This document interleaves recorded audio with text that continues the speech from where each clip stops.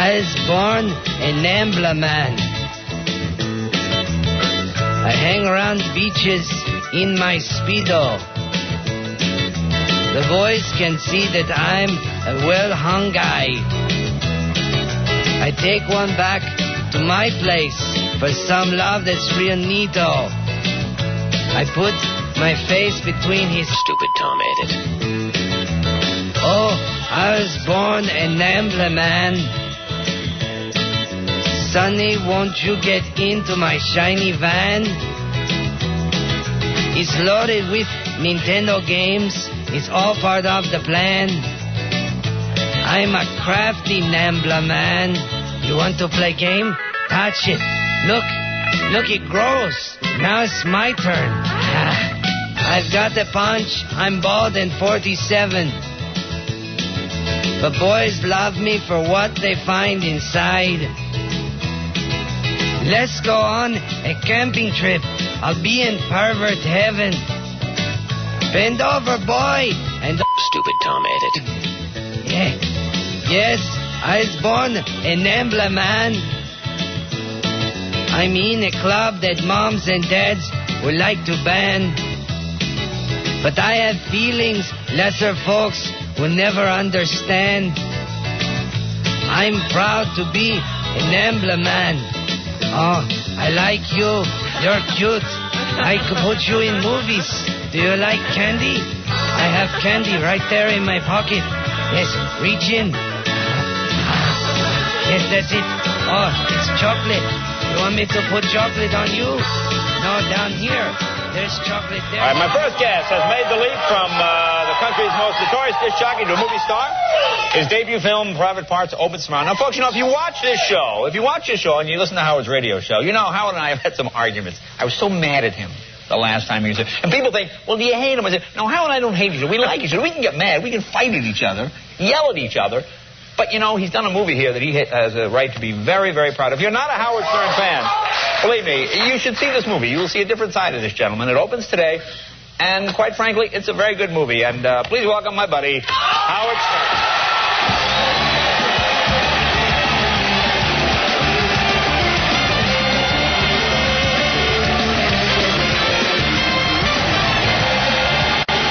Hey now.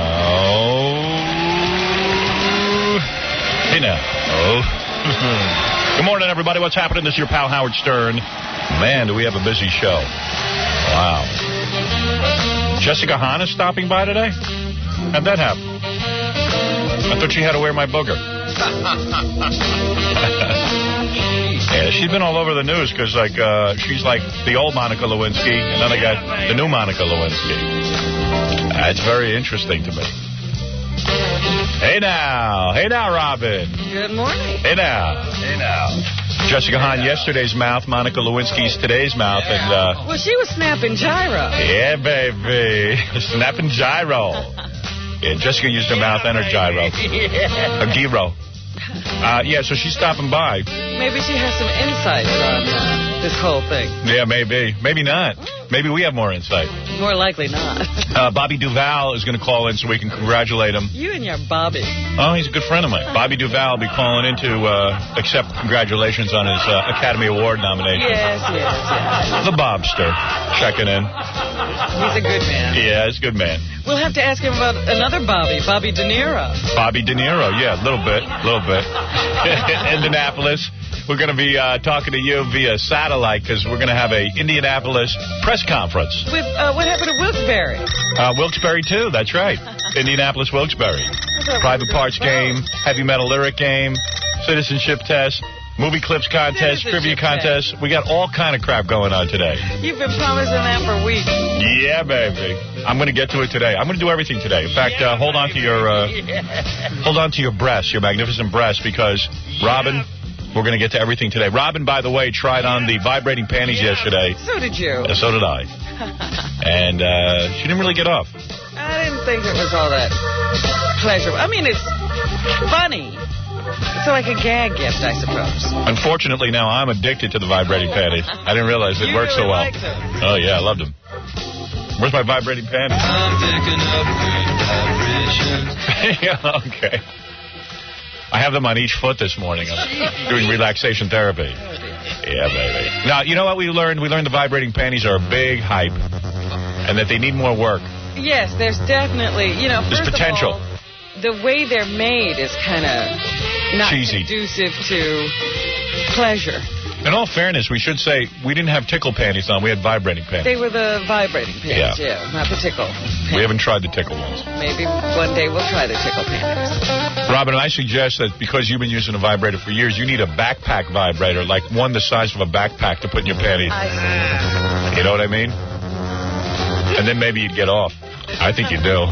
If you're up to the Power Blaster or whatever you use. You probably need a car between your legs.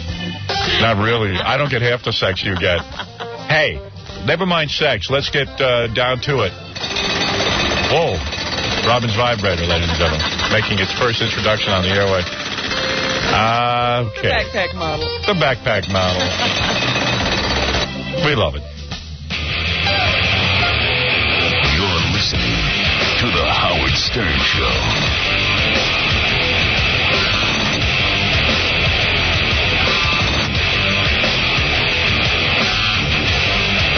All members of the Howard Stern Show cast have their own individual fans. Ma'am, you want to yell at Robin?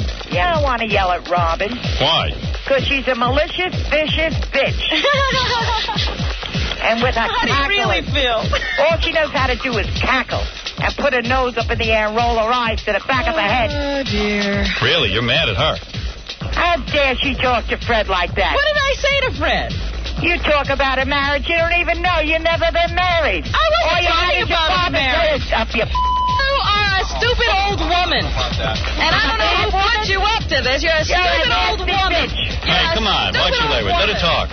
I wasn't talking to Fred about his marriage. I was talking to about Fred's relationship to us, you dodo. You're too dumb to listen to this program. Listen, you fake-haired bitch.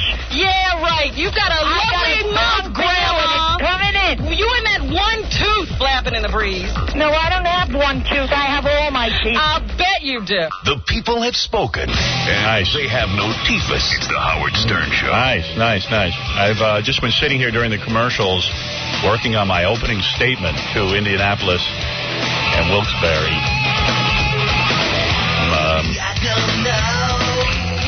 I'm working on my State of the Union. Oh, is that right? Oh, yes. How are we doing? So far, so good. I say the word fart 17 times in my opening address. How bad could that be? I even say bunghole twice. Oh, no. Oh, yeah. The bunghole speed. Bungholio. Yeah, baby. Good morning, everybody. What's happening? What? Jessica Hahn coming by. Gary, she hasn't been on the show. I haven't seen her in years. Yeah, what happened was some guy called some TV show looking for Jessica Hahn. They all wanted to comment on Monica Lewinsky. Yeah. Or is her name Blue Klinsky? Probably better, Blue Klinsky. Blue Clintonski. Anyway, Now that's a penis.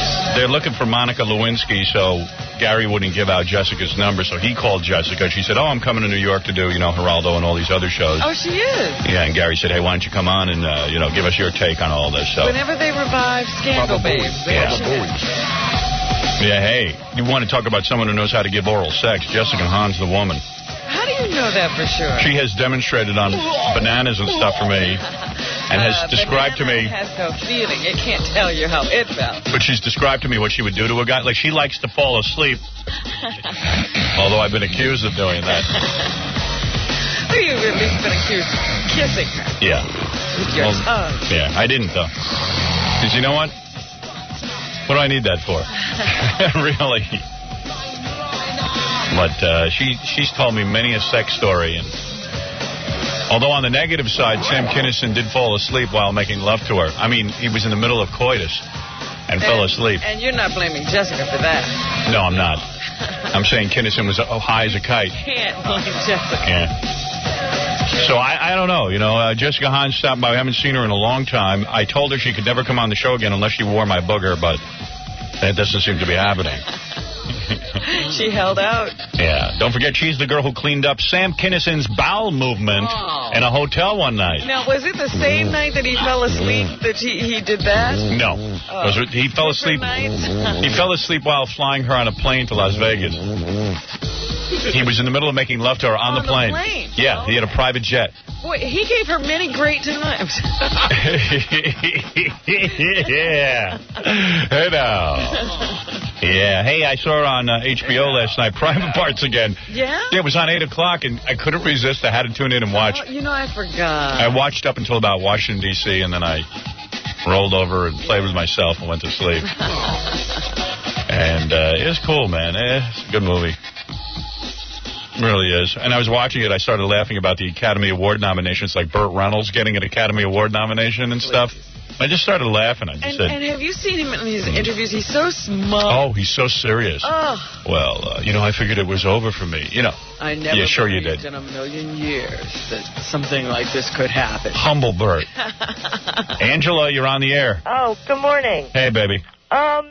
I just saw the movie again for like the 15th or 20th time. Yeah, me and too. you are absolutely my hero. It is still funny. Thanks. The movie is on par with Forrest Gump, and you should have gotten several Oscar nominations, sir, and don't worry about them. They're idiots. Thank you. Yeah, I got to go. All right, take care, Angela. All right, bye-bye. That's Angela, who obviously has a woman of taste and culture. And discerning. Yes, absolutely. That was, by the way, Angela Lansbury. I don't know if anybody recognized the famous actress. Oh. Yes. Well, she would know. Yes, she would. She's considered very important. I think she has an Oscar, doesn't she? Hey, one of the interns recommended to me a game that we play today, and I think it's a really good idea. It's called How Well Do You Know Your Fellow Castmates on the Show? Oh. And what the idea is that, for example, you would state a question about yourself. I would state a question. Right, like let's say something you know about yourself. And the game would be, does Jackie, Fred, or Howard know the answer to the question? But we bet on whether we know the answer. Huh. How's that for a game? I mean, we've all known each other for a long time. Yeah, I'm just trying to think of a question. That's my problem. I'm ready to play, but I don't have a question about myself. Well, certainly, I could think of questions for you. But then you'd know the answer, so that would be good. And I'm thinking of one that I don't know the answer to. I'll give you an example. All right. If you said to me, Howard, Fred, Jackie, what is your first name? Ah. I would not know that. I would not know your... let me see. Do I know that? I don't know why I don't know that. I know your mother. I know your father's. I know your mother's first name. name. I know you know my parents. I know, but I don't know Fred or Jackie's mother's first names. I don't know Baba Booey's See, I know your father's name is Charles. Yes. Because there's a junior. Yeah, and I know Charles Jr. I know everyone in the family, but the mother. Yeah, I just know her as Nightmare, because that's what you call her. What is a Baba Booey? I'm just trying to think of, because, I read Robin's book. Yeah. Because her mom and dad I know. through the whole book, and it went right over my head. I draw a blank on Robin's mother's name. I didn't remember Charles, but I think... Charles I know because he made quite an impression on me. With all his doings. He often impresses people. I have a name popping up my head, but it's just, I don't know What why. is the name? I don't know why I want to say Betty. No. Does it begin with an M? No. That's not Ophelia. No. Is it Jessica? I thought it was Ophelia, too, for a second. I thought maybe, right. Yeah, that's how they came up with that. So, for example, I wouldn't know the answer to that. Uh-huh. But why would you bet know on the whether answer we to know that? it. Why would I know that? Yeah. I don't know. I mean, every time you talked to my mother, you called her Mrs. Quivers. That's true. I had respect. I didn't know how she treated you then. I haven't spoken to your mother in years, just like you. Just like me. You're just like me. I think I was the last one to speak to her. All right, so here's the game. We each have to write down a question about ourselves. And then before we give the answer, we bet on who will know the answer. All right, well, I'll bet nobody knows my mother. Well, I knew that. That's why I brought it up. Okay? So there's the game. You got to admit that's a good one. All right. Virgil, you're on the air. I think Angie came up with that. I got a question. Warren Robin asked when was the last time she had a romantic dinner with Tony. What? What did he just say? Last time she had a long romantic dinner with her friend Tony. Why don't you... Oh, Mr. X. Yeah. When is the last time you had a romantic... How would I know that? I want Robin to ask that to you guys. He wouldn't know that. I don't know what she's up to. Well, why don't you ask her then? When is the last time you had a romantic dinner with Mr. X? Skyline. What is that? Obviously, you know, Oh, yeah. Mr. Call. Oh, what, were you out at a restaurant having a romantic dinner? My friend was, he told me yesterday. Saw Robin? Monday night, yeah. Very happy together. Were they making out? He didn't say so. They were holding hands underneath the table. Lord knows what they were doing under there. No kidding. You hold hands at dinner with your boyfriend under the table? Boy, that's sexy. I don't know what this Aren't guy's we the talking people about. that make fun of Barbara Streisand and James Brolin for holding hands during a massage? Yeah, isn't it hard to eat, Robin, when you have your hands tied up? There are, periods between courses, Yeah. So he didn't grab your breasts at the dinner table, did he? No, it's not at the dinner table. If you were my girlfriend, there'd be more going on than just holding your hand. I'd have to get on those beauties every minute. Too bad he didn't have the vibrating panties up. Yeah, we didn't work into those till yesterday. Okay, thanks, man. Howard, one thing. Yeah. In the movie, you said 2 weeks ago you were saying you didn't read your lines at all in the movie. You memorized them? No, I had lived a lot of the movie. Okay, well, I saw one part you were reading your lines. Where was that? It was when you were Robin, I think, in Washington, reading the book about the guy who had sex with everybody. No, you know what? People see writing in the book, and you know what? That writing was not my lines. And it was not the same book. Yeah. Oh, okay. Yeah, that was a book they had on set, and they just made it look like a mock-up of a book. He acted like he was reading. I He thought was maybe supposed to you be taped the reading lines there. Yeah, I mean, but believe it or not, it actually wasn't the lines. But also, I'm supposed to be reading from a book, Right. so I'm supposed to look like I'm reading. Yeah. All right. Well, I thought you were just reading, you put the lines inside the book. Well, if you're reading from a book, though, you're supposed to look like you're reading. Well, So if I look like I was reading, I did a good job. Oh, this is silly. Guy says, hey, you know what you... What a great actor you are. I know, he says, you know what you look like you were reading when you're reading from a book? I go, you're kidding. Wow, hey, well, I'm a great actor, aren't I? You looked like you were reading, and you were supposed to be. Yeah. God, I love that. I'm sorry that I don't fight in restaurants like Fred. Yeah, that's more interesting. So things on track, huh, with you and the man? Wow, holding hands in a restaurant while you're eating. What'd you eat? I had crab cakes. And like while you're eating crab cakes, like one hand is tied up with him. No, don't be silly. But that's wild. Pete, you're on the air. Go ahead, pal. Hey, bud. Hey, man. Did you watch Buffy last night? No, I tape it. Oh, I watched it. I'll be watching it today. When you watch them, you don't want to hear what happened. No. When you watch them, do you watch them with your kids? No. I know. I've never watched television with my children ever. None of them. Ever. I don't supervise. Never. I've never watched television with my children. I'm not interested in doing that activity. Well, you've watched movies with them. A couple movies, yeah. Do you ever not supervise them? No. Do you ever know they're watching something? Never. Tell them not to? I have TVs in their room. I tell them watch whatever you want. If something's on HBO and... I don't care. Like a Boogie Nights were on and they have were full watching, access. you wouldn't care. Full access. That's pretty cool. I could care less. Anything you make taboo, the kids are going to want to have more, and just let them watch whatever they want. My kids could care less. I agree with that. Yeah. Now, but do you Well, watch... I grew up that way, and I don't see anything wrong with me. You want to know the truth? And you want to know why I'm like that? What? Because I'm too goddamn lazy to monitor it. What can you monitor? Yeah, I mean, what am I going to do? Walk in every minute and tell them what to watch? First of all, by the time you figure out what the show's about, it's over. Yeah, and my kids know more about sex and everything because of TV. I wish I had all that. All right, man. Hey, but do you guys like some of the same shows? Yeah, I don't know. I don't know what my kids like. You don't even discuss television. No, I don't. I have very little discussion with the kids. I leave that to my wife. Every time I get involved with the kids, I screw up. Would you recognize them if I showed you pictures? No, I love the kids and everything, but even like a couple of weeks ago, my wife said, you went down and talked to the... My wife sent me down to talk to the kids about something, an issue. I'm trying to even remember what it was. And we came back, and the kids totally misinterpreted what I said and said that I'm an egomaniac and I put too much pressure on them. And I just said, okay, I'm going to back off because I don't know how to talk to children. Why did she send you? She said she'll never do it again. You know what I don't understand? Yeah. You have, minimal interaction with your kids. And then when I how do... can they call you an egomaniac when they hardly see you? Okay, I walked downstairs and I gave them a speech. You see, I was trying to teach them about... I bet you what it is that, he came from a very strict background. Right.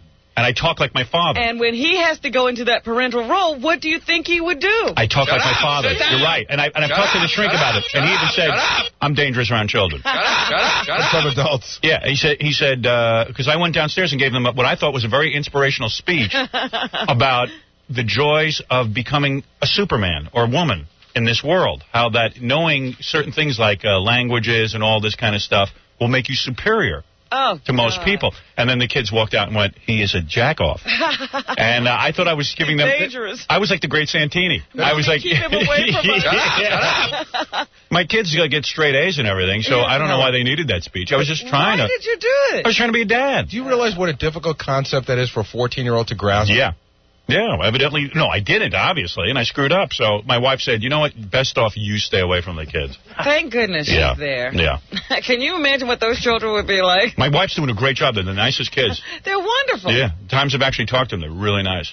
I've talked to him. I can verify he's not being egomaniacal at this time. Yeah. They are wonderful children. My wife took out an order of protection against him. Keep him away from the kids. No, the kids dig me and everything because, like, now... No, because you don't do much. Yeah, I'm just like a cool guy. Yeah. I hang out. You hang out with them and play. Yeah, I come home with a new tattoo every once in a while. The kids think that's neat. And then they go, okay, can we get tattoos? I go, no. That's it. No, I don't watch TV with children. TV is very serious for me. Okay. TV is like the most important thing in my life. I learn everything from TV. That's my interaction with people. I can't imagine sitting there. Alone. I want to be alone when I watch. And what I take is a big bowl of food down to the basement, like a dog, and I sit there and I eat and I watch Buffy. Oh, my goodness. And I watch Melrose Place. 2-hour Melrose. Wait, I had to tape Dawson's Creek. I can't wait to see it. Yeah, I'm going to run. You know what I'll do? After we have our meeting today, I'll run home and watch Dawson's Creek. That's going to be my activity. But that's what you have in common with your kids. You watch the same shows. No, they like Dawson's Creek. I know that. And Buffy? No, they don't watch Buffy. I don't think they do. They probably like more adult fare. Yeah, they like Ally McBeal and stuff like that. More grown-up shows. Yeah, I don't know what they watch. I know they watch Saved by the Bell the college years. So do you. Yeah. That's a good show. I'm glad they kept Screech. Yeah. Screech, the world's oldest kid. Yeah. Yeah. So anyway, that's my idea of... Hey, on your birthday show? Thank you. Was that Booker holding the mic out there? Was that Booker? Yeah. Yeah, that was Booker. He's sexy as hell, man. You're gay? Yeah. Oh, you are? Yeah. Yeah. I'm no fag. Booker's cool, man. Take care. All right, bro. Bye. Take care. Okay, man. Guy checking in like... Homo says what? Want to hear a guy go, hey, Booker's hot. Yeah. Is Booker hot, Robin? He has a way about him. He does? Yeah. Horny. You better get back to that restaurant and hold some more hands. Who's better, Mr. X or Booker? Oh, Mr. X. All right, there you go. There's a satisfied woman. There you go, Mr. X. Mr. Sex. Yeah. Okay. Hey, our old friend Shaban, who used to be almost a woman. He almost had his penis cut off. Where did he surface? Where you been, Shaban? I'm still in the same spot. Almost. Are you still gay? Huh? Are you gay? No. You're with women? Well, no, I'm actually asexual still, kind of. Siobhan was this guy we met. Talk about confusion. He was this guy in a dress, and he had a little bit of boobs because he was taking some female hormone, and he was going in. Got them. You got them still? Yeah, it's weird. I was doing exercises yesterday and noticed that they were still there. Can you get that work done? No, it's not worth it. They're so small that you can't see them when I got my shirt on. Yeah. So they never went away. Guy walking around with little breasts. Yeah. And Siobhan is like really disturbing looking because he never even looked close to being a woman. No, he looked like a guy in a dress. And then he got so wacky he fell in love with me. Are you still in love with Howard? Yep. For a while there, for like about 3 years? Yeah. Oh, it's gone now. He started writing threatening letters to my wife. Yeah. He got my home address because Jackie gave it to him. Jackie befriended him. Jackie decided he was a cool guy. Jackie leaves my home address on his Rolodex and invites Siobhan to live with him for a while. Right. A guy who's running around doesn't even know if he should have a penis or not. And by the way, for a gay guy, while he was living at Jackie's house, I stayed there one night. He wasn't living. And he wandered into my room. Yeah, and he tried to rape Gary. Yes. Fred wouldn't even. What did he say to you? Where's the bathroom? Fred wouldn't even stay there. That's I right. wouldn't stay. When I knew you were going to stay over at Jackie's, and when you heard Siobhan was when staying. I knew that this freak was going to be there, Yeah. I hightailed it out. I even said to Gary, I said, "You sure you want to stay?" He goes, "Yeah." Because you're not a homophobe, but it's just that this guy's I'm not this a guy's homophobe, a freak. but exactly. Yeah. It's like you just don't know what that he'll he's like a NAMBLA guy. He preys on people. He does. He does. And then he acts into, "Oh, were you here?" I was sleeping. Gary was sleeping nude, and then all of a sudden Siobhan comes in the room and goes, "Oh, I thought this was the bathroom. Yeah. I'm lost." I'm lost. How close did he get, Gary? Did you do anything with him? No, it was just really weird. No, I was really out like a light. It was so late at night. Oh, wow. And you know that weird feeling when there's somebody hovering over you? Yeah. He was like hovering over me. Wow. He was like 5 feet away from me in a pitch black room, and I just woke up and I go, who's there? Like a burglar. That means he must have touched you to wake you up. No. And he goes, please. And he just goes, I thought this was the bathroom. Yeah. With a guy in a bed There's sleeping. not even a bathroom on that floor. Right. What were you up to that night, Siobhan? Well, Gary was like kind of parading around in front of me in his underwear. Oh, he came on to There's you. like a huge bulge in his He is big. pouch there. And like, you know, I was like, at that time, those hormones I was taking were totally like coursing through my veins. It was weird, too, because Siobhan was in a house dress at Jackie's, and then Siobhan's former wife came with his kids. Yeah. And Siobhan's parading around with his kids in a house dress. Yeah. Scaring the kids. Scaring the kids. And the kids are going around saying, my dad's Siobhan the transsexual. Yeah. That's got to be healthy. Yeah. Those kids So where are those children? Have you seen those kids at all? No, I've not seen them at all. Thank goodness. They might have grown up normal. How old are those kids now? 18 and 14, I believe. Wow. Now, how come you still call yourself Siobhan? Because it kind of stuck, and everybody knows me by that name. Because if I were a guy, I wouldn't call myself Yeah, Siobhan. now he's a guy with work boots on called Siobhan. With breasts. He used to be Bill. Yeah. Why don't you go back to Bill? No, I think I'm going to change my name to Meow or something, because that's what my cats call me. So anyway, Siobhan then, what happened was I was at Jackie's, because Siobhan was like living there. Yeah. And then which I never can figure out to this day. Maybe because you made it up. Oh. Well, I want to thank Jackie for turning me on to Dr. Bronner's peppermint soap. Anyway, so Jackie has Siobhan over there. Siobhan gets my home address, and then I go over Jackie's, and Neil and Ronnie, the limo driver, were throwing rocks at Siobhan. Yeah, while you watch the fireworks. Well, I was laying on the beach. It was 4th of July. I'm there with my wife, and I think one of my kids even. And then Neil and Ronnie started throwing rocks at Siobhan, because I guess they're kind of uptight about homosexuals. And then I said, hey, guys, stop it. So Siobhan thought I came to his rescue. Right, that was the moment he fell in love. Yeah, then he fell in love with me, and then he started sending letters to my wife saying, I wish you were dead so I could take care of the children and be a mother to the children and marry Howard. He would come down here as messed up as he looked and gaze at you. And he really was convinced that you wanted him. Yeah. Hey, Siobhan, you really think if I got free, I'm going to go out with you? Those were the days. There was a chance. Oh, wait a second. I forgot another thing he did to me. What'd he do? God. Uh-oh. Jesus This Christ. sounds good. Just like totally repress this. Yeah. We were at Jackie's 4th of July party. Another thing Siobhan was invited to. Right. And we were in the living room eating the pot brownies. Yeah. And everybody was in the room, and everybody left, and for whatever reason, Siobhan and I were the last ones in the room. Uh-oh. And he says, come here, I want to tell you something. And Siobhan is a big guy. Right. With big, giant hands. Right. And he grabbed my face with both hands, and he tried to lay a kiss on me. And I swear, you know how, like, grandmothers lift, school buses off their grandchildren? Yeah. Somehow I got him away from me. And he tried to kiss me. I just remembered that. Siobhan, you must be really hard up.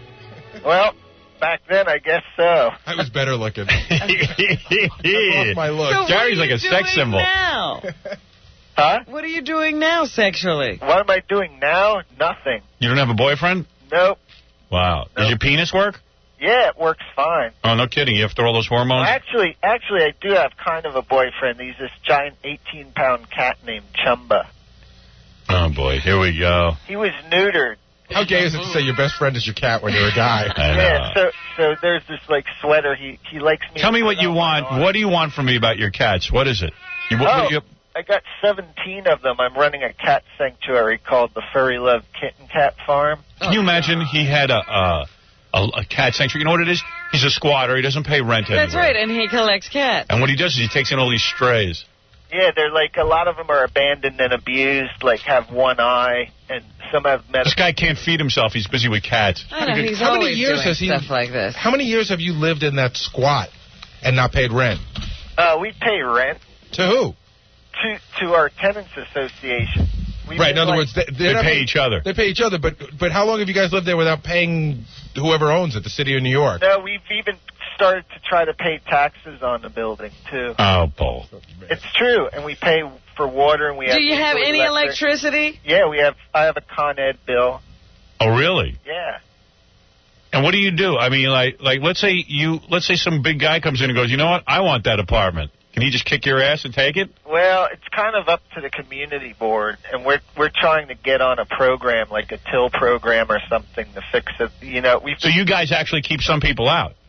Well, yeah, if they do hard drugs and stuff like that, we have to kick them out. Can you imagine? They took over an abandoned building that they don't own. Right, and they wanted it because they didn't want anybody telling them how to live. Right. Now they're telling other people. Yeah, right. Now they're telling people not to do drugs. That's not true. We did it because we didn't have any homes. That's why we did it. But, you know, Howard, if they keep getting Con Ed bills there and whatever other kind of bills after a certain period of time, I think you do...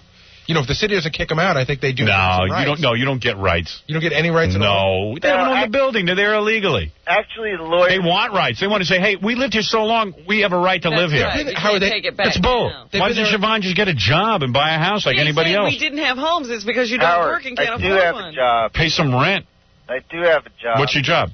It's I work at this art studio. Doing what? Sweeping. Just like cleaning up the studio and stuff, and like wrapping paintings and things. Yeah, that's fun. What does that get you a week? It gets me about $250. Yeah. $2.50. They've been there over 10 years. Huh? They've been in that abandoned building for 10 years. Right, and we fixed it up. Yeah, so what? Siobhan, all you can do is sweep up an art studio? After 10 years? I'm still trying to get my brains back from, you know, like, it's taking a while. It's not like, you know... Who has your brains? He's going to just hire me off the bat. His brains were hijacked. He tries all these things, Howard, because he shows up every once in a while. He's written, like, wacky comic books. I know. He had a little wacky CD out for a while. You know what? That's all the stuff I did when I was about 7. Right. But I used to draw comic books. They aren't real jobs. No. Well... He has a comic book called Pep. Yeah, that's right. It's like Betty and Veronica, but they're all got penises. They're all transsexual. Yeah. Well, that was as I was making the transition kind of towards normalcy, so I just did that book about that stuff. All right, man. So everything's cool, and if someone wants It's good to know you're still alive. And what if someone wants to adopt one of your 17 cats? They should call us? Yeah, that would be great. All right. Because they need homes. It's like I rescue strays and stuff, and like a lot of them. Why don't you just eat them? Conditions, huh? Nothing. They have medical conditions. Yeah, this one diabetic Siamese cat, he needs insulin. Yeah, who wants to take that on? Take these cats. Kill it. No, there's some people out there. I know there's. Yeah, well, they don't listen to this show. Let's sell them to the Chinese restaurant. Yeah, make a stew. What is it? I saw Siobhan in Kmart about 2 months ago, and it was like 60 cans of cat food. There was nothing else. Where are you getting the money for the cat food? From my job. $250 a week. That's about how much cat food he had. I also get some donations too sometimes. So you know we can imagine what's going on in that squat. It's got to smell awful. Oh, God. No. I clean the cats. I scoop the litter box every day, twice a day. Wow. I vacuum. How many litter boxes do you have? I've got 6 right now. I may have to get one more. Whole house is a litter box. All right, dude. Hey. What? It was great talking to you again. All right, Trevon. Good talking to you. Take care. Them care. That guy, man. He was writing threatening letters to my wife saying he wishes she was dead. And love letters to you. Yeah. Talking about, you know, how the two of you would be so happy together, and he knew that you wanted him. And the letters smelled and everything. Yeah, he was always dripping crap on him. Patchouli oil. I hate patchouli oil. You know, even at the height of what he thought he was, you know, being close to a woman, he always had that razor stubble on his face. Yeah, very heavy beard. Oh, please. And then he'd say to Howard, I know, you were so kind to me. Because Howard was the only person who'd say anything nice to him. And that's what made him think you loved him. I know. I felt bad, but I stopped saying nice stuff to him. I wish Neil and... You know what? Neil and Ronnie were right. They should have just stoned him to death. They were in the middle of killing him, and then I stopped it. I was stupid. He's all right, though. I like Siobhan. He's a nice guy. He is a nice guy. Very confused. Yeah, and Jackie befriended him. So every time we'd go over Jackie's house for his stupid parties, there would be Siobhan. Siobhan had, like, we had to have the wackos from the show on. Oh. He's a nice guy. Yeah. Nancy really likes him. Yeah, well, great. Take Nancy and Siobhan and put them in a squat, and let's be done with both of them. Doesn't that make you question your wife's judgment? Yeah, I mean, don't you think about it? His wife's in some movie. Did Jackie give you a copy of the movie his wife's in? No. It's some horrible movie. I discovered that. There was about a dozen of them here. I just happened to see them. Oh, is that what that was? Nobody told me they were here. Jackie's wife is with some guy, and the guy's freaking out because he killed somebody, or you can't even tell what's going on. And she's, I don't know, she's all pissed off at the guy. She starts shooting him, and then she cuts off his penis. Oh! Yeah. What a movie. It's her husband. Yeah, is that what that is? I can't even tell what's going on. It's pretty graphic. And the movie stars all these strippers. And oh, is that the one with the two girls on the cover holding knives? Yeah. Oh, yeah. Nancy's in that. The funniest goddamn... Jackie called me and said, excuse me, I'm in the middle of watching your wife cut off some guy's penis. And you know what's always funny? It's a clay penis, you know. Oh, no. You know what's always funny about pretty real. Yeah, actually, it wasn't that bad for a cheapo movie. It was bad enough that I cringed like crazy. It was weird. She soared through it. Any movie that Nancy gets in, like The Killer wears one of Jackie's T-shirts. I know. It's unbelievable. It's part of the deal. Yeah. He's a tough negotiator. Oh, yeah. Yeah, there he is. Jackie the Joke Man. Jackie doesn't wearing a work T-shirt unless I get a mention. Yeah, you're not going to get my wife in there. All right, everybody, good morning. Hey, yeah, we've got a press conference for you. Yes, Jessica Hahn stopping by. Bobby Duvall will be calling in. Just got himself an Oscar nomination. And, I got to play that Morton Downey thing when I get back. I got to play that. Oh, yeah. Yeah, you got to hear this. Really funny. You'll get a real charge out of it. You know, I blew off a lung about a year and a half ago. Nice way to open a press conference introducing your new TV show. What do you think of Oprah Winfrey? What do we think of Oprah Winfrey?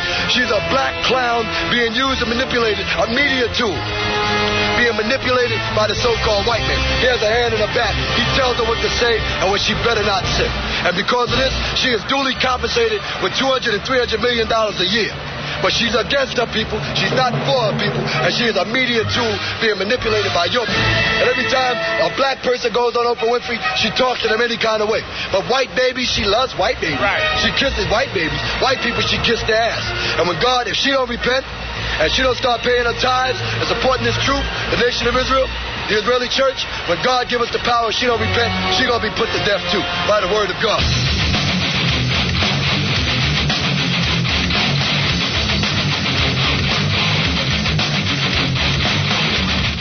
Stern Show.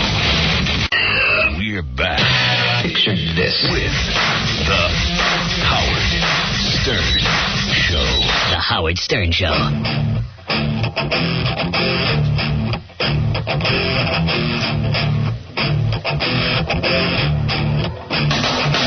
Hi, this is Bill, and I feel your pain. That's why I'd like to tell the American people about a way to reduce the stress in your life and help put a smile on your lips. Introducing my all-new Big Willie Pop. Suck on a Big Willie Pop, and you'll see why women everywhere just can't stop. Made with all-natural ingredients, my Big Willie Pop has a cream center that is a great source of protein. And moms, you'll be happy to know that once you unzip my package, your kids can suck on my Big Willie Pop all day. Hey, what do you have in your mouth? Nothing. Come on, you can tell me. What are you sucking on? Okay, don't tell anyone. It's a Big Willie Pop. Wow, can I taste? Yeah, here, wrap your lips around this. Hey, get that back. Get that back. You're sucking on it. So listen and listen good, because I'm only going to say this once. Satisfy your craving and put my Big Willie Pop in your mouth. Excuse me, can I have one? Sure, Chelsea. Come here. Wow. You're listening to the man who also believes oral sex isn't cheating, Howard Stern. I do believe that. Sorry. I wish the president would make a speech about that. Yeah. When's he going to make a position statement? Tell us what is cheating and what is not. Yeah. What is the state of marriage? You know, the Dow went up like 115 points yesterday, an all-time high. That's what people care about. They don't care about whether the president's getting some oral sex. Money to keep rolling in. Man needs to chill out. That's all I can tell you. Hey, so anyway, Yeah, so last night I just laid in bed and watched Private Parts at 8 o'clock. Every time it's on, I go, if I know it's on, I got to watch. Uh-huh. I'm watching the goddamn movie again. Then once it got up to Washington, D.C., I finally turned it off. Yeah. You know, I finally turned it off. It's really distracting. You know, and I just wanted to go to bed. Well, you answered your own question then. They are playing it more than once. Yeah. Yeah, they are. It'll be all over the place. Yeah, it's You'll cool. see it in the daytime, you'll see it in the evening, you'll see it at night. Yeah, I like it being on HBO. Yeah, it's great. It's kind of cool, too, because I'm sitting there watching, and all of a sudden it goes, like they had Airheads on or something, and then it goes, coming up next, Howard Stern and Robin Quivers in Private Part. Yeah. I haven't seen those promos. Yeah, they're cool. You see me in the bathtub, but I love that scene where I'm in the bathtub with that chick. I happened and Fred. to be standing in front of the TV on Saturday night when that came on. Yeah, that's and cool. it's one of the best things fun. about the movie. That is fun. When Fred goes free drinks, I love that. I know. I mean, even when he's in the movie theater with you. Yeah, and he looks over. She puts her hand on your leg and he looks over. Yeah. Yeah, my daughter said to me, how funny is Fred? Oh, he's great. I go, in truth, he's not that Not funny. funny at all. I wrote that part for him. I'm sorry, Fred. It's my kid. I don't want to worshiping you. I had to get rid of that whole notion. I can understand. Yeah. I miss the other best scene that Fred has when the bus pulls away. That's the best. In Washington? That's great. I say to my general manager, this guy is dynamic. Electric. He's electric, yeah. That's the line. And boom. And boom. Oh, that's great. I love it. Hey, Gary, you gonna? Oh, is this? I think I'm gonna take a pass on this. There's two girls out there from something called the Spice Channel. No. We're trying to get some free promotion, but that's that soft porn channel. yeah, they want to get in tickle panties, but I don't know. Oh, they're gonna act, aren't they? I don't know. Want to look at them first? The girls? Yeah. All right, okay. But once they get in here, are we going to talk to them? First, look at them. Then Right. see if you want to talk to them. Gary, take the wireless microphone, bring them right, trot them up here a little bit, and let me look at them. You know what I mean? I don't want to play the Morton Downey thing. I got to get a second shot on that because it's so funny. Stuttering John went and interviewed Morton Downey Jr. You could analyze it forever. I Yeah. was thinking about it yesterday evening Yeah. when we were done with it. I was like, that Morton Downey. Gary, where's the girls? Did you hear what I want? Did they tell you what I want? If that's the girls, you don't want to talk to them. See, he's going to come in here and do everything wrong because he doesn't know what I want. I'm going to go ask the guys right now. I was in the studio listening to stuff, so I'll go Yeah, ask just get the them. wireless microphone. Okay. And just march them in over there. I just want to look at them. Are they in tickle panties already? Not yet, no? Nobody tells him That is anything. gonna explode. I know. As soon as I give him a new assignment, he's not. Baba Booey. Mm. Baba Booey. They tell me out there it's a madhouse because when you sometimes say, Gary, I want you to do this, and they try to go and tell Gary, he screams, I know, I heard. Oh. And then if I'm they doing my don't job, tell for Christ's him, sake. Right. he screams, why doesn't anybody tell him? Yeah, you can't win with him. No, I don't know. I don't know. I don't know. I love to have a camera out there one Sorry. day watching Gary do his job. Well, we actually do have that. You do? Hold it. Here's Baba I Booey need more with an time to update. think. Since my staff has been no help to me, Yeah. I'll do it myself. It's going to take a few minutes. I have to run back to your office. More time get to tickle think. panties. No, that's not what I want. I just want to look at the girls. But you said you wanted to put them. I just wanted to know if they were in their tickle panties Okay. already. You just want me to Just bring let me them in? just bring them in. I just want to see what they look like with a Somebody wireless else with tickle microphone. panties. Is there anybody else who can help you? Like, isn't KC like walk them in with a wireless? He's not here. Who is here? Can Ganji do that? Let me just look at these two broads. Oh, there's the two broads. Yeah, two broads. That's exactly what you are. I can't hear these girls. Why is that? Is she right on it? Because I got mine up all the way. Turn on the microphone, Gary. I can't hear you. It's barely on. It's very loud. I'm going to blow my lid. Hello. This is turning into a nightmare. I really didn't want these girls in here. Now it's turning into a nightmare because I just wanted to say hello to them. Howard, don't you remember me? Oh, now I can hear you. Can you? Yeah, don't you remember me? How would I remember the you? Michael Jordan scandal. You were what? Remember that thing I came on here and I was telling you about it when I had sex with Michael Jordan about a year ago? Oh, that was you? That was me. Oh, I didn't know that. So Hey, you look a lot better now. Because I'm doing the Spice Girl contest tonight with Gary and John hosting and doing the judging, and I came by to say hi. Oh, okay. I was just looking you over. That's all. I want to see what the goods were. You know what I See mean? what the goods were. Here. Yeah. Any more goods than that? What are you doing? Taking off your top? I will if you want. Okay. All right, take off your top. I don't care. She's wearing braces. Are you? Oh, hey, don't tell anybody that. Why not? Can't a porn star have braces? Oh, you're a porn star? Yeah, you have very. I have a short memory. I thought she was a and, dancer. Short what? Yeah, I have a short memory. Yeah, you got some nice cans, I'll tell you that. Those are breast implants? Yeah. Let me see them. Okay. Let me see how they look. Okay. Why not? Girls with breast implants always wear too small bras. I know. Why do you wear such a tiny bra? Because you like them all pushed together? Yeah, you figure just make them nice and big. And No, they're nice. What are they, D-cup? do I get Howard's approval? Yep, you get Howard's approval. You look great. Cool. You really do. You get Michael Jordan's approval, too. I'm speaking for him. And who's the babe with you? What's your story? Very shy. Are you a Nicole, my girlfriend. Oh, you're a porn star, too? No, I'm not a porn star. You guys are boyfriend and girlfriend? Boyfriend and girlfriend? Oh, you're a lesbo? You guys are We're lesbian? girlfriend and girlfriend. Yeah? You guys get it on together? Yeah. Yeah? And you get naked, too? Nah, I don't know. I'm shy. Hey, why don't you guys kiss each other? Yeah. I'll see that. No. Let me see that. No way. Don't be shy. What is it? That always gets me. Jesus. That always gets me. They haven't stopped. They've forgotten us. Man, that always gets me. That's the cure. Oh, that is the cure. Very nice. Very nice. Okay, take one step closer. You're working. All right, go ahead. You know what? I don't want to get into the whole tickle panty thing now. I got too much to get to, but... What is it with that thing? Is that a cool new product or what? It seems cool in concept, but Robin and I had them on yesterday, and I don't know. I They need some work. Did Robin like them? Maybe these broads, though, would really get an orgasm from them. What do you think? I don't know.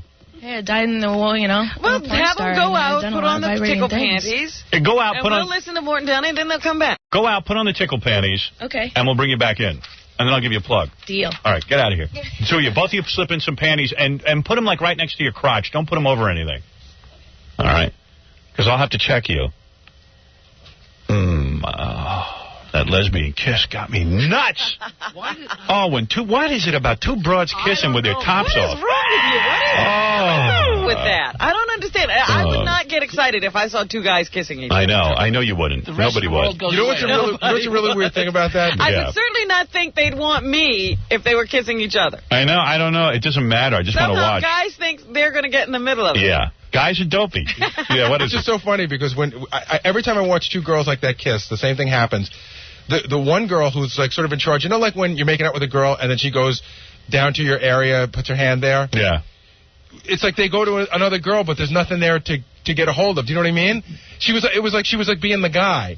Yeah, but she was rubbing her hips. No, you had to see it. She goes to get something. It's hard to explain. I'm not. Yeah, you know what? You're doing a real bad job. Well, it's because we're on the air. I can tell you off the air. I could. No, I get what you're saying. Baba Booey. There's something about two girls kissing. The whole world, the rest of the world goes away. I could just get lost in it. You know what I mean? All my problems go away. You were totally annoyed by them, and then you suddenly weren't. Yeah.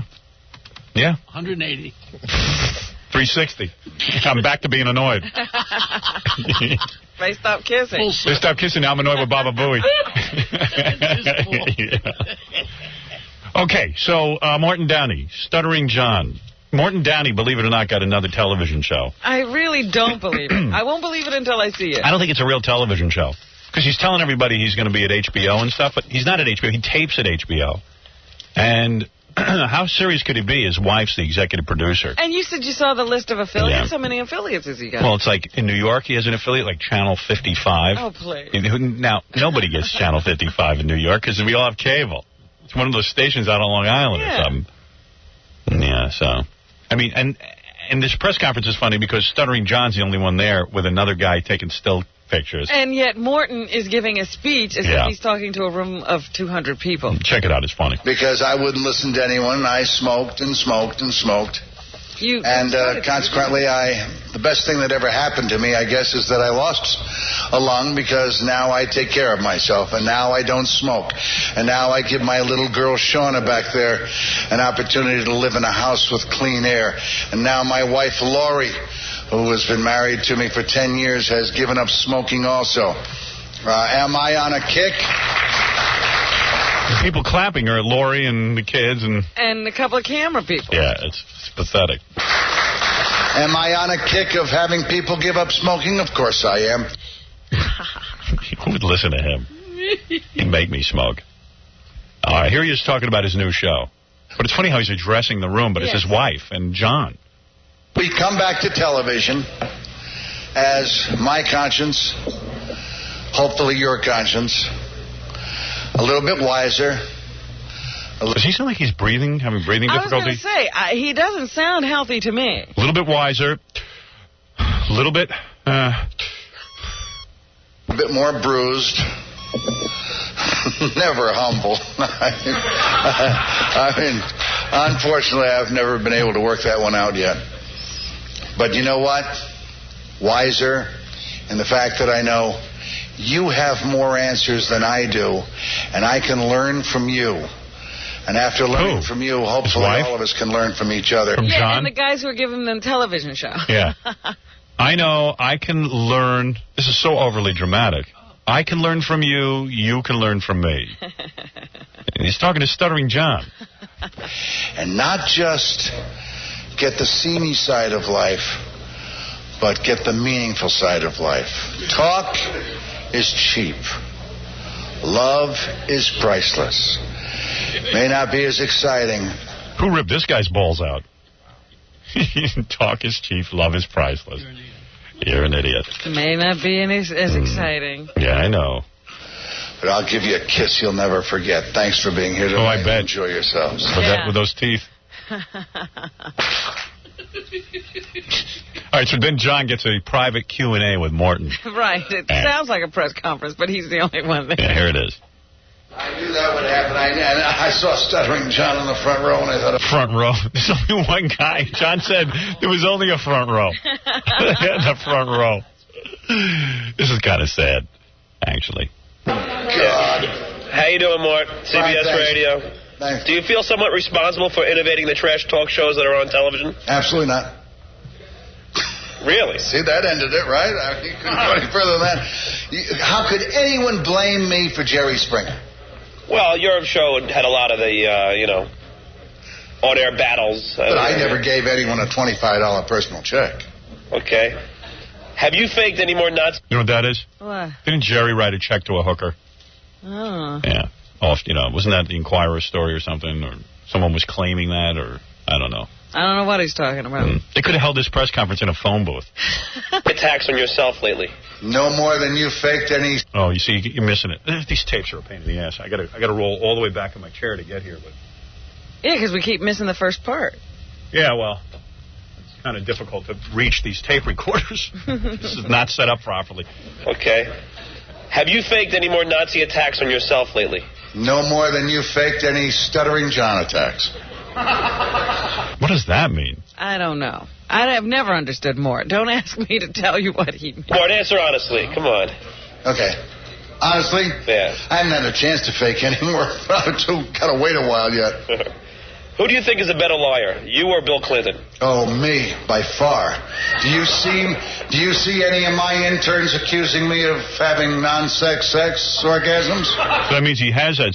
Yeah, it sounds like he's been with the interns, but they're not accusing him because he's a better liar. Yeah, but he's not a better liar because he got caught painting swastikas on his head because he painted it on backwards. He was looking in the mirror. That's the funniest thing. Imagine going on TV, you were attacked by skinheads. But he's going to claim later in this interview that he didn't do it. Yeah. Not happening. Since your cancer operation, have you had a harder time giving your pretty young wife the high hard one? Have I had a harder time getting a pretty young wife to what? Giving your pretty young wife the high hard one. Oh, and now isn't that sad? Isn't that a sad question to ask? The fact is, I've always had a hard time getting a high hard one. She's very pretty, Mort. She is. Thank you. Can I check your pockets for cigarettes? Yes, anytime. Is your dentist proud of those big caps of yours? Yes, he is. Those are really nice. Aren't those nice caps, huh? Oh, this is brutal. And there's no getting away from John because he's the only guy asking questions. Yeah, there's not a person there to interrupt John. Yeah. I mean, I went into the dentist and he gave me all new caps. First thing he did was they were all small. And he said, because it's more normal to your face. I said, that's ridiculous. Small. I'm not known for small teeth. I mean, if I brought you in Jimmy Durante, you're going to give him a nose job? So obviously some guys there paid to laugh at Mort. I think those are the television people. Got my nice big ones again. Are you going to announce... And I know you have a thing about big ones, so... Are you going to announce you're pregnant? Am I going to announce I'm pregnant? I lost the baby. Okay, just one question that everyone else can't. What happened with the whole cancer thing? I know that were you mad about Howard for doing, for trying to guess, what time? You mean at the time of the lawsuits that I was going to file? Yeah. Lawsuits. A lawsuit. So what happened with all that? John, let me just say this. I happen to like Howard very much. I'm also one of the guys who says Howard Stern is one of the most talented people in this business. Uh-oh. Where I was concerned was I have a little 4-year-old daughter who's sitting right back there with my wife. And she came home one day and she said, Daddy, and she was only 3.5. You know Howard Stern? I said, of course Daddy knows Howard Stern. Why do you know that name? Because at my school, my teacher said he hates you. This is such a lie. Yeah, a 3.5-year-old goes to school and the teacher said... The teacher sits her down and has a discussion with a 3.5-year-old about how Howard Stern hates his daddy. He's still a bad liar. He's still lying, this guy. There's no way that happened. My 3.5-year-old came home the other day and said, Daddy, do you know Howard Stern? Anybody who has a 3.5-year-old knows. You ain't talking about nothing. Yeah. And by the way, if the teacher is harassing the child about Howard Stern, fire the teacher. Get your kid out of that school. My child turned to me and said, do you know that Howard Stern has been talking about you and says he doesn't like you? My teacher told me this. Daddy, do you know Howard Stern? Yeah, my teacher says that Howard says you're a dick. Can you imagine? This is a bull-faced lie. And I thought, how sad, a 3.5-year-old child has to be told that a radio personality hates her father. I said, he doesn't hate me, honey. That's just a game that they're playing. Doesn't have to be told anything. A 3.5-year-old doesn't have to be told anything. A 3.5-year-old shouldn't even be in school. He's acting as if it was mandatory for the teacher to inform the child. Yeah, well, the teacher's job is to inform the kid of anything that is said about Morton Downey. How ridiculous. Isn't it sad that a child has to be told? He's a wacko. He's nuts, this guy. This is the funniest goddamn tape I ever heard. We got to pull that little thing. The kid should be doing a TV show if it talks this much. Yeah. Every time this guy opens his mouth, he insults my intelligence. Do you know my daughter had to come home from school and had to be told that Morton Downey is hated by Howard Stern? I mean, imagine a kid has to be told that. Isn't it sad that at 3.5, a child has to be told? Yeah. Why do we have to burst this child's reality at 3.5? My friend said it's not a game. Do you hate him too, Daddy? Wait a minute. First it was the teacher, now it's my friend? Yeah, the friend now is involved. Another 3.5-year-old is taunting your daughter. Yeah, she heard the show, too. Another 3.5-year-old read it in the Post. Yeah. Listen to this discussion at school. This is some school. 3.5-year-olds being sat down so they can be told that Morton Downey isn't liked by Howard Stern. I want to know the name of this school.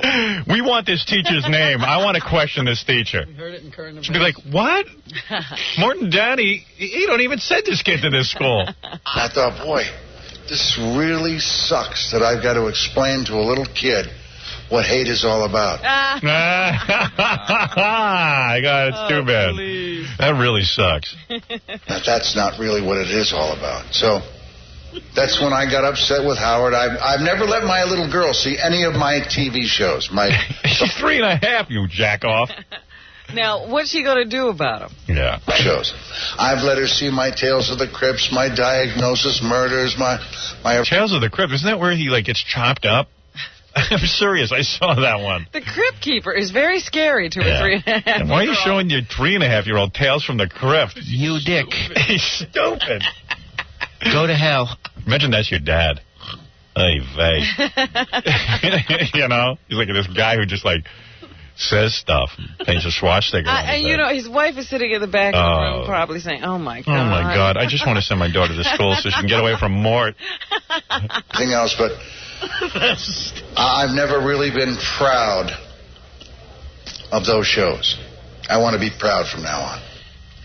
We're all going to be proud. I'm not proud of this press conference. The teacher told me you're my father. That's should have been the information. That's scary.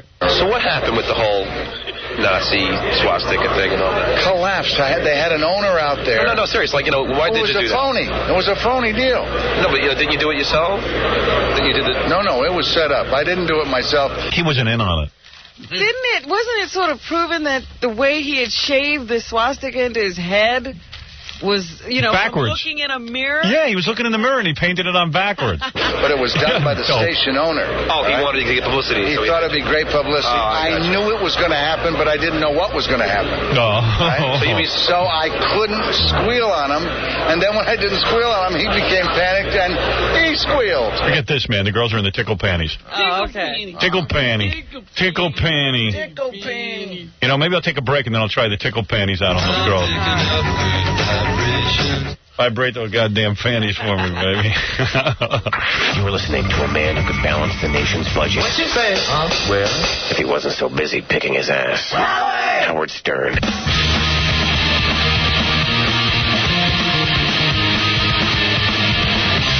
Howard Stern Show.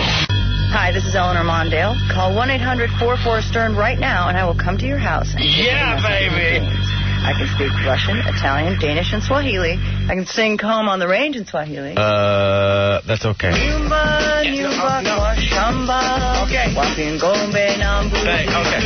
Yeah, thank you. And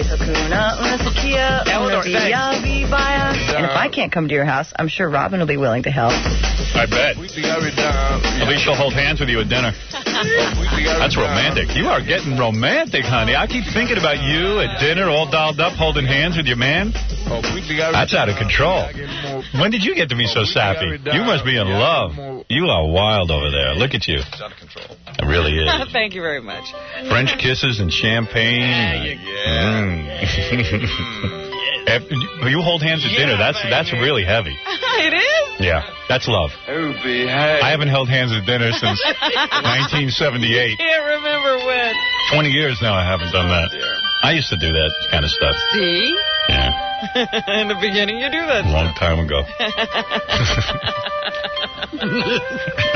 Prehistoric days. Yeah. Oh, that's romantic. I didn't know that was so unusual. I love your chest. It's unusual, baby. Mike, go ahead. You're on the air. Howard. Go ahead. How are you? All right. I just wanted to call. I've been trying to get through to announce that the movie went on sale yesterday, and I managed one of the local Blockbusters in Westchester, and we moved about 100 units yesterday. Oh, no kidding. Hey, that's cool. Yeah, I know. They started selling the private parts videotape for like $14. Yeah, that's what I heard. People that purchased not only one but two copies because there's two various cover arts on the box. Yeah, that's a little weird. I only have one cover art. I got to go get some more. You know why there was second cover art? Why? Because some stores wouldn't carry the box with my shirt on, with my shirt off, so I had to do one with the shirt on. Oh, I haven't even seen that one. Yeah, that's what that is. A phenomenal amount of units for a film to sell, and we just wanted to say congratulations. I'm surprised they didn't sell it around Christmas time. I'll never figure out Paramount. I don't understand why they didn't do that. Yeah, we probably would have moved a lot of units at Christmas, sure. Yeah, right. And I never get the marketing of all that. Do you know anything about that? No, but I know somebody that's an Academy member that gets tapes. They didn't get one from our movie. They didn't get one. No. And they asked why. And they just said, well, we're just not sending out tapes on that. They weren't even... Oh. I mean, I got tapes of... my friend gets tapes and gave me some. I got tapes of Starship Troopers. You know, that was sent to you by the movie company. Yeah, that's what I'm saying. That's for your consideration. Right. They send out every month. Why private parts couldn't have been sent out to the Academy voters?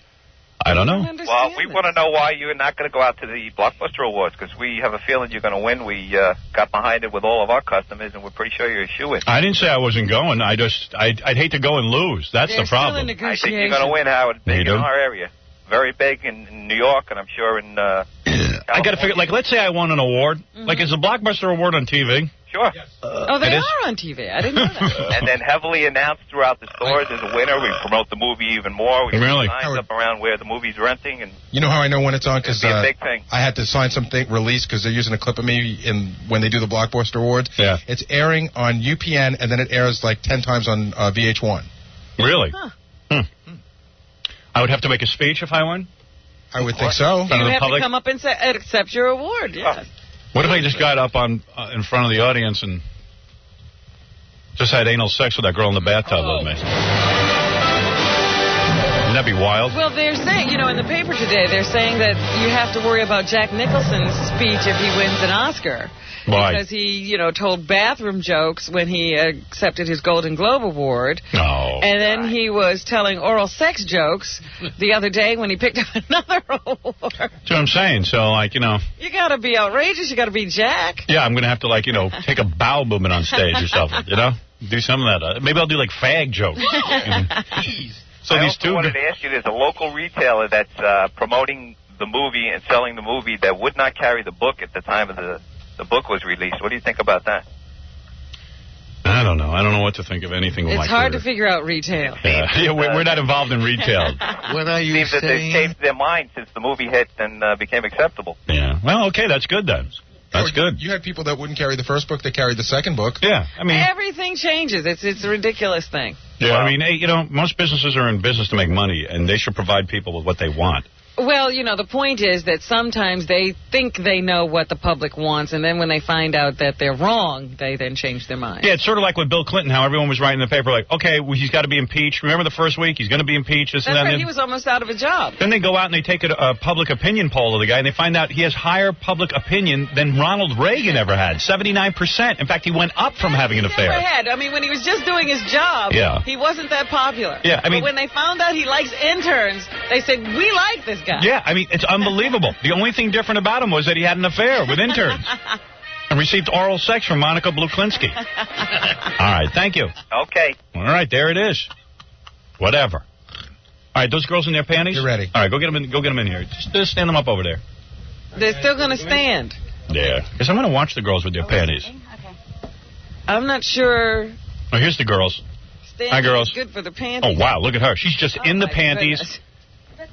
What's your name, by the way? I'm Kylie Ireland. Kylie Ireland? Kylie Ireland. She's completely nude except for the panties. And the panties don't look bad on her. They told me to put the panties on, and that was all. So. That's fine with me. And that's she follows orders. And that's your girlfriend in real life, right? Yes, it is. Yes. Yeah. Well, at least when I come to New York. I live in Denver, and she lives here, so... And you guys get it on in New York. Are you a lesbo, or are you into guys, too? Oh, no, I like guys, too. You do? Yeah. Yeah, all right. What do you got? I'm just kind of like being a vegetarian, You can eat a lot of vegetables, but every now and then you got to have some meat. Okay. Oh. I hear you, baby. That's a good way to put it. It's very romantic. Yeah, okay. All right, let me put on these panties first. Tell me... Do you have yours on, Howard? Do you feel this? Whoa, hello. Do you feel that? Yes, definitely. You do? Yeah. Can you get into that at all? Probably, yeah. Really? Oh my God. You see, some girls are more orgasmic than others. Robin. She's trying to hold why she's good? Why? She's pressing it against her. She knows what to do. Yeah, right. Yeah, well, she's treating it like a vibrator. Right. See, I think you need to hold it. That's what I say. You can't really do this at work. Are you having a good time with that? Yeah, this is rather cool. Are you getting excited? I would think so. Really? You want me to check? Yeah, I'll check. Anyway, so what about your friend there? Do me a favor. The other kind. Turn on her panties, Gary. Do you feel anything? Oh, yeah. Yeah? You hear it? Yeah. I've never even used a vibrator before. Oh, really? This is good. Yeah. Wait a second. Maybe you'll get into it. Oh, I've never even had an orgasm before, so... You've never had an orgasm? No, never. Not even from your girlfriend? I've been trying. Wait a second. Hold it. Turn off the panties. Let's keep talking to him while I have it on. Howard, you got to turn this off. I can't even concentrate. Good. That's good. I'd keep it on. I've got it right on. Okay. All It's better if you push it. Yeah. It is. Oh, yeah. Can I ask you a question? What's your name? Your first name? Nicole. Nicole. You've never had an orgasm? I've never. How old are you? I'm 20. And you've never had one? Not even with your girlfriend here? No. And not with guys. I've come close. Definitely not with guys. Definitely not She's with a challenge. She is. I've been with a few girls, and Kylie's actually... Were you molested as a child? Seriously? No. Were you ever abused? No. Were you circumcised? Yeah. No, I'm just kidding. Now, how you doing with these vibrating panties? Is that doing anything for you? A little bit. Yeah. But I can't get into it. All right. Well, you have vibrating panties on, and you have tickle panties on, Nicole. Right. So there's a difference. Yeah, and Kylie, you have the... How's that? Are you getting anything? This thing is absolutely awesome. Really? No, I'm just really having a hard time concentrating. That's the only problem. Oh, wow. That's great. Can you hear him? Put your microphone down by your crotch. Watch this. Yeah, the tickle panties are a lot louder. I love these things. Mine aren't loud, but I could be. Really? Oh. What's the difference between the two? Hey, why don't you guys kiss and make out and stuff while you have your panties on? What's the big deal? Maybe you'll have an orgasm finally. What's better than two horny broads kissing with vibrating panties on? What is she? She's never had an orgasm. I never have. I don't understand that. Honey, I could give you one. Oh, look. Oh, they're kissing each other. This might be good. Get the microphones near them in case anything happens. What happened? You turned it off. I did? Oh, wait, there it was. It's kind of annoying. Did you turn it off? No, I got it on. It went off briefly. Well, that's because you're so busy moving around. You're probably interrupting the flow of electricity. What's the matter with you? All those vibes in the air. Yeah, are you guys getting into this? Why? Nicole, are you feeling anything? I think the panties are kind of... I feel it on her. Do you feel the panties helping you at all? It's better when you hold them. When you hold the panties. Yeah. Definitely. Oh. Now you got me aroused.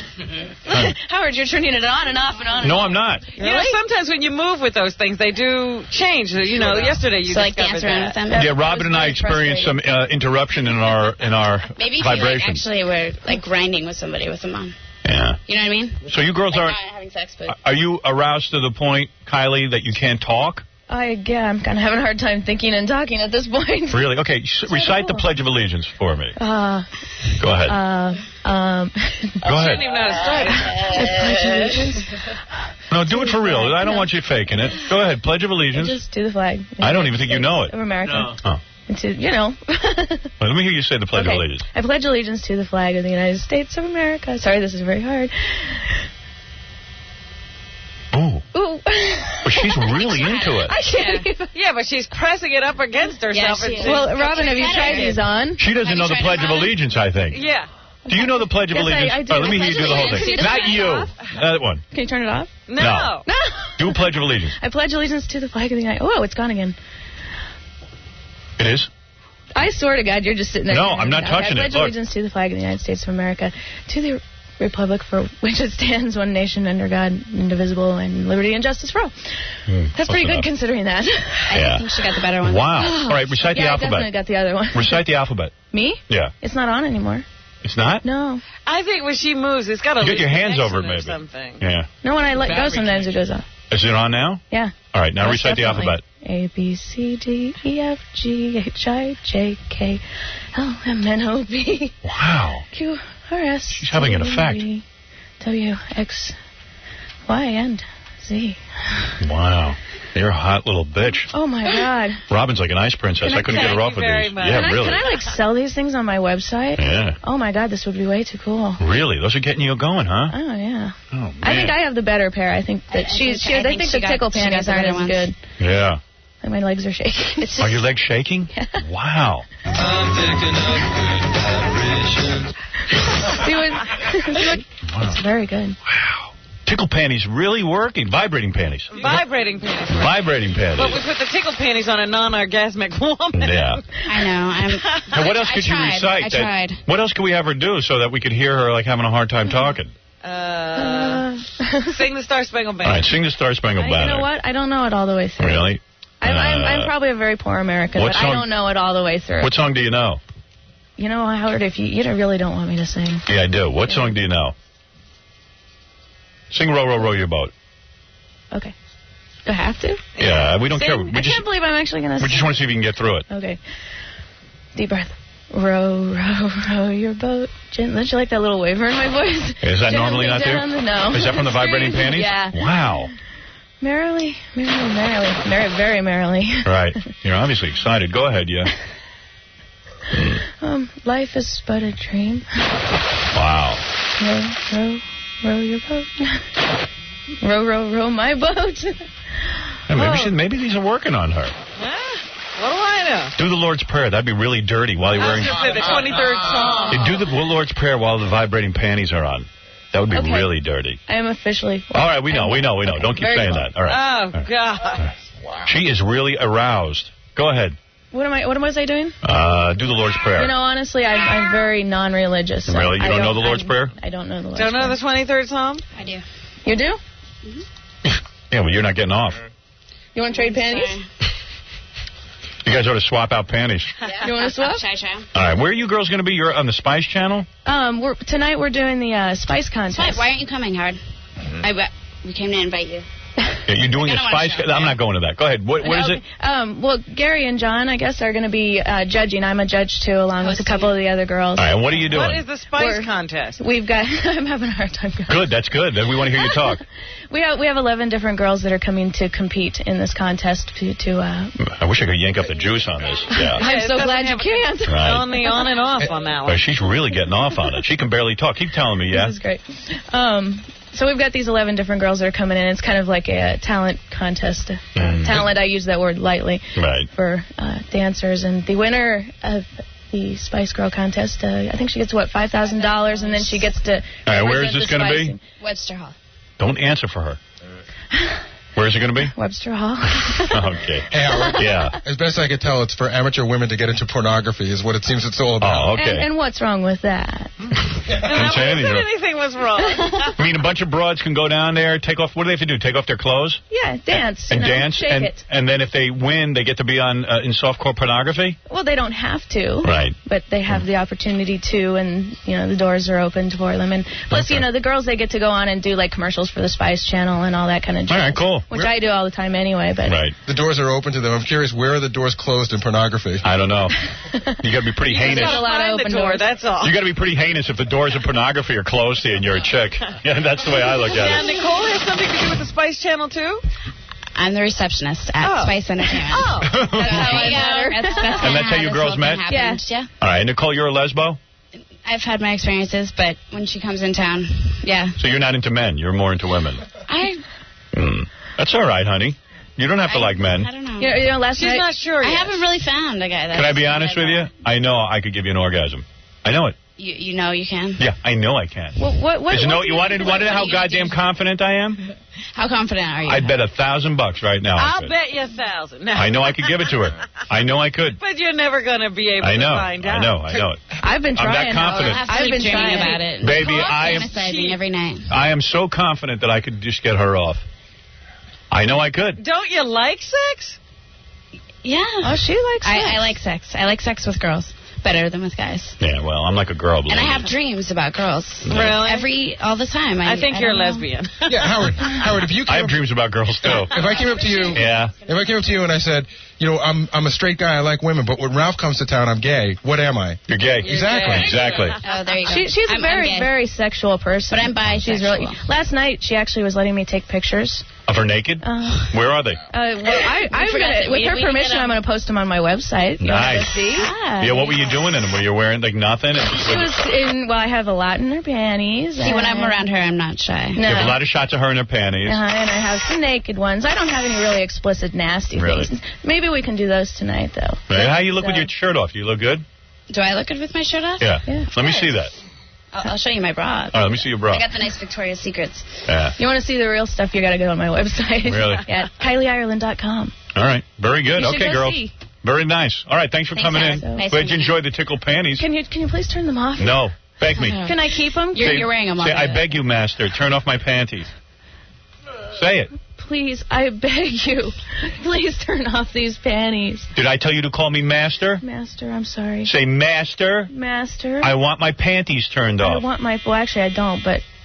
You don't? No, master. Then why would I turn your panties off? Oh. Get over here. I'm going to spank you with your panties on. Cool. Oh. All right. Get over here, you bitch. Did you just ask me to turn off your panties? Did you? I did. Yes, You did? Master, I'm sorry. You did? I did. And didn't I tell you never to ask me to turn off your panties? Yes, you did, but I love I can't take it anymore. It just feels too good. All right, I'm going to spank you with your panties on. Turn around. Turn around. Get the microphone over there, stupid. There. Oh, come on, you can do better than that. Are your panties on now? They're on. Oh, they're on. Ooh. Is my butt turning all red? Yeah, your butt is crimson. Now ask me again. Please turn off my panties now. What did I tell you to call me? Master. Now say it in a full sentence. Please, Master, please turn off my panties. Please, Master Stern. Please, Master Stern.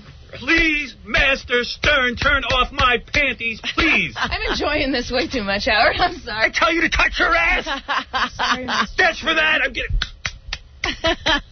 Did I tell you to touch your ass? No, but if I do... If you ever touch your ass again, you can get up. Don't. Cool, it works. Don't. If I do what he tells me not Now to. beg me to turn off your panties again. Do it the way I told you to do it. Please, Master Stern, will you turn off my panties? Master Stern, will you please turn off my panties? Master Stern, again at the end of the sentence. Every sentence, hold it. Every sentence begins with Master Stern and ends with... I'm really disciplining you, aren't I? Because I'm Irish. I'm so disciplining you. Little white skin that just like turns... Are your vibrating panties on? My vibrating panties are... Do you want them turned off? Master Stern, please turn off my vibrating panties, please. Master Stern. All right. Oh. All right, there. They're still on.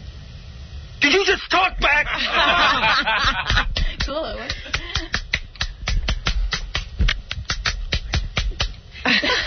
Did you just talk back to me? He's having way too much fun with this here. What do you Did you just talk? Who asked you to talk? Did I tell you to talk? I'm a very Shut up! girl. Hey, this is great, man. Oh, you're crazy. You're fun. Don't you touch your ass ever again. What? Master Stern, may I touch my hot crimson butt? I told you to end every sentence with Master Stern. You didn't do it.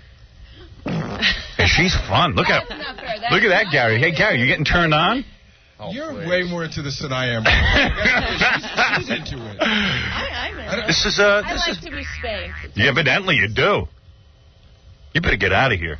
You're a pervert. I might do one too. All right, ask me. You want to whack her? I thought you said you weren't into this. Come on over. All right. Evidently, I am. I told you With were. the right girl. Hey, bend over. I didn't tell you to stand up. I'm sorry, Master Go ahead. Ask her to do something. Now, I want you to do whatever I say to Mr. Delabate.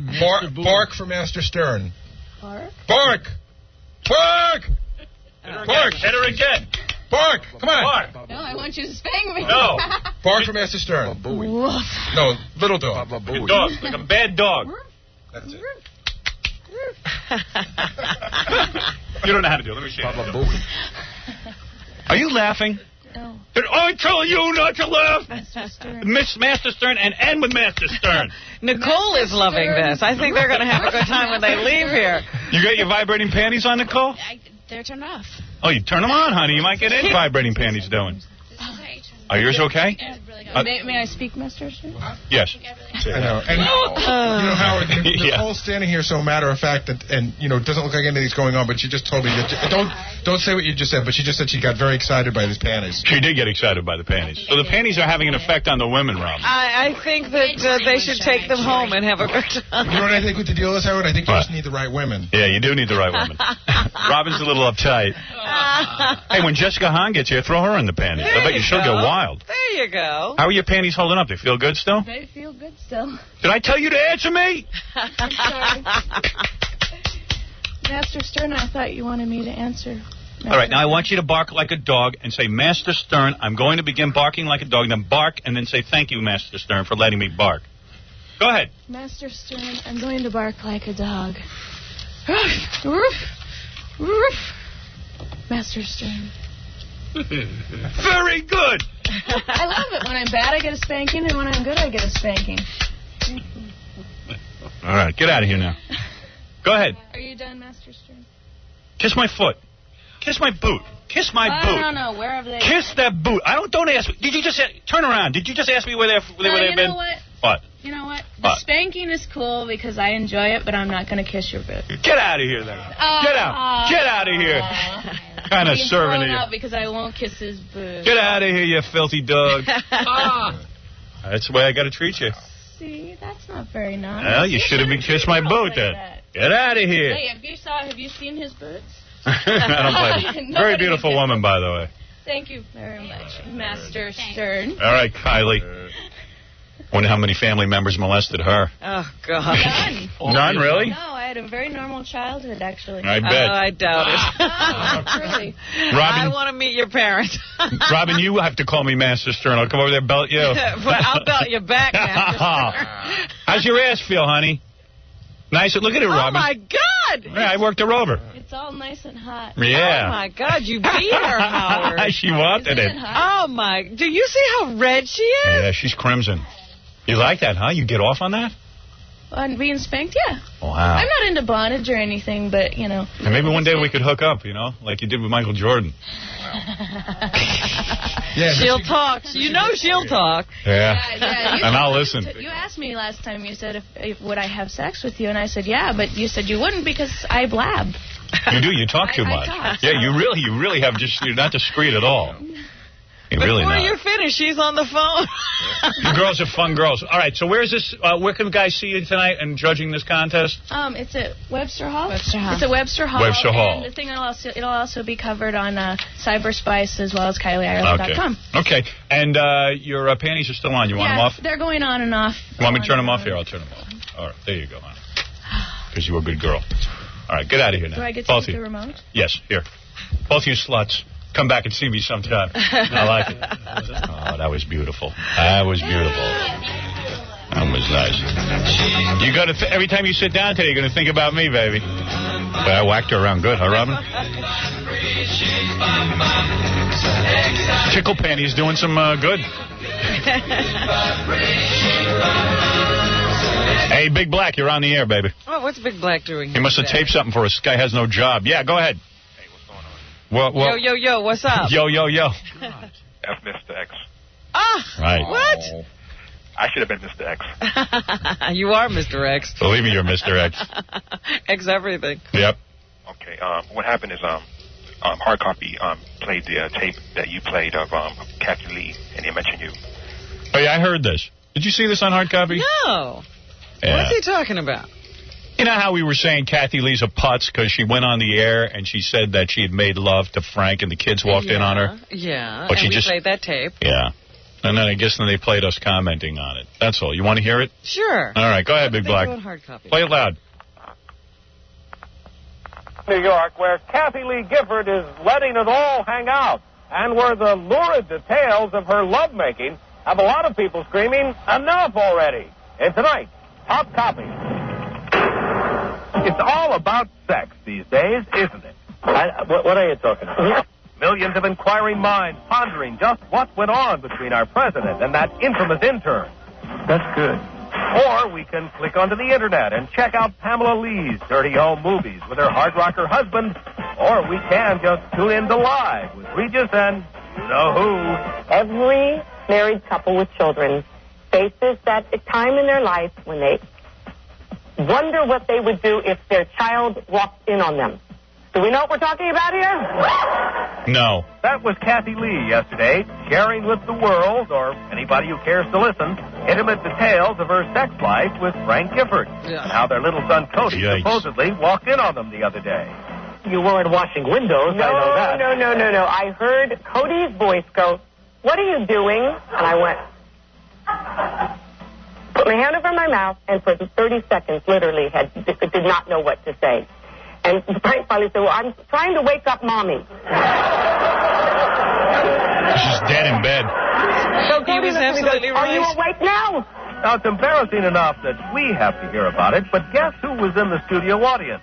Kathy Lee told her little story a minute after she introduced a group of Baptist ministers. Oh, what should I do? That's horrible. Tell me.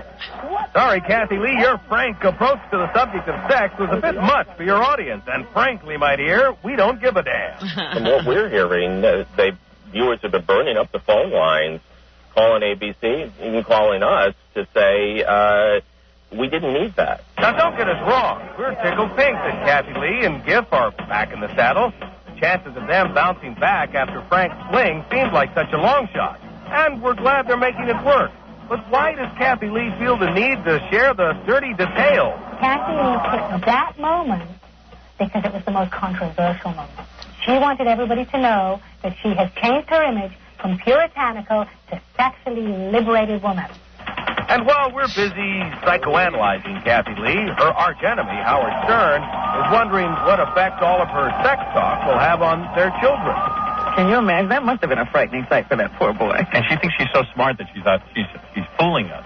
You know what I mean? Like, hey, I know, I'll work in this story about me and Frank having sex, but people won't realize it because it'll be about the kids.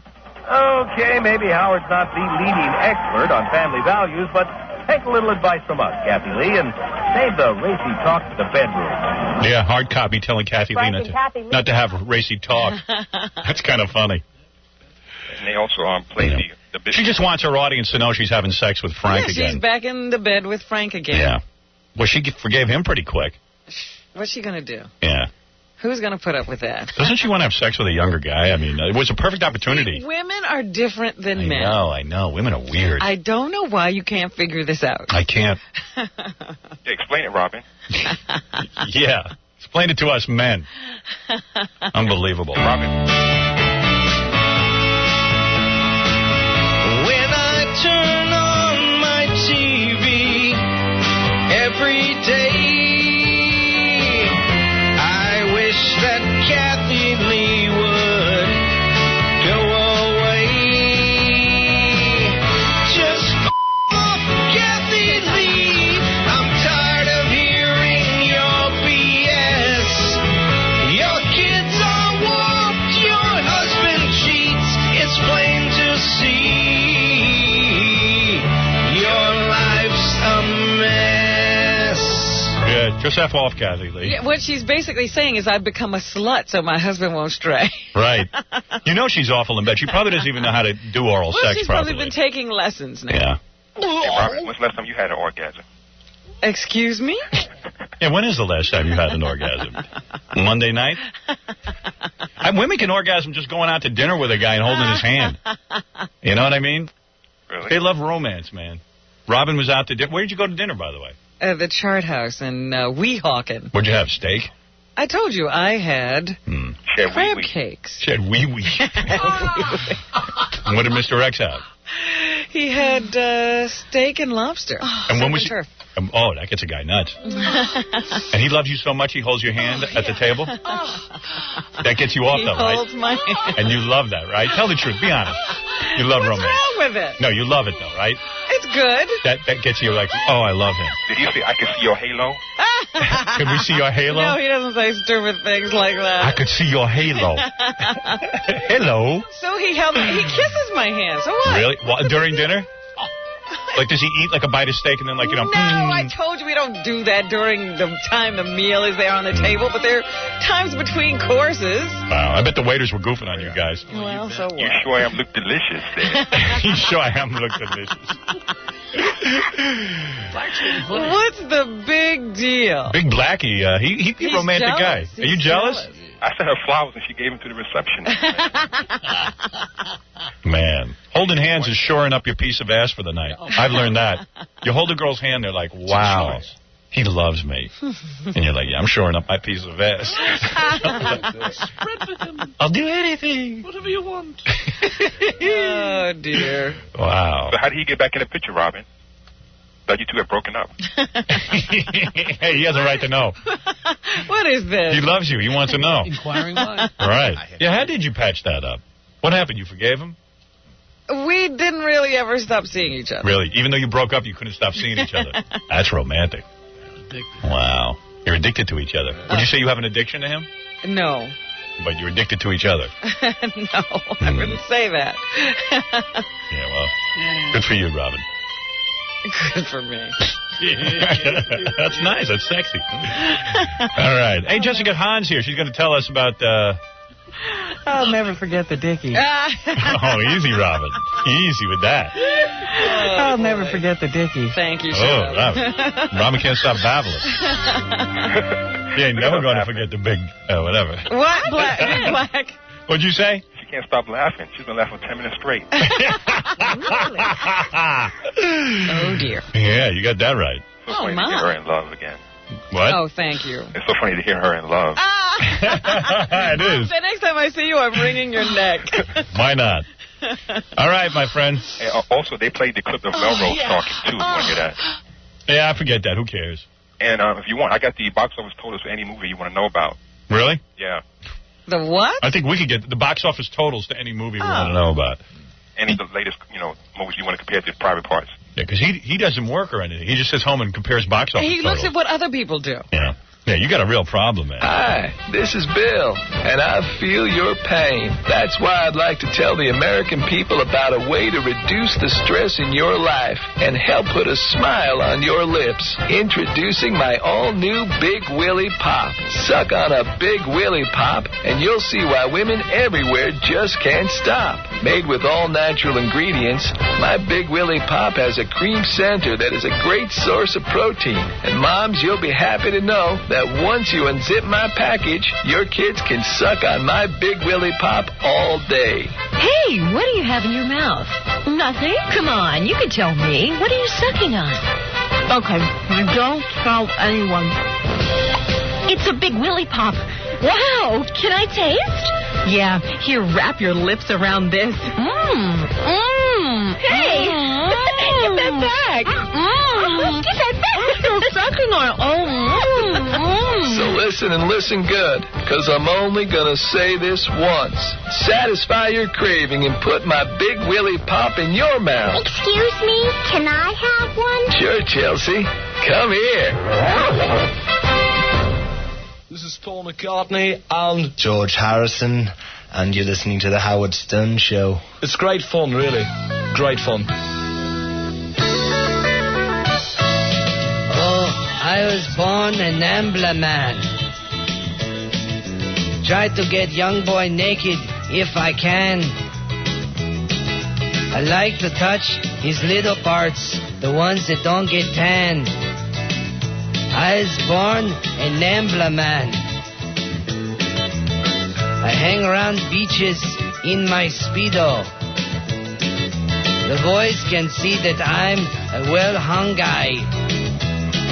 I take one back to my place for some love that's real neato. I put my face between his... Stupid Tom edit. Oh, I was born an Ambler man. Sonny, won't you get into my shiny van? It's loaded with Nintendo games. It's all part of the plan. I'm a crafty Nambler man. Welcome back to the ET Talk. Our guest tonight, Johnny Cochran. We travel now to California to talk to Paul. Paul, thanks for calling. You're on the ET Talk. Hi, Johnny. Hi there. Let me ask you, are you going to see Howard Stern's movie with a white woman? Got one of those Howard Stern prank calls. We'll pass on Paul. Thank you, Paul. You were successful.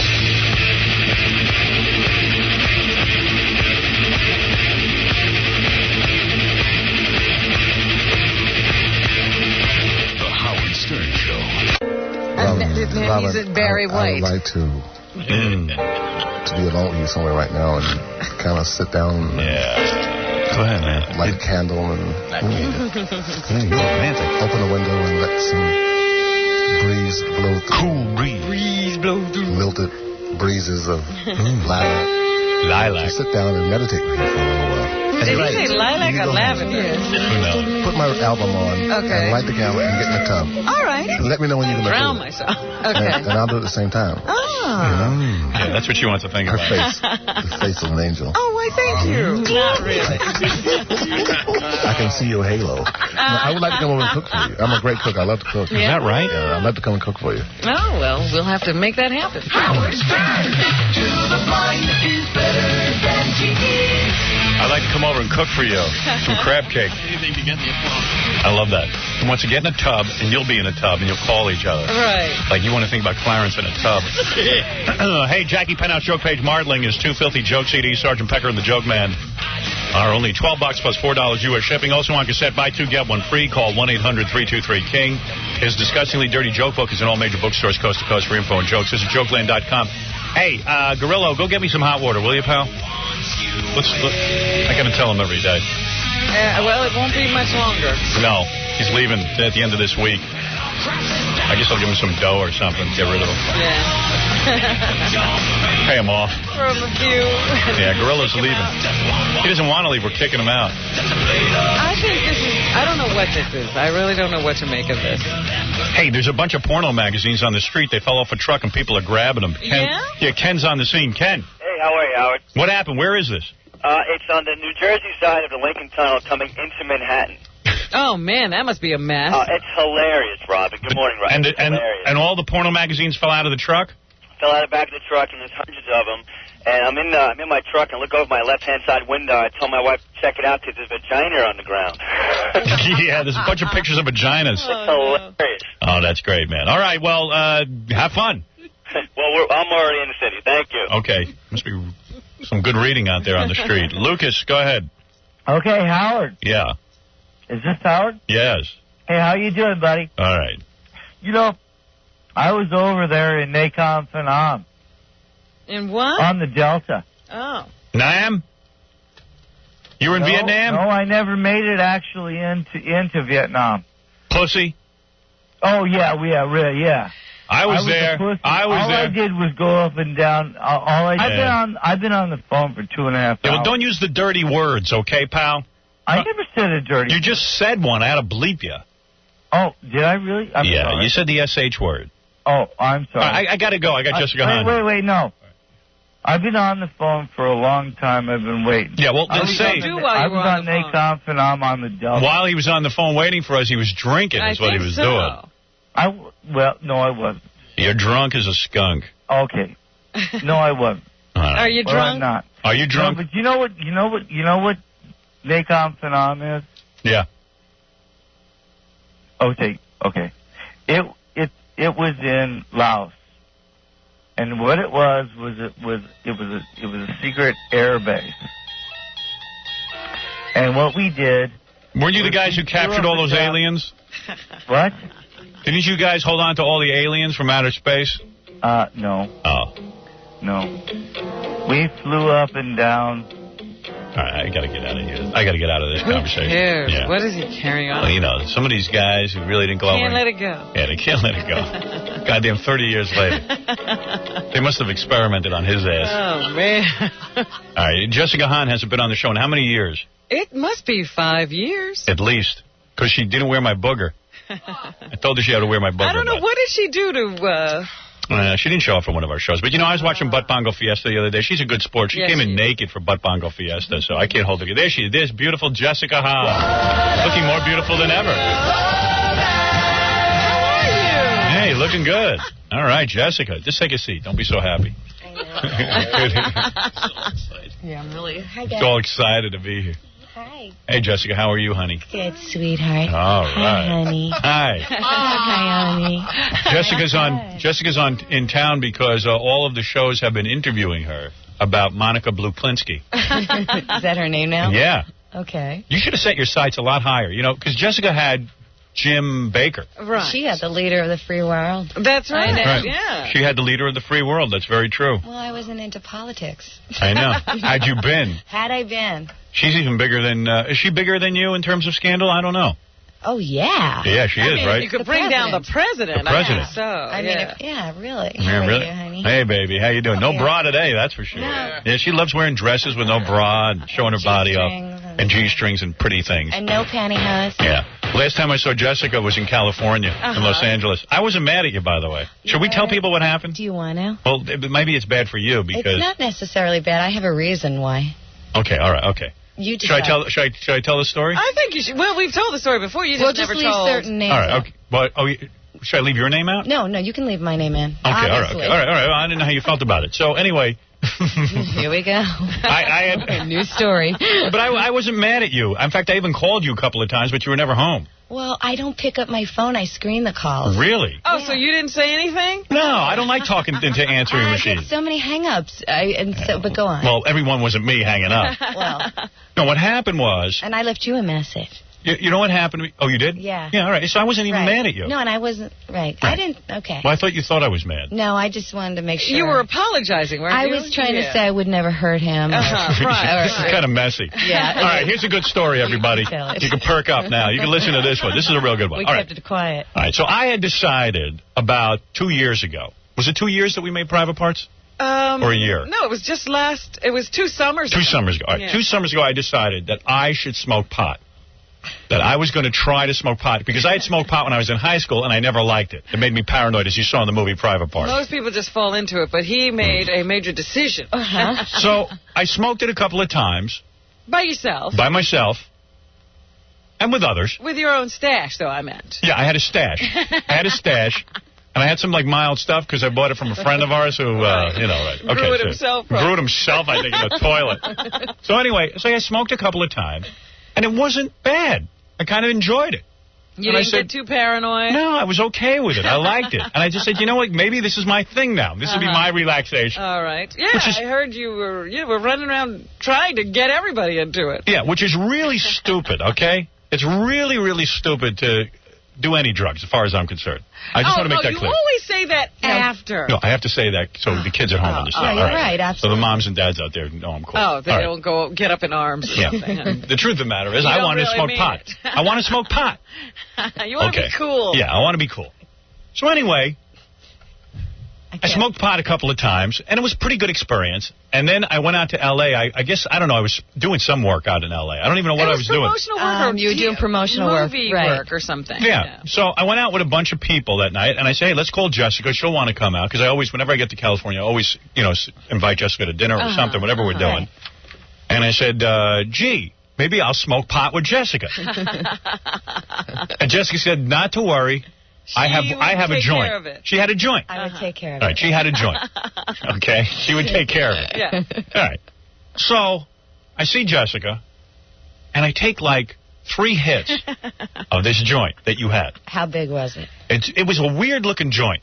It was like the whole middle of it was like big and fat. fat joint. It looked like a retard had rolled and it. then skinny at the end. It did. No, it was made that way specially. Oh, really? The middle's the best. Oh, is that right? Right. Now, you know a lot more about it than I do. I only started doing this like a year or two ago because I wasn't eating, so I needed an appetite. Oh, really? Yeah. Oh, so you were on it for medical reasons. Okay, yeah. All right, okay. Right, exactly. Yeah, you look like you got your appetite back. My goodness. I do. You're thin as a pin. Well, that's why I to relax. So all right, okay. All right, so I figured I'd use it to relax, too. All right, I admit I was weak. I made a mistake. Calm down. Just tell me the story. All right. So I take 3 hits. And I get, and I just like, okay, this will be fun. I sit down to eat dinner with a group of people. All right? The people show up. And you know what? I have met all kinds of people from that night. And they've said, oh, yeah, I met you on that night, and Howard doesn't remember them. Yeah, well, I had a bad night. All right. Anyway, within 2 seconds, I don't know what this crap was. I could not talk. I started to sweat, and I don't even sweat. And I was just like, oh, my God, I'm dying. I'm dying. Do you remember that night you met the lead singer of 4 Non-Blondes? I did? Yeah. I did not. Yes, you did. I swear to you, I don't know that. Absolutely. I did? Yeah, there was a lot of people coming up to the table, and you I were met just her? like, get me out of here. Is that a guy or a girl, 4 Non-Blondes? What is it? It was a girl. Oh, it was a girl and I didn't remember? Well, all of a sudden, I'm like freaking out. Because there's a lot of people there who were important to me. Sure. And I'm not going to say who they were. And you were supposed to be meeting some people, weren't you? Yeah, I met a lot of people. It was sort of business. Yeah. All of a sudden, I'm like, and then I'm going, am I acting all right? I was frozen. I couldn't talk. I couldn't do anything. Howard, you were just like Jessica. What happened? What happened? And Jessica's fine. Oh, were you saying that night? Yeah. And I said, and somebody else who had taken 3 hits off of this joint, because they were doing what I did, they had the same problem I did. Wait a second. But she went into the ozone. But there were about 5 other people, and some of nobody them else? were girls, and they were fine. No, those people I found out didn't inhale. They were trying to look cool. Bill Clinton. No, they were trying to look cool, they told me later. You're kidding me. No, I'm not kidding. They said we didn't really inhale because we don't really like to smoke pot. I don't really either. I don't like the smell of it and everything. I just took 1 or 2 puffs. Yeah, and you were fine. I was perfectly fine. So it's 2 puffs. 3 put you over the edge. You probably didn't inhale. I inhaled. She did. I saw her. Oh, yeah. All of a sudden, I go, oh, my God, Jessica killed me. Jessica is responsible for killing Howard Stern. And if I ever recover from this, I will never do drugs again in my entire life, which I have not. You prayed, did you? Well, some good Samaritan somehow dragged me out of the club. Now I'm paralyzed practically, like I'm on horse tranquilizer. Like on horse tranquilizer. He literally passed out. But you I passed out. They threw me in a bed, and I passed out for a full day and a half. But, Howard, you were flying, you were working, you probably didn't eat. Oh, yeah. Oh, man, I'm telling you, Jessica, there is no pot on the planet. What was that stuff? The best ever. Really? Yeah. It wasn't. Was it Maui Wowie, Jessica? I don't know. It's just like Maui Wowie's pretty. It does that. This was beyond Mount Jackie. Even you would have been so effed up. All these I years. swear, this other girl who did it, she smokes a lot of pot. I've She never said seen it anybody was have laced this with stuff. something. No 3 way. puffs of pot. 3 puffs of pot. And Jackie, swear to God. I've never, even in my heavy days, it would take tons of pot. Listen to me. Me and this other girl who smokes a lot of pot, she said, I have never, she swore off pot after this. She said they had to take her and put her in a bathroom and run cold water over her face. And they put her to sleep. 5 people there, And she couldn't talk. And remember how I couldn't talk? I was paralyzed. You were drinking a lot of water. Was it worse than because I was trying to drown out this pot from my system. I kept saying I would never do anything to hurt you. I would never, ever. I will never, and then everyone said to me, why are you taking pot from Jessica Hahn? They go, don't you realize? Would I even hurt? Have I ever? No, I said Jessica wouldn't do that intentionally. They go, oh, right. No, honestly, nobody likes me. Because she wants you and blah, blah, blah, blah, blah. They went all through this whole thing. She put roofies in that pot. Yeah, she you know what she did? Thanks, Robin. She put date rape drug in there. No, I honestly. You wanted to date rape me. I know it. Honey, if I wanted to date rape you, I wouldn't need that. Spanish Fly was in there. No. So then like, the phone rings in my room like 5 hours later, and I'm like not coming down, and I'm really scared. I messed myself up permanently. Oh, he came back and told me the story. I screamed. Was it worse at the time? Yeah. I will never do it, and I promised everyone in my life. I went like when they do those confrontations with people. Right, an intervention. Yeah, I went to everyone and I said, listen, I slipped. I was the bad girl. I got involved with Jessica Hahn. Jessica almost ruined me. And I almost died, because I almost did. Jeez. I know it sounds cuckoo from 3 hits of pot. Maybe you took, like, really big hits or something. I must have. I must have. But aren't you supposed to take a big hit? Yeah, but you're supposed to hold the smoke. I was like this. This is how I take a hit. Hold the smoke. But there was a half a joint left. I know. Well, it shows you the other people weren't hanging any hits. Oh, I promise you, there were 5 other people. You just get paranoid, Howard. Dude, that's if it just happened to me, I would say, okay. Howard, this I'm like other 90 girl. Pounds, and I don't know. Well, you know. What? Huh? You have a much higher tolerance. Why do you say that? Because I mean, you're medicated a lot. So Howard, I'm not really? Medicated. I promise really? you. I swear to God. You're on a lot of stuff. No, I'm not. Really? You're not? I don't know. No, I swear to God. Well, this is what he told himself. Thank you. You guys smoked some pot in a limo, and then you walked into the restaurant. We didn't smoke in a limo, no. So you get no, we didn't. No. But we smoked pot. Right. 3 hits. And then they went. I'm saying, was it instant? Right. That's what I'm. No, it took about a minute. It took about 3 minutes. 3 minutes, and I was flying like. Came back to the table and sat down, and dude, all of a sudden, I've done LSD, and this was worse than that. Oh my God! You know, Howard, you got to clear this up. Sometimes it can get bad, but right. But I swear to you, I had the same stuff. I mean, really? It never affected me. Howard, don't make me. I'm this not is like a quantum drug czar. No, you're not. She's not. She just got a joint from somebody. I'm not saying she's a drug dealer. I'm just saying. Right. Anyway. Well, that week you were. Hey, you calmed down considerably. No, I just wanted Howard to be a little relaxed. I was relaxed. I was in bed. It took him 2 days to wake up. And I was so bummed out because I was really excited that I had a big night out. Right, and you had a lot of work to do out there. Oh, yeah. And you could hardly get it done. Yeah. I'm sorry. Like I said to you, it wasn't your fault. I never blamed you. I would never compromise. I would never hurt you or anybody. Mm-hmm. I wouldn't. Breasts look really nice. Thank you. Yeah, what? I'm sorry to interrupt, man. This is what is it? I'm really enjoying the conversation. Yeah. But Michael Keaton's on the phone. Michael Keaton. No kidding. Who wants to talk to him? You're mad at him. I'll talk to him. Jessica will talk to him. Jessica talks to Evel Knievel. Batman. Yes. Batman. I got a bone to pick with you. You got a bone to pick with us? Well, yeah. What is it? Were you booked for the birthday show? I got a bone to pick with you. This is no Michael Keaton. That's not Michael Keaton. I'm no pussy. This is not Michael Keaton. What's wrong with you guys? Who is that? This is Duval. Who is it? Robert Duvall. He wanted to do it. So. Bobby. You're nuts. The Apostle. Bobby. Hey, baby. Hey, what are you doing? Ladies and gentlemen, one of the greatest actors, Bobby Duvall, personal friend. Listen, I got one thing to say to you, Howard. Go ahead, buddy. What the hell was that? I don't know. You taking pot? Are you listening to this story? Yeah. You had me go home for 25 minutes. Hey, Bobby. Do I say Yeah. Yeah, I smoked a little pot with Jessica Hahn, and I got a little nuts. Yeah. You're a bad boy. I'm a bad boy. You ever smoke pot? No, I don't do anything. Nothing, right? Nothing. You ever nailed Jessica Hahn? Sure. I don't even know who it is. Really? Jessica Hahn? Yeah. You just did a movie about the Apostle. She's the one who was with Jim Baker. Oh, yeah? Yeah. Yeah. Oh, I didn't nail anybody. I met that girl on the street the other day. It's the sister of that girl that was sitting next to me at your studio. Oh, right. Hey, hey, buddy. What? You got the Academy Award. Congratulations. Yeah. You got the nomination. Let me tell you something. If you go see the movie The Apostle, Good movie. Bobby really knocks. This is a great performance. Yeah, he knocks everybody out with this Apostle. Are you going to the Academy Awards, Howard? Maybe I'll be your date. Yeah, they. No, you got your gown ready? Nah, they didn't nominate me, man. Get your gown out. Nah, I ain't going. He's inviting you to be his date. You gonna No. If I wear a dress, you'll take me? Yeah, no, you go out with, what's the guy back there, the talk show guy? Morton Downey. No, the other guy. Jerry Springer. No, the other guy. What guy? At night. The other guy at night. Geraldo. No, the guy at night, you know. Jerry Springer. Letterman. Be Letterman's date. Get your gown out. Bobby, you been drinking? No, I've been How'd you celebrate? How'd you celebrate last night, man? I was traveling. I was in New York. I've been traveling the whole time, just here and there. Hey, did you see about our buddy, Bobby De Niro?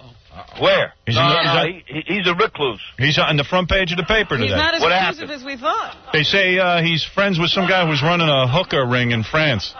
Seriously? Yeah. Yeah, he was questioned for what, 9 hours yesterday? 9 hours they grilled that guy. Who grilled him? The French police. Authorities. The French. You serious? I'm serious, man. Oh, you're putting me on. Got your friend De Niro. Can you believe it? Me, you, and hey, listen. Me, you. French. Yeah, the French, man. Me, you, and Bobby De Niro. We got to get together. They're grilling for prostitution, but you can't fly over their country. Right. Yeah, go figure that one out. Yeah. Hey, listen, congratulations on your Academy Award nomination. Nobody deserves it more than you. Yeah, man. How you like this Skivoza, Burt Reynolds getting some sort of nomination? Yeah, I saw that performance. There was nothing good there. Oh, I didn't see it. Boogie Nights? I hear it's pretty good, no? It was not that great. Really? Yeah, I was Yeah, snubbed. some of the nominations You weren't were so snubbed. right on. I was robbed. I agree. You know, Oh, that's right. What happened with you? I'll tell you what it comes down between you and Nicholson, the way I see it. Yeah. Oh, yeah, well, we'll see. Yeah. Who else is nominated? Good Dustin guy, Hoffman. good guy. They're all good guys. They're all right.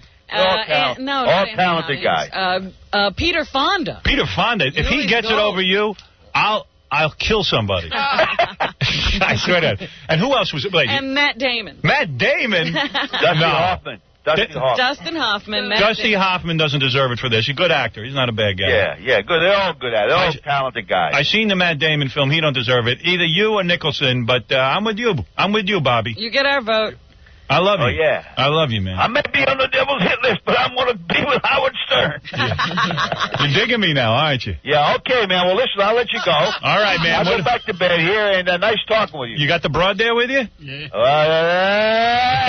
Yeah. Yeah, he's got some girlfriend, man. Yeah, all right. All right, man. Thanks for talking. I'll talk to you soon. There's the star of The Apostle and Academy Award nominee, Bobby Duvall. Thank you, sir. Duvall. Ciao, ciao. Bye-bye. Ciao, baby. Godfather 4 is in the making. Bobby Duvall, man. He's funny. I like that guy. You know everybody now. Oh, yeah, baby. God. You're going to give me that bad pot, I'd He'd know a lot more introduce you. people. No, I would have known a lot more people that night. Everybody was I on. came home, I told my wife, I said, I had bad pot from Jessica Hahn. That's why everybody hates me. Yeah. I know. And then Jessica was like, everybody hates me. No, well, Because I gave bad pot to Howard I Stern. didn't get. It was so good. Really? But Yeah. anyway, I would never hurt you. And Yeah. Well, you taught me a lesson. normal.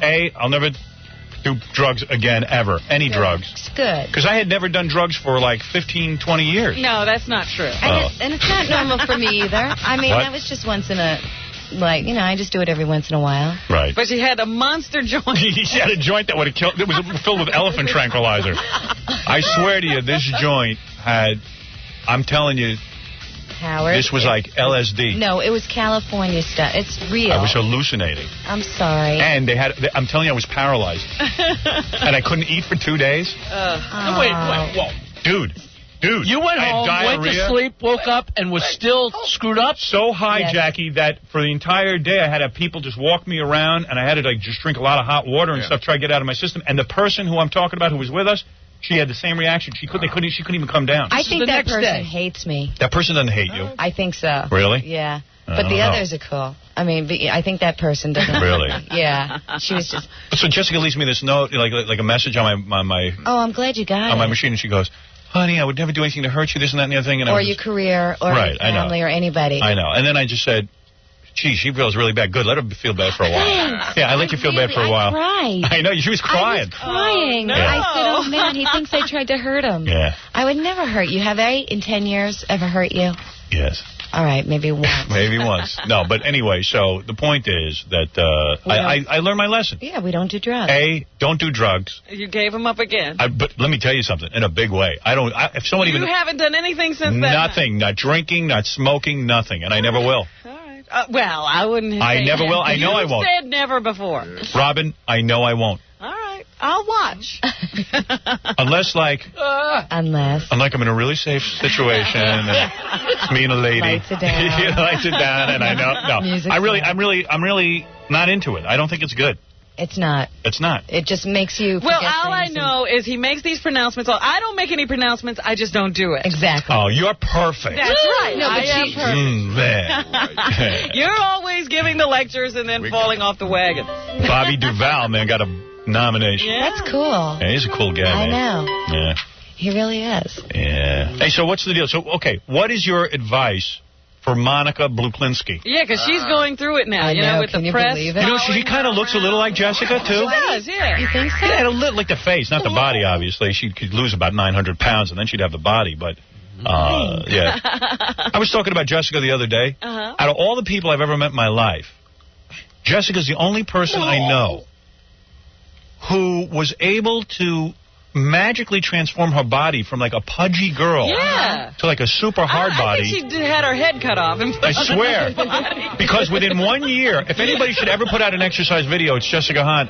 Within 1 year, you became like a super spectacular body from like a chubby, flabby girl. Do you know why? How did you get your stomach hard? You used to have a roll of fat and fat on your chubby. ass. Thanks. You did. I was, though. You're right. I was really chubby. And then all of a sudden, she took off her clothes from me like a year later and went, look at my ass. Well, you can see it in Playboy. It's amazing. How did you do it? I just got... Well, you said, Jessica, you'll never be that disciplined to lose weight. Right. And I just got on the bike and She rode here from California. I swear, I get on the bike and nothing happens to me. And you don't eat anything white bread, white flour, you know? Right. I just was so determined. I didn't want to, like... Did you have liposuction at all? Never. Never? Never once. Wow. No, never. I just want to stay fit, you know? I can't even understand how Pamela Lee had children and looks like she does. You still dating that guy, by the way?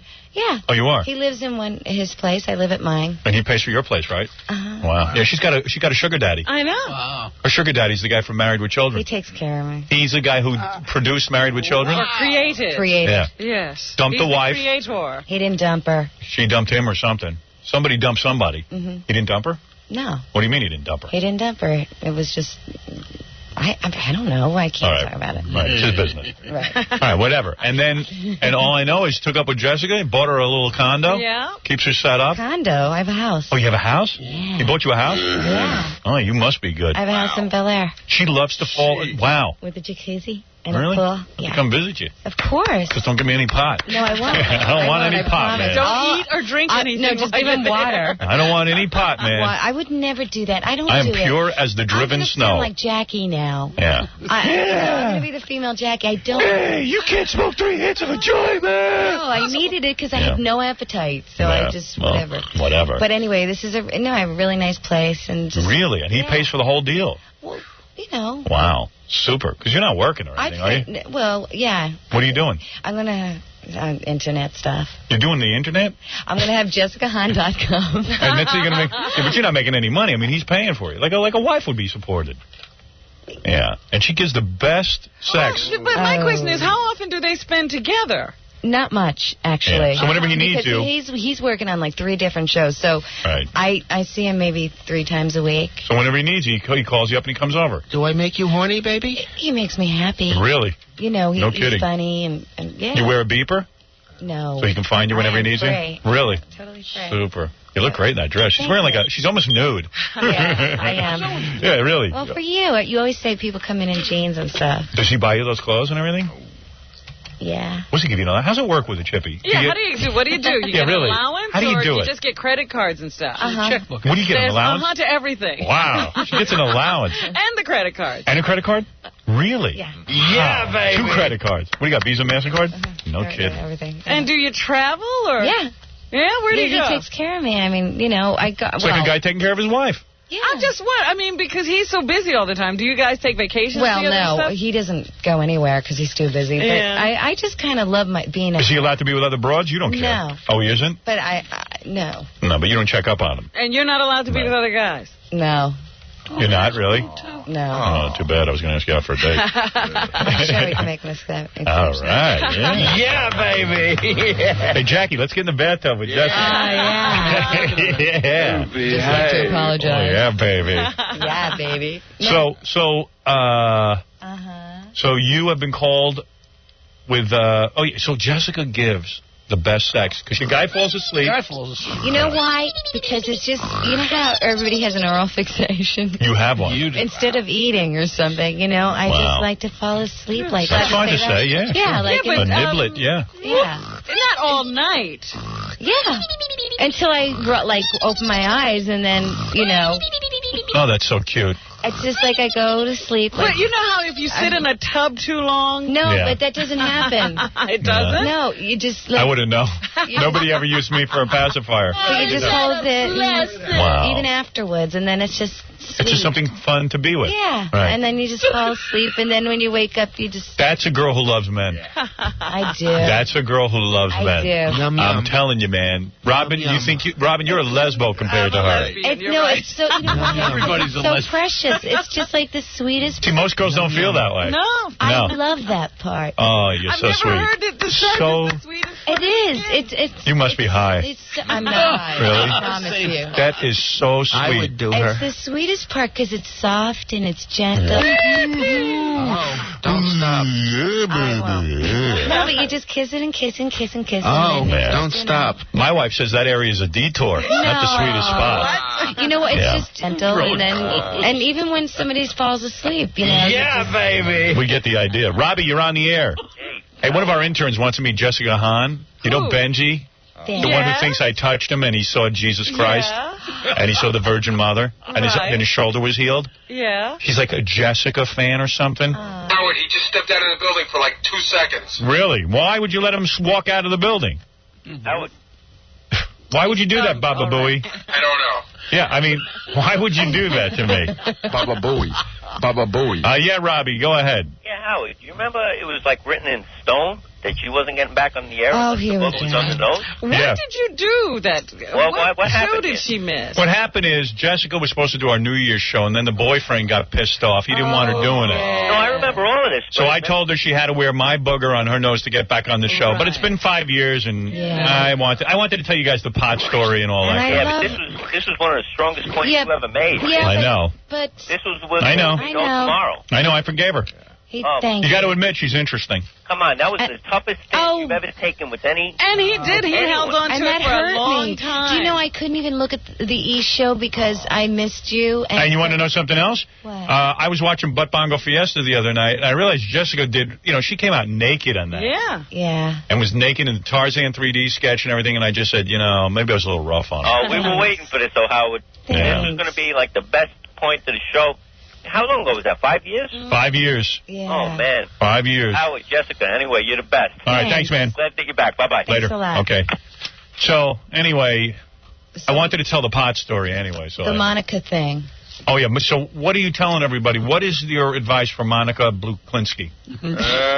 What is it? I think that Monica should just really she's got to be quiet now because it's a criminal investigation. Right. But afterwards, I think she's never going to be the same again. She's never going to have the same life. So she might as well do Playboy? I think so. She should your advice is Dominic. make some money. Make some money. And don't be a poor celebrity, be a rich celebrity. Don't hide. You know what? Right. Everybody else is going to cash in on her. So just let her. She should make some money. Don't hide. Don't hide in a fetal position. Just go and make some money. Pose. I mean, who does she have to answer to anymore? Should she tell the truth or keep quiet about her affair with Clinton if she had one?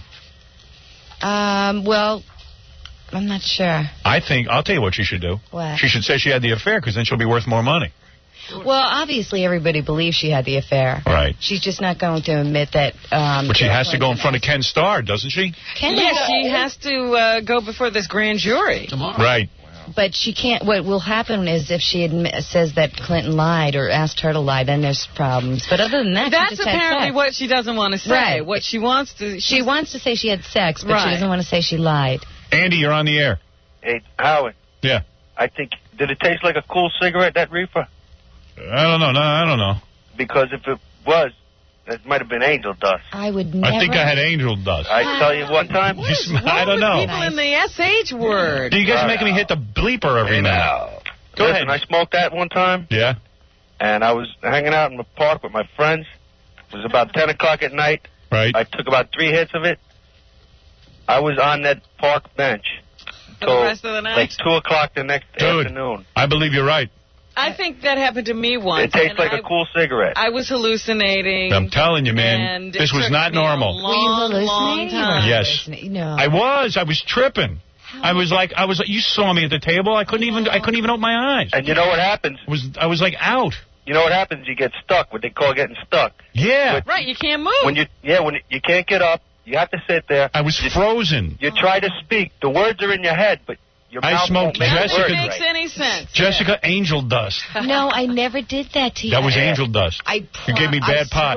We know the deal, Jess. I swear, I would never do Poisoned that. me. Do I look like that kind of? I thought I was Crackhead Bob because I couldn't talk or You anything. even said that. Do you know you said that to me? You go, now I know how Crackhead Bob feels. Yeah, I couldn't get out a sentence. I was like, That's what hello. That's it, but that's so. Right. Oh, man. This guy's right, man. I'm telling you. But Howard, I would Poison me. I wouldn't do that. I got to take a little break. I think so. I'll bring in the intern that wants to meet Jessica and all that kind of stuff. I have a new girl that works for me. I heard she's hot. Yeah, you should. You should. What do you just mean? say How hi. do you pay What is for she all this? working for you for? Yeah. Your man is paying for her, too? But Wow. what does she do? She does a lot of things. Are Yeah? you kidding? Yeah. You have a girl working for you? Yeah. But if you're not doing all anything, the what is she time. doing? I'm doing a lot. What are you doing? In fact, I'm going to start the whole thing, this Jessica thing. on the Jessica.com? internet. Yeah, JessicaHahn.com. Right. And I'm going to hire a staff. And I'm going to get an office. And what are you going to sell and there? I'm going to just talk about sex, romance. Really? Honestly, you know how open I am. And this guy hired this girl for you? Who? No, I hired her. But he pays. Who? Ron? Yeah. Well, it's kind of like, yeah. He's it's all in helping the you budget. start up the business. Right, exactly. Right. Exactly. Yeah, her man's a multi-millionaire. Yeah. He's a good man. Yeah, he sounds it. Yeah. I'd like to go out with him. He's a good man. And How- Tamara's kind of sweet. She's Are you getting on with her? right. Baba Boo. What? It's She was funny, though. never into the We, girl thing. we have the same birthday. Like, I know I have a lot of duties as your assistant, Yeah. producer, but I was just checking with Tamara what her duties were. Yeah, what are they? And not only does she talk to producers, but she does Jessica's hair and makeup. Oh yeah. She Oh, does. really? She does. She's great. She's Ralph. She's my Ralph. Oy vey. Except I'm She's not a as gay big. person that won't leave your house? Oh, no. She lives at my house right now. She is Ralph. She does. Ralph lives would at the live house? at your house Yeah, if you didn't keep throwing him out. Because How old is she? 23. Really? And she's hot? You guys go out and pick up guys and stuff together? Nah. No? She does. Have you ever bathed with her? You know, I knew you were going to ask me that, and you know why I did? You bathed with her? Because it was too cold to go in the jacuzzi. And you took a bath with her? Well, I wanted to. And did you touch each other? No, we. Did you soap each other I up? have a huge bathroom with a TV, Right. and everything. You know, a big black bathroom. Right. And the bathtub is for 2 people. Wow. And we And you just. and this assistant got in the bathtub together? Bring her in. I want to. Tamara, Oh, whoa. Isn't she pretty? She sort of Yeah. looks like Jessica. Everybody says that. Mm. Take your jacket off. Look at the cans on her, Robin. Look what's going on. That's the assistant. Isn't she she's a good girl. You went into the tub with Jessica? Uh-huh. You did? Right, wasn't it too cold out? It was too cold out to use the jacuzzi? What do you do for Jessica Hahn? I mean, what is your responsibilities? Isn't she do pretty? Everything. I do her hair. I do her makeup. Yeah. I talk to producers that call. Producers are calling? Well, yeah. Wow. They are. Really? Commercials and stuff. Commercials? Yeah. What commercials? I don't know. Gary gave me a message the other day. I see. And just all kinds of stuff that comes up. Are you a lesbo? No. No? No. Do I look like one? She loves You look men. like you could go both ways. Really? Yeah. No, she loves men. Really? Well, how did you two End up in the tub? No, get together. I say you're gay if you end up in a tub with someone of the same sex. No, I swear to God, it's a habit of using the jacuzzi every night, and so it was freezing. And you both were nude, and you said, "Hey, let's get in the tub together." We watched TV. We watched TV. Did you soap up Jessica at all? No. Oh, she so you soap sat you? in the tub like it was a jacuzzi. We sat in the tub like we have a jacuzzi tub. Do you like white guys? Yes. You do? All right. Okay. It was a jacuzzi tub. Okay. I met Jessica doing hair in Bel Air. Oh, okay. Yeah. Really? And I thought she'd be great, you know, because she was like really great at the place. I'd like to watch you two take a bath together. I bet you would. Yeah, I bet you I will, and I bet you I'll get to also. You might. That's right. Jessica will do what I tell her to do. Hey, Dominic, you're on the air. This is Dominic, your old attorney. Hi, baby. Hi, Jessica. Hi, sweetie. You know, it's 11 years. It seems like yesterday. I know. How's Irma? Is it 11 years? 11 years since Dominic got Jessica and Playboy. Think about it. All the things that have happened in 11 years to all of us. Dominic, did we ever take a bath together? We went in the ocean again. Dominic, what do you want, real quick? Jessica, how about I today start working on the next project? Okay. A reconciliation on the air, Jim Baker and you. It'll be more money than that silly thing they did last week with the skaters. Tanya. Everybody's been asking me to do that. Will you sit down with Jim Baker and do you would do a one-on-one? Yeah. How much money would it take, Dominic? Oh, I get $1 million today. And Stern produces. I would do it here. Really? No, it's got to be live TV. We'll do it on cable. Live. And This is Howard. TV. This is TV. This is TV. We just don't have any cameras. And Howard produces it. I'm telling you, it's $1 million for you alone, Jessica. I would not have a problem with Minus that at all. his usual what? Minus your percentage. Minus his 75% fee. Exactly. And the Mercedes. Jessica, Right. Irma and I miss you dearly. I miss you too. Right. Bye-bye. Bye. All right, there he is. Barbara. All right, so Jessica and her beautiful assistant, what is your name? Tamara. Tamara. All right, well, there you go. And Jessica's advice to Monica Lewinsky is make a lot of money. Get some money. Get some money in the bank. When she's out of trouble, go ahead and do it. All Don't right, take chances. let me just bring in this intern because Sure. this guy scares me a little bit. It's a Benji. good thing Tamara's here to sit between. Yeah. Tamara, you don't wear a bra either, do you? No, I don't. You're dressing more like Jessica.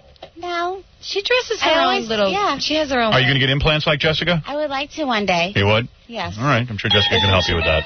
All right, here's Benji. Benji thinks when I touched him, he saw the Virgin Mother and his shoulder got healed. Shoulder was healed. Still working. What is it you want to ask? You kept. He said, "Do you think I could meet Jessica Hahn?" Yeah, no, they just told me to come in because I asked this about 20 minutes ago. What did you ask? Well, I was being really careful not even to look at you because we're not even supposed to look at people and everything. Right, we But told him not. He's I not love allowed.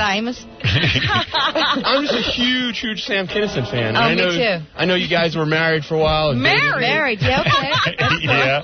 We They weren't practically married. were. I wanted to meet Sam's wife. I cleaned up his duty. That's marriage. The reason you wanted to meet Jessica Hahn is because she had sex with Sam Kinison? Right. You had sex and you passed out and. Yeah. No, he passed out. He passed out, but he was on a lot of stuff. Right. Yeah, I said it wasn't your fault. Right. Thank you, Robin. I heard that. Thanks. Yeah, I mean, Jessica actually cleaned Sam. Yeah. All right. Oh, she'll give you a hug. All right. Go ahead, man. Go ahead. You deserve it. Can I hug your sister at the same time? This is not his sister. That's not her sister. It's her assistant, you idiot. sorry. Go ahead.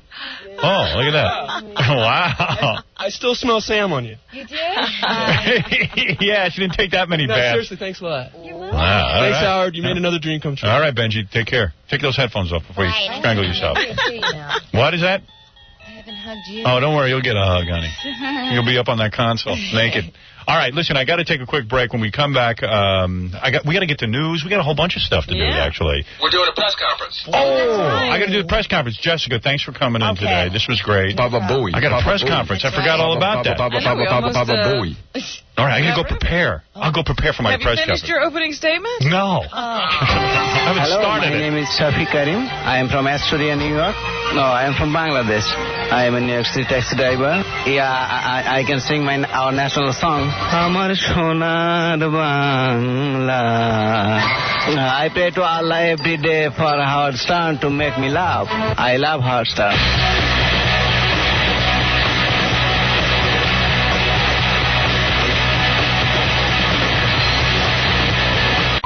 The following is a test. What you are about to hear is only a test.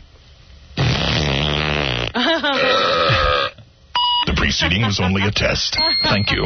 What is it, Papa? You made us stop for that. Yeah, well, it was a test. That's the FCC makes you do that. What is that, Papa Bowie? I wanted to say that we just ran into some technical problems with the press conference, so maybe you guys might want to start the news. All right. Or wait 5 minutes. Really, what happened? Indianapolis line went down. Oh, boy. And it's important that we speak to him, so I thought maybe you'd want to... You mean, are we on the air in Indianapolis right now? We're on the air, but they're lying to us. They're lying to us for the press conference. Let me see. Anybody there? That's Wilkes-Barre you're probably going to hear. Okay. Crap. I'll give you the signal in like 2 minutes as soon as it's fixed. Can I blame someone, like Scott the engineer? I'm going to find out. Right now, he's saying that he doesn't know. No. Oh, that's usually his explanation. I was all set to make my opening comments, Robin, but we could do some news. Why not? You were raring to go with that speech. Yeah, it's so Were good. you able to maintain that energy? You know, it's like a movie. Can you redo that scene with the same intensity? I don't know. I wasn't nominated like these other guys, like Matt Damon. I got robbed. Well, he's having a stellar year, that Matt Damon. Yeah, he's getting laid like crazy. Yeah, he can't decide on what girl to do next. That's how I judge success, how much you're getting laid. I go, yeah, that guy's really getting laid. Well, what if you're having a good year and you got married? No success? None. Jessica Hahn has some body. Wow, that's impressive. This is a cool song, man. Foo Fighters. Yeah! I love this band. That guy rocks, man, David Grohl. Yep.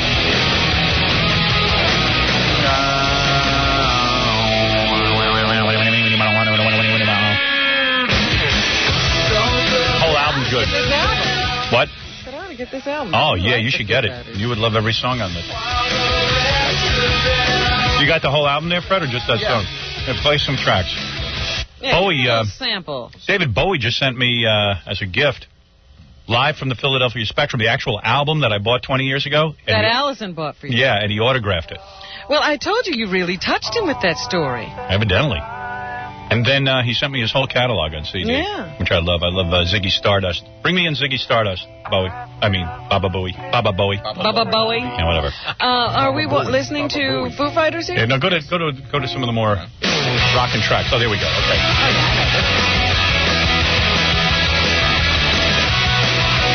Wow. That's powerful stuff.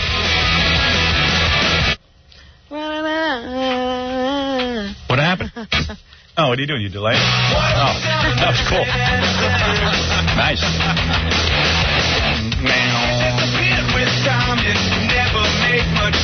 Guy was drumming for Nirvana, man. That's the weird thing. Go figure that. Drumming here, or does he do something else? Plays rhythm guitar. Just a guitar player and they kicked out that gay guy, Pat Schmier. They didn't kick him out because he was gay, did they? Yeah. I don't like gay people. No, he was too flaky, I think. I don't know what it was. I think it was a flake drum.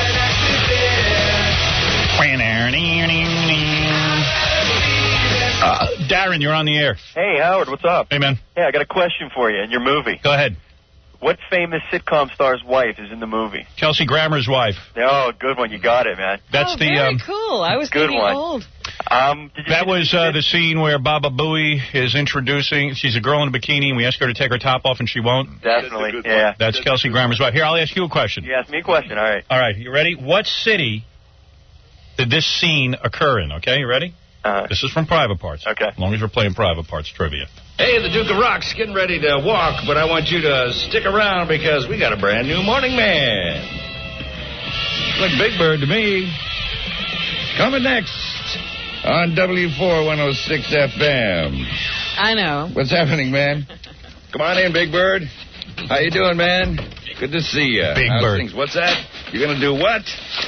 Is that right? Well, how about that, kiddies? He's going to have Kermit the Frog come in here and sing the alphabet song. Isn't that something? Coming up next on the Big Bird Show. I got to go. See you midnight tonight. This is the Duke of Rock saying, if you can't be good, be bad, baby. Bye. Bye. I think I got it. Detroit? Detroit, that's right. Oh, man, do I get a stand-up? Okay. Yeah? No, you got one. Hey, did you see the new Spin magazine?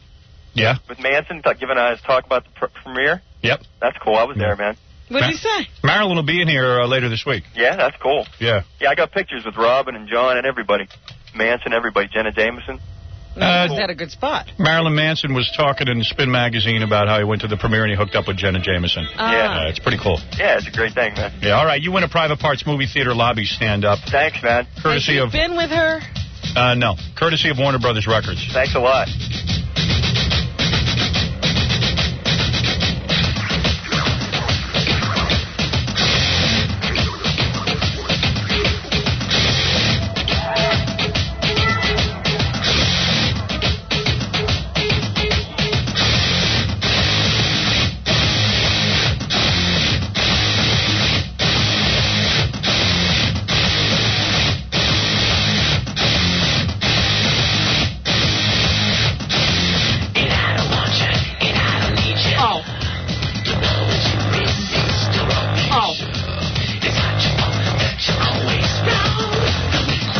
Yeah, so Bowie sent that stuff over, and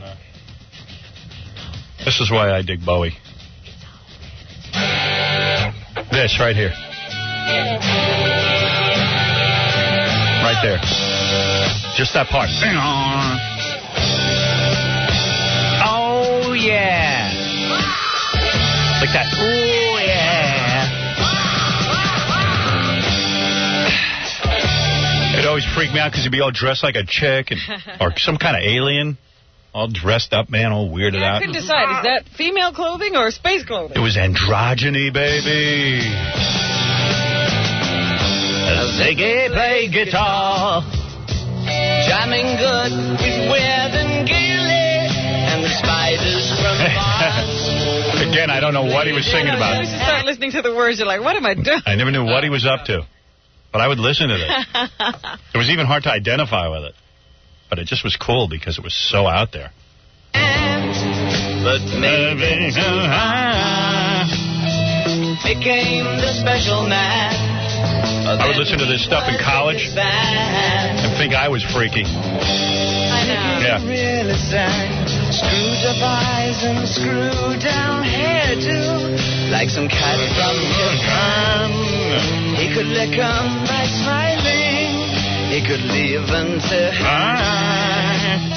They came on so loaded, man. Well hung in so white tan. So where were the spiders? While the fly tried to break our balls. You know that's the words? While the fly tried to break our balls? Really? Yeah. Did you know that? No, I never could figure out the words in this song. Just a beer light to guide us.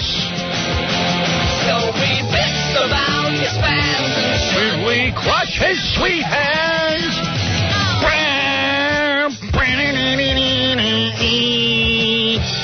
Oh, yeah. I would sing in college and people would like, oh, that guy's such a douchebag. Right from the room. Yeah. See, that's why you shouldn't do drugs. Actually, it was a very bad time in my life when I used to listen to this stuff. I have an excuse. I'm trying to remember when I had a good time in my life. The good times are now. Oh, no. Living us that we were voodoo. the kids were just crass. He was the Raz with God-given ass. He took it all too far. But boy, could he play guitar. That's the only thing I understood. Yeah. Making love with his ego. Making love with his ego. To his mind. Like a leper messiah. When the kids had killed the man, I had to break up the band.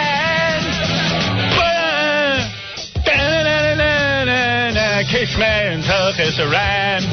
Yeah. Yeah. Oh, yeah.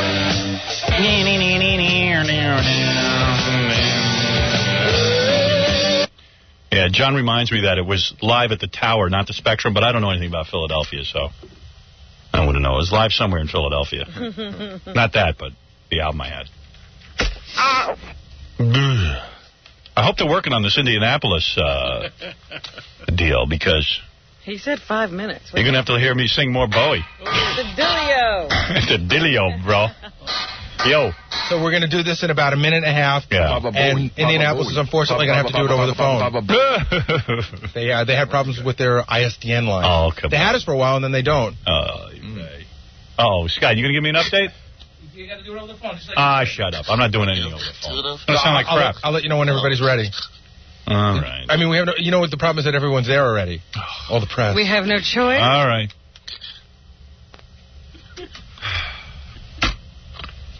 Why am I subjected to this? Man. What is it, Carl? Hello. Yeah. How you doing? Listen, I saw my sort of private parts film. I bought the tape a month ago. Yeah. Turned out, you know, that scene he shot at Bryant Park? Yeah. Turned out my ex-girlfriend, I paused the tape, was on top of this guy's shoulders. We were supposed to hang out that day. I guess they were doing like an extra casting session or something. Yeah. Pressed pause. Turned out that it was my ex-girlfriend. I realized they broke up with her. Bitch. Poor guy goes to watch Private Parts, sees his girlfriend Can't even enjoy it. on some guy's shoulders. You realize that? I didn't realize it. I paused the tape. I realized it was her. That could be admissible in court. I don't know. She's fat chest anyway. Flat. Bitch. Fat chest. Flat-chested bitch. Fat. F-A-T. Fat-chested bitch. That don't sound bad. Fat-chested bitch. Yeah, really.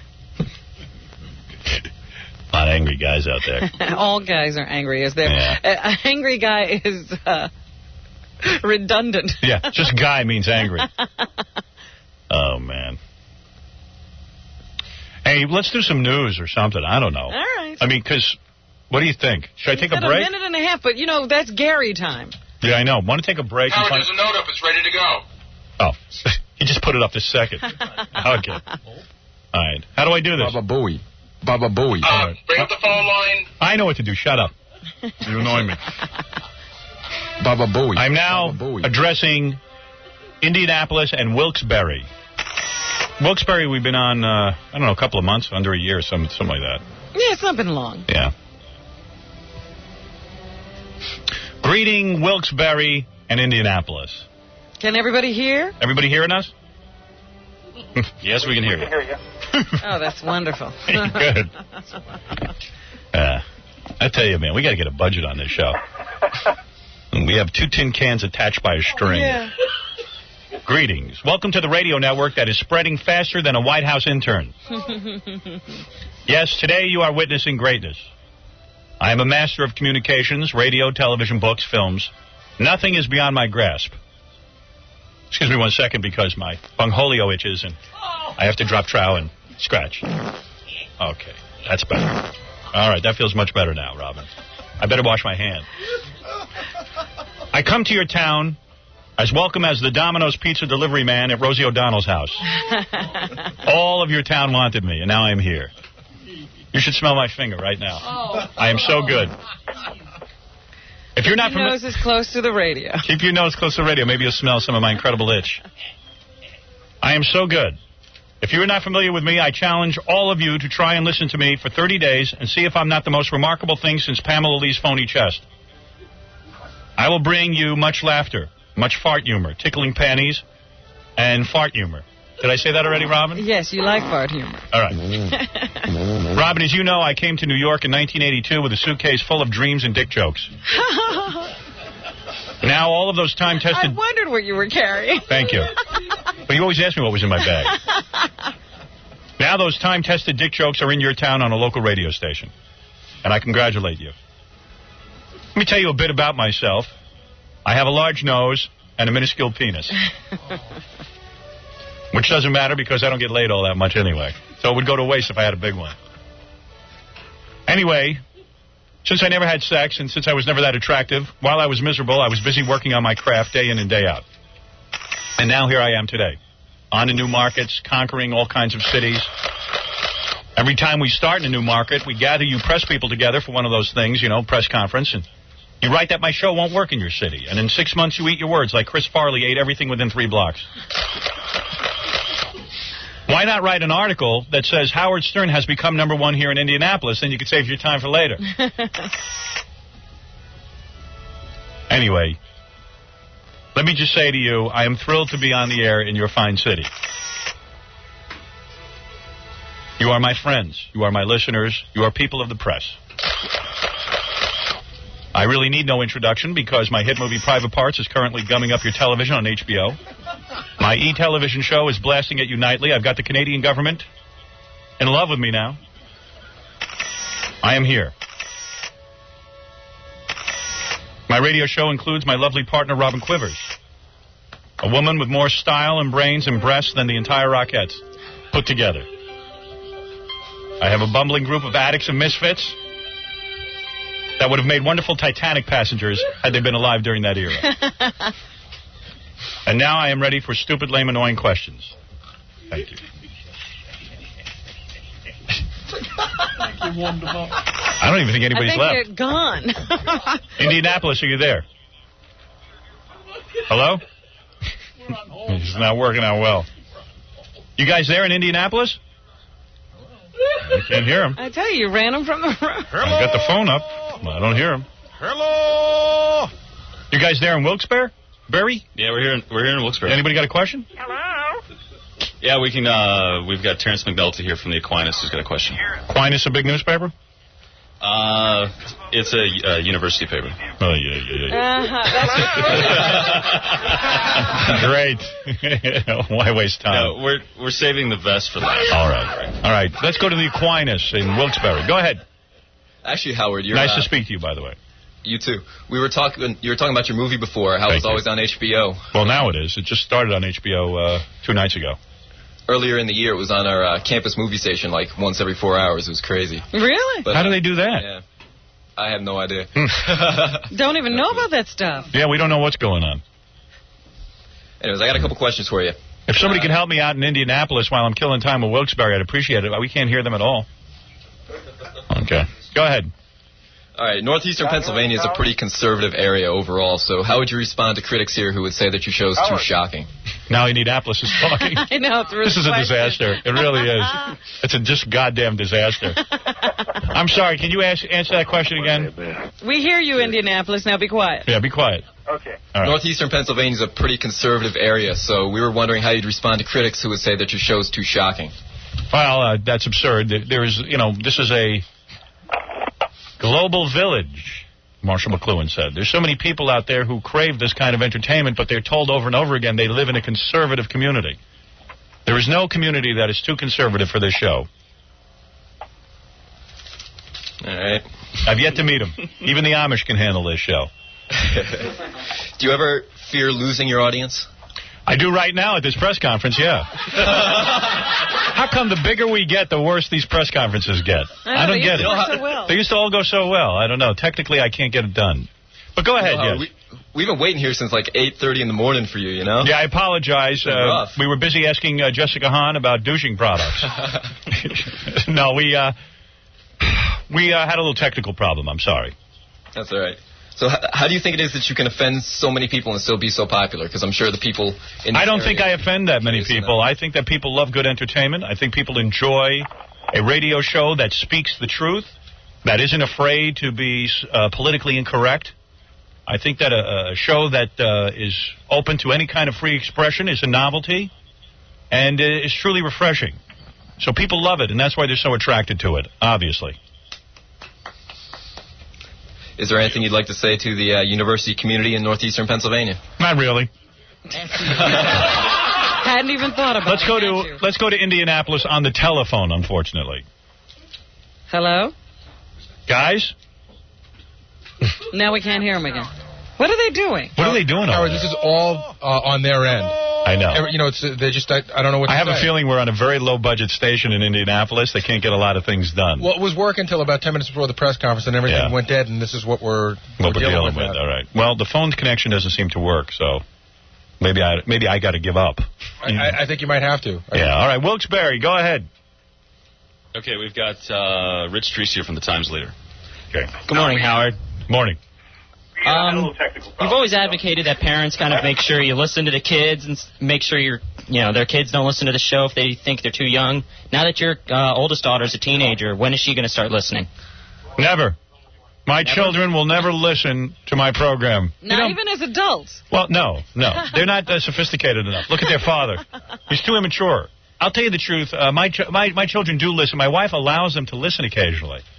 And then when I come home and my wife yells at me, she goes, "Why'd you say that? Your kids are listening." And I go, "Why are you letting them listen?" I mean, I don't know what to do. Dilemma. I thought at birth I'd poke out their eardrums so they could never hear me. Obviously, it's embarrassing to have my kids listen to the show. What do you think is an appropriate age? There is no appropriate age for a child to hear her father talking about how he masturbates at night. Your particular children. Your children are fine. It's my particular children that shouldn't listen to this show. Because it's their dad. Right. Okay, Indianapolis is just yammering now. Indianapolis, are you there? They're listening to us. Yeah, all right. I'm getting rid of them. I'm going to put them on hold and hopefully reschedule for another day where we can talk to the press of Indianapolis. Wilkes-Barre, go ahead. Okay, going into Indianapolis and a couple other markets, you've always made fun of the local competition. That's right. But you didn't do that for Wilkes-Barre. I got to be honest with you, I don't even know what someone just handed me. Evidently, we don't have too much competition there. We are already, listen to this. We're in first place with men 18 to 34 with a 33 share in Wilkes-Barre. We haven't even been on in a year. Men 18 to 49, we have an 18 share. We're in first place. Oh, my goodness. Men 25 to 49, we have a 15.4 share. We're in first place. Men 25 to 54, 13.4 in first place. And so the job's almost done. The job is almost done. In another year, another 6 months, we'll probably be number one with everyone 12 years old and up. But here's my point. The show works anywhere. Wilkes-Barre is not too conservative. Here's the proof once again. Everybody thinks they're conservative. It's that your leadership is trying to hold a line, but people are people everywhere. It's a very strange thing, too, because every time we go into a new town, we have to go through, well, people here won't like you, or we've got a conservative area. Or, gee, our competition is real good, like we've got Bob and Tom or something. People never reevaluate themselves. Yeah, right. However, from that stance, once we become number one, they never stop and say, I guess we're not so conservative. Yeah, well, it turns out there's Sodom and Gomorrah in Wilkes-Barre. They're not that conservative. Now, people like a good laugh, and that's what this show's all about. Anybody left there? Yeah, go ahead. Yeah. How many people applied for Jackie's job while he was off having his temper tantrum? Millions. Too many to count. Will you play any of the audition tapes? There were no audition tapes. Really? You didn't get any? Have you listened to Jackie? He obviously didn't audition. Yeah, we haven't. If Jackie gave us a tape, we never would have gotten the job. Okay, and finally, for me at least, Entertainment Weekly is reporting that you were close to closing a deal with CBS for a Saturday night late night show. Any comment? I've been working on that concept for years now. I was approached several years ago, and I think this is going back now 6-7 years already. I think it was right about the time we were first talking about doing a movie. Right. Many years ago, I was approached by Howard Stringer, who then ran CBS before even our company was involved with them. And they approached me about doing a show on Saturday nights. At the time, I didn't have time. I was really not into it. I was working on making a movie. It took 4 years to get the script together for Private Parts. Yeah. It's been some time. And then I heard from Rupert Murdoch. I had several meetings with him directly about doing a late-night show for Fox after the Chevy Chase debacle. And I also had conversations with NBC about entering into late-night television, and I don't know. I just put it all off. I kind of like doing the radio. Well, I don't like doing the radio show, but I said, gee, what if I go do a television show and I don't like it, or I do 13 weeks and they fire me because they don't like the controversy on network? That always scared me, so I stayed with my radio gig. But now I am thinking again of entering the late-night arena Saturday nights. And I have had some talks with CBS, but nothing has really... There's hardly anything finalized. We've had a million discussions, and I don't know. They're far from being finalized. Okay, we're done with that. We've got... I mean, I don't know what else to tell you. I mean, I'm being honest. I've had a bunch of discussions with them, but I wouldn't say we're close on any... In fact, didn't you think there was something happening the night of your birthday show? Yeah. You were supposed to have a big meeting. Yeah. It turned out to be us. Yeah, all we've had is meetings. It's very hard to put together a deal with me for television because I'm very particular. When someone does a deal with me, it's like making a deal with the devil. I say up front, boys, there's going to be controversy. When I do a show, are you going to be able to deal with it? You don't sugarcoat it for them? No, I don't. I tell them, tell me how you're going to pussy out on me in 6 weeks. What are you going to do when some religious group writes you 10,000 letters? Are you going to back down or are you going to stand tall? So there's a lot of issues that I go through.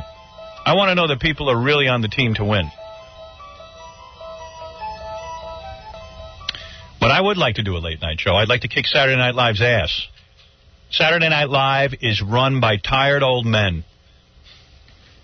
Don Ohlmeyer, Lorne Michaels, a real nice guy and everything, have had many nice conversations with the guy, but it's time for him to sit down and relax. The show reflects it. Getting rid of Norm Macdonald was a huge mistake. It was the only thing that was even decent about Saturday Night Live. And now it's time for them to be thrown off the dial. It's time for them to be overtaken with somebody with fresh ideas and new concepts. Yeah. What is it, Bubba? I have one more answer for Indianapolis. Each of the reporters that are sitting at this table, and they would hand the phone around, and each reporter would... That would be fine. I can't even get... No, they're ready to do that. Oh, okay, good. Indianapolis, you're on the air. I just spoke to the guy a quarter of a second ago. It's just not happening, man. Okay. Let me see. I'll try again. Indianapolis, you there? Hello, Howard. Ah, good. Okay. Good. Hi, this is Steve Hammer from Nuvo. What is Nuvo? Nuvo is a really cool 65,000 circulation weekly magazine. We love you in Indianapolis. Really? It sounds free. Is it a free magazine? Yes. All right. Then you get one question. Go ahead. Okay. When you came to L.A., according to your book, you promised Robin would have sex with a member of the L.A. studio audience. That's true.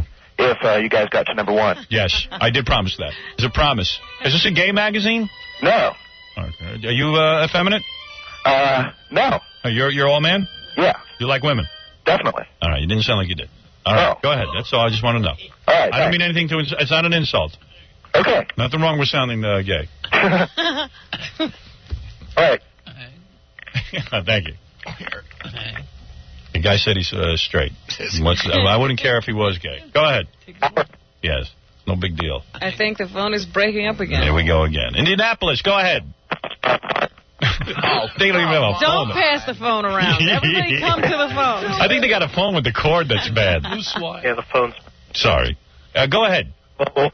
Yeah, I give up on you guys. The phone is breaking up now. Yeah, okay, I hear you now. Maybe if you hold it a certain way. Is that a cellular?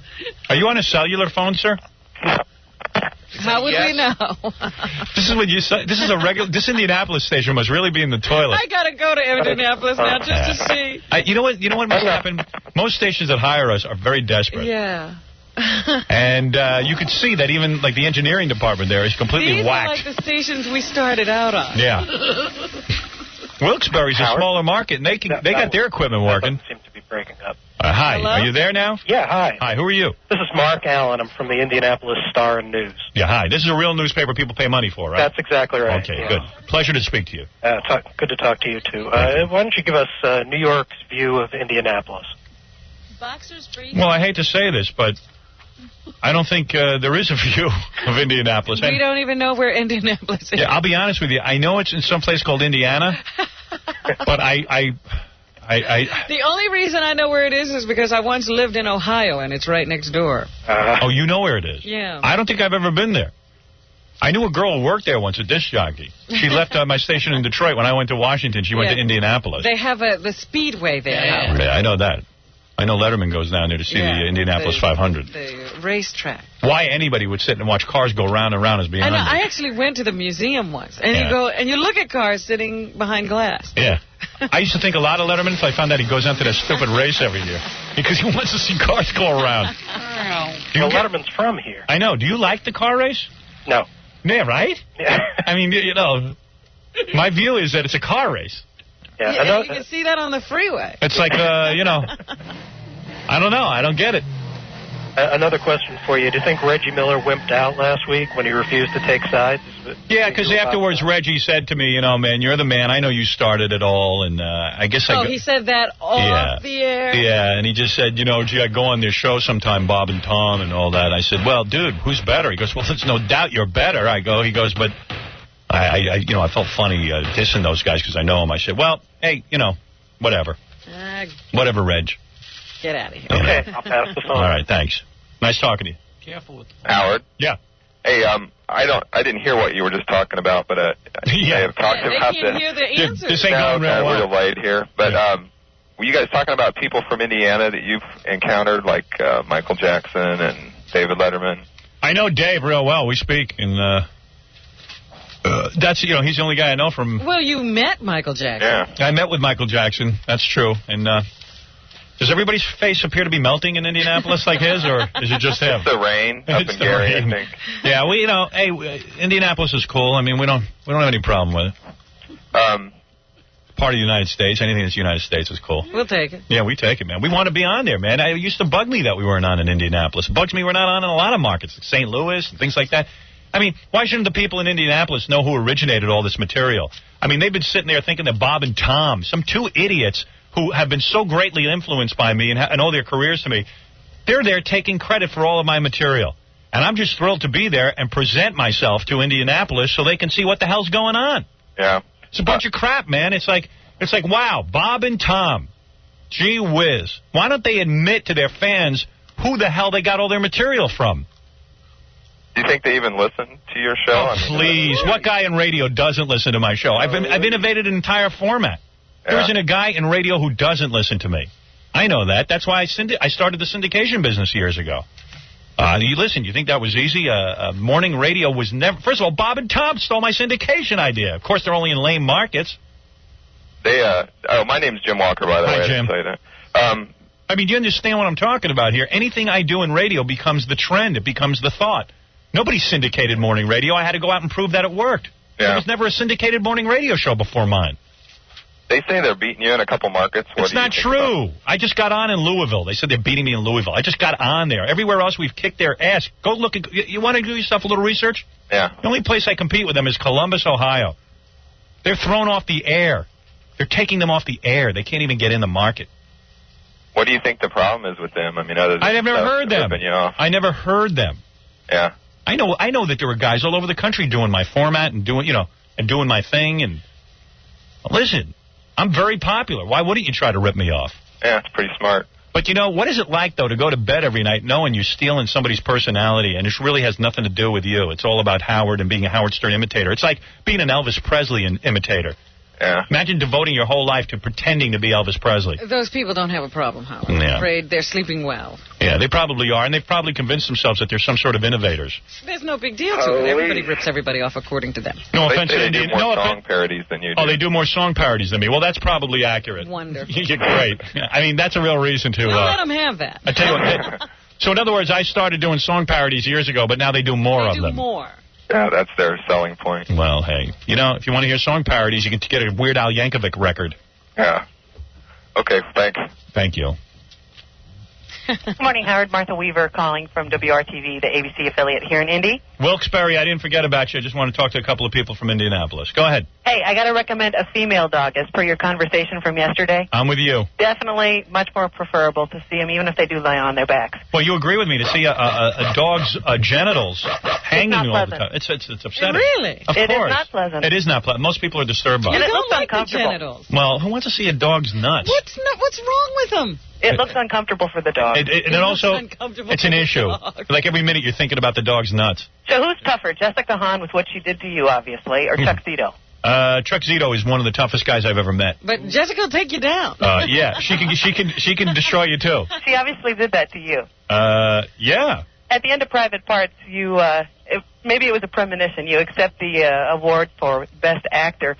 You must be pretty miffed at yesterday's nominations. Well, in all seriousness, I'm not surprised. I don't think that I'll ever receive... it's a funny thing. Even with my radio show being immensely popular, I've never really met a radio critic who sits there and, heaps accolades on us. Yeah, but aren't radio critics just people who couldn't make it in the business? I don't know what they are. I mean, I think that mostly people who write the radio column are frustrated journalists who really want to be writing something else, and they got stuck with the radio column because...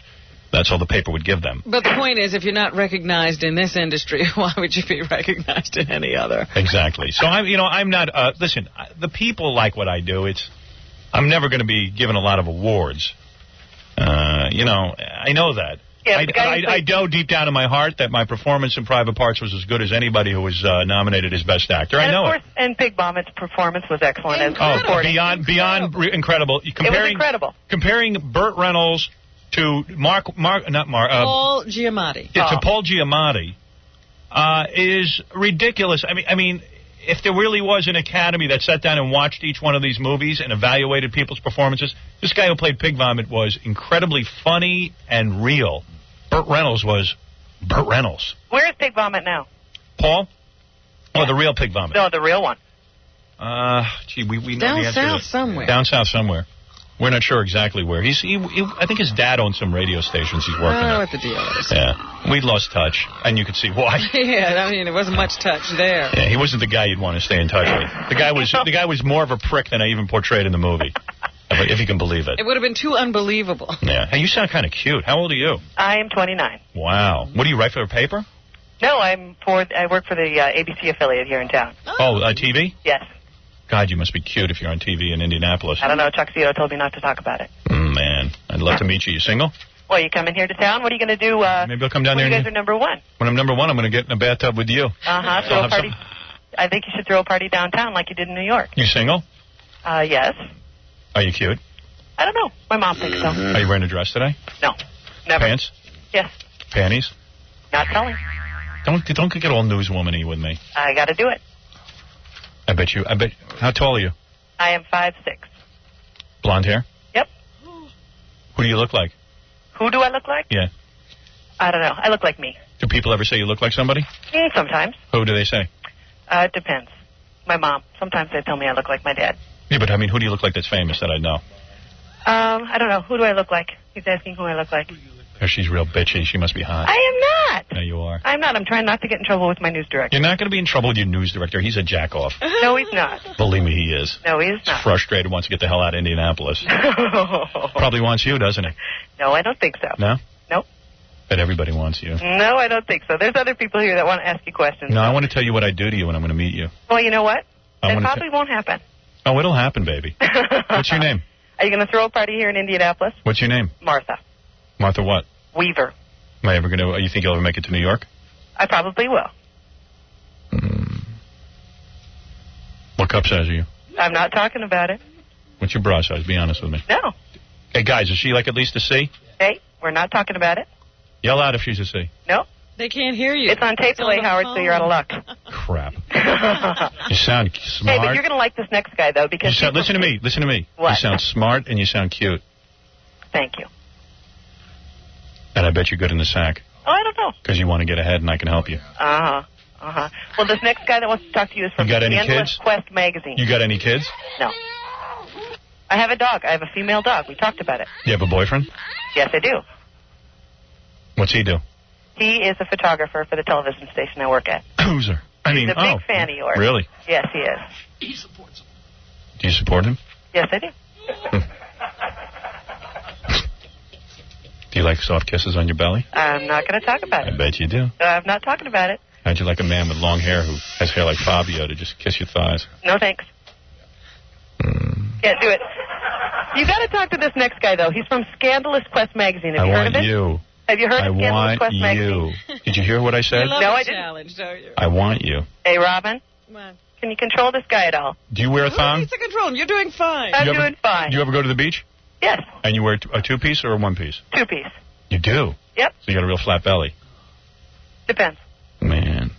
Depends on what time of the month. No. You get bloated. You got to talk to the guy from Scandalous Quest magazine. He's You don't been got a waiting belly all like morning Jackie. for You There like he a, You like a man who knows how to use his tongue? you. I'm not going to discuss it, You Howard. enjoy that? I'm not You enjoy when a discussing man does that for you? it. Nope, Because I'll do that for you. I am not going to discuss it. You would love it so much. You are so bad. Yeah, but you would love it. Uh-huh. And I'd pierce you and tie you up. Okay. I'm going to let you talk to Steve Sanderson from Scandalous Quest magazine. You got any belly jewelry? I'm going to let you talk to Steve. Or belly jewelry is like, Hello, Howard. oh, that was really frightening. Is she hot? Oh, yes, definitely. Really? Who's she look like? She's got beautiful blonde hair. Flowing Would you say flowing around. I just knocked over all the TV cameras. I'm so nervous. Would you say she's like a C cup? Oh, definitely. Big cans, huh? Oh. Oh. Oh. No. Oh. God damn, she sounded good. Oh, She's all bitchy and like I think... I'm not going to answer that. She's being all difficult. She thinks she's so smart. Exactly. I'd have her in the sack in an hour. Oh, really? Oh, yeah. Oh. Like a dog, she'd be bent over the chair. Rough. Do you think she'll bark like Kylie did? Yes. Yeah. I'm bonding with this guy. Where'd you say you're from? Scandalous Quest magazine. As a matter of fact, you had our Dallas editor run... Scandalous Quest magazine? What kind of magazine is that? You got to be gay. Are you gay? No, I don't think so. No? Nah. Damn, you should have said, all these men in Indianapolis sound homosexual. Well, most of them do, I think. That's all right, man. So what do you want to ask me? Go ahead. I just want to ask you just one thing about your next movie. Go ahead. I understand it's going to be 15-minute love scenes like most of the porno series coming out. That's right. It's going to be all love scenes all the time. Get out of here. You're annoying me. Take care. All right, take care. Let me go back to Wilkes-Barre. Anybody left in Wilkes-Barre? Yeah, we got Shona and Tom here from The Weekender. Hi. Hi, how you doing? Good morning. Good. This is Wilkes-Barre. Hold on, Indianapolis. Okay. All right, go ahead. Turn them off.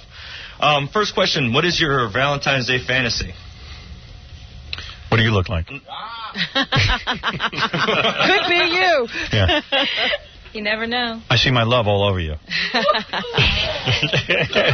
That's what I see, partner. His fantasies are never romantic. No. They're angry, and most of them are involved hurting people, men and women.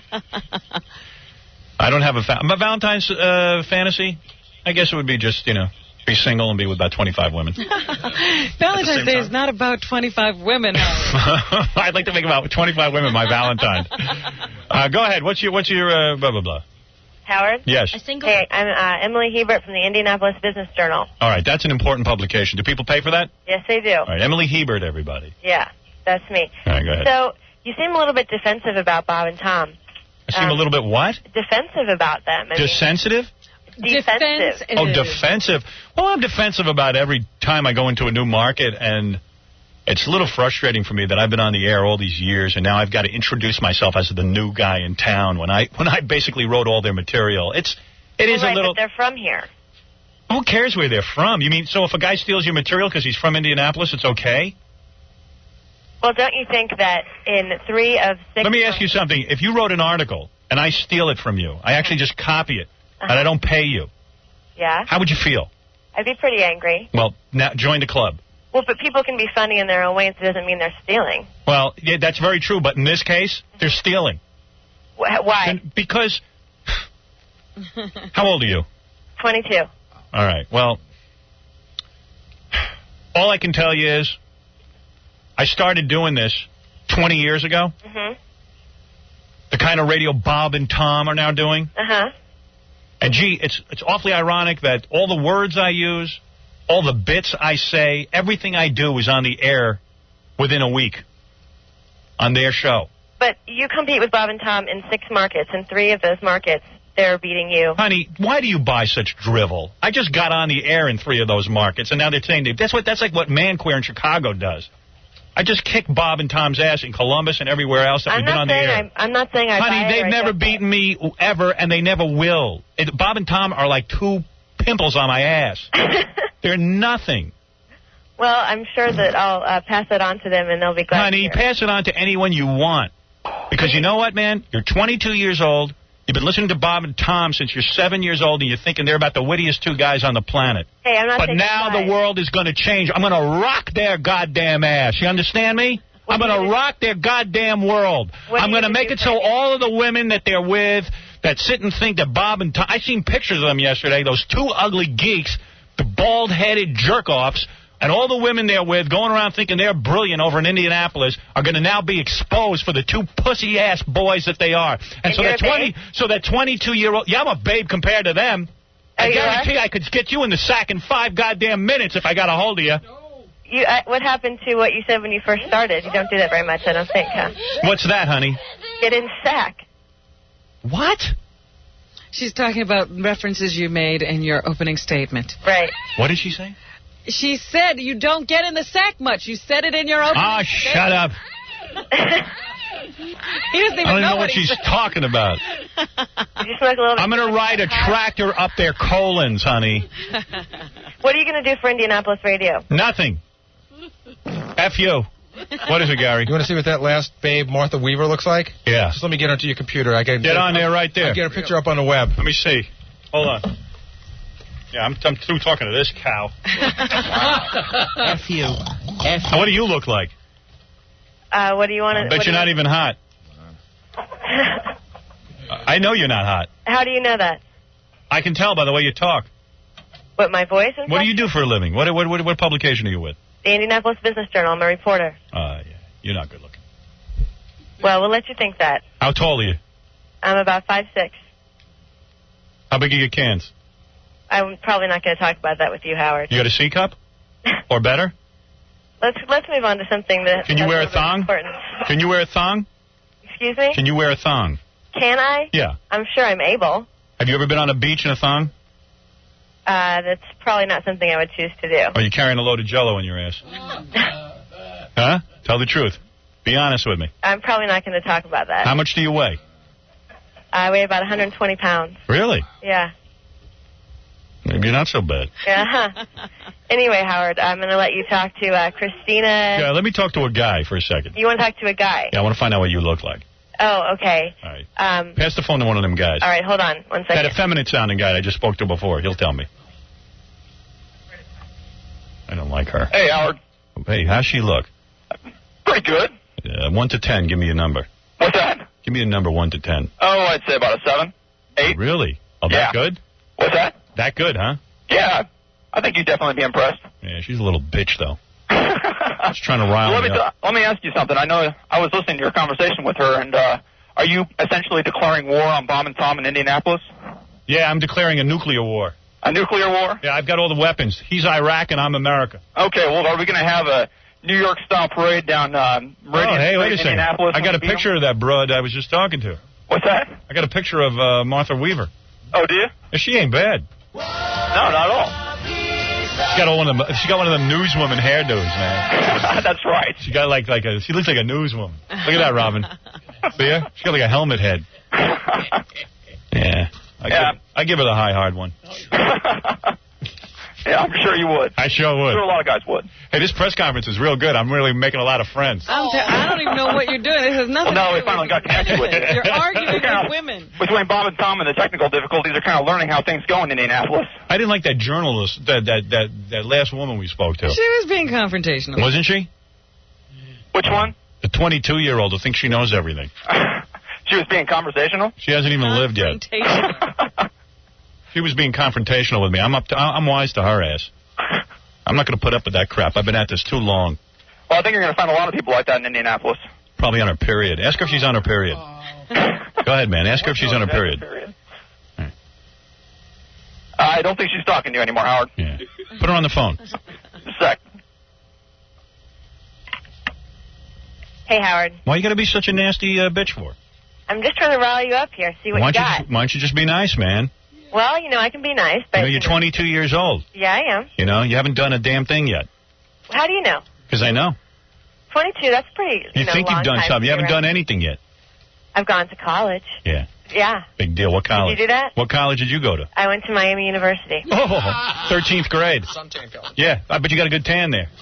In Ohio. Yeah, you learn how to swim with dolphins. No, Miami University in Ohio. Oh, please. That makes sense. What were your SATs? Bet you didn't even break 1,000. You know what, Howard? Yeah. When I was at the Miami University, I was the editor of our paper, and wow. I was the one that wrote stories about the Miami University Masturbation Society. All right. Did you hear about that? All right. When I come down to Indianapolis, I'll check you out. Okay, great. All right. I'll keep you in mind. Because I hear Bob and Tom talked about that. I don't think they stole that from you. Yeah. I hear you're a 7. A 7? I think you said a 7 or an 8. Yeah. Yeah, I think so. You're just a sweet little piece of ass. Uh-huh. I'd like to visit that.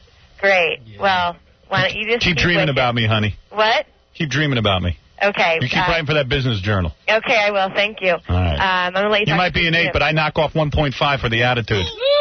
You're a 6. You're a... whatever that is. I can't even do it. Can't even do the math. I think that's a 6.5. Okay. Here's Christina from Showtime. Showtime? Let me take someone from Wilkes-Barre. Yes. Hello, Howard. Thank you. Hey, Christina, hold on. Okay. Oh, who's Christina? Good morning, from Showtime, Adult Entertainment Guide. Okay, yeah, let the woman from Wilkes-Barre ask a question, Christina, then I'll talk with you.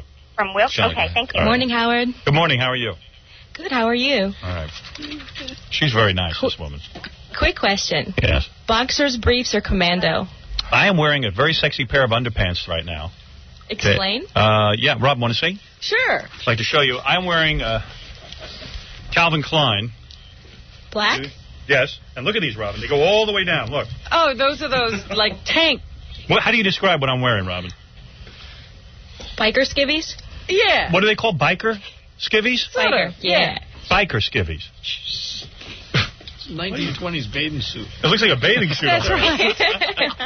Do you like those, Robin? They're okay, They're not bad, right? I'm not, very form-fitting. Really partial to them. Thanks. I like the little Speedo kind. Yeah, well, you don't like them on me.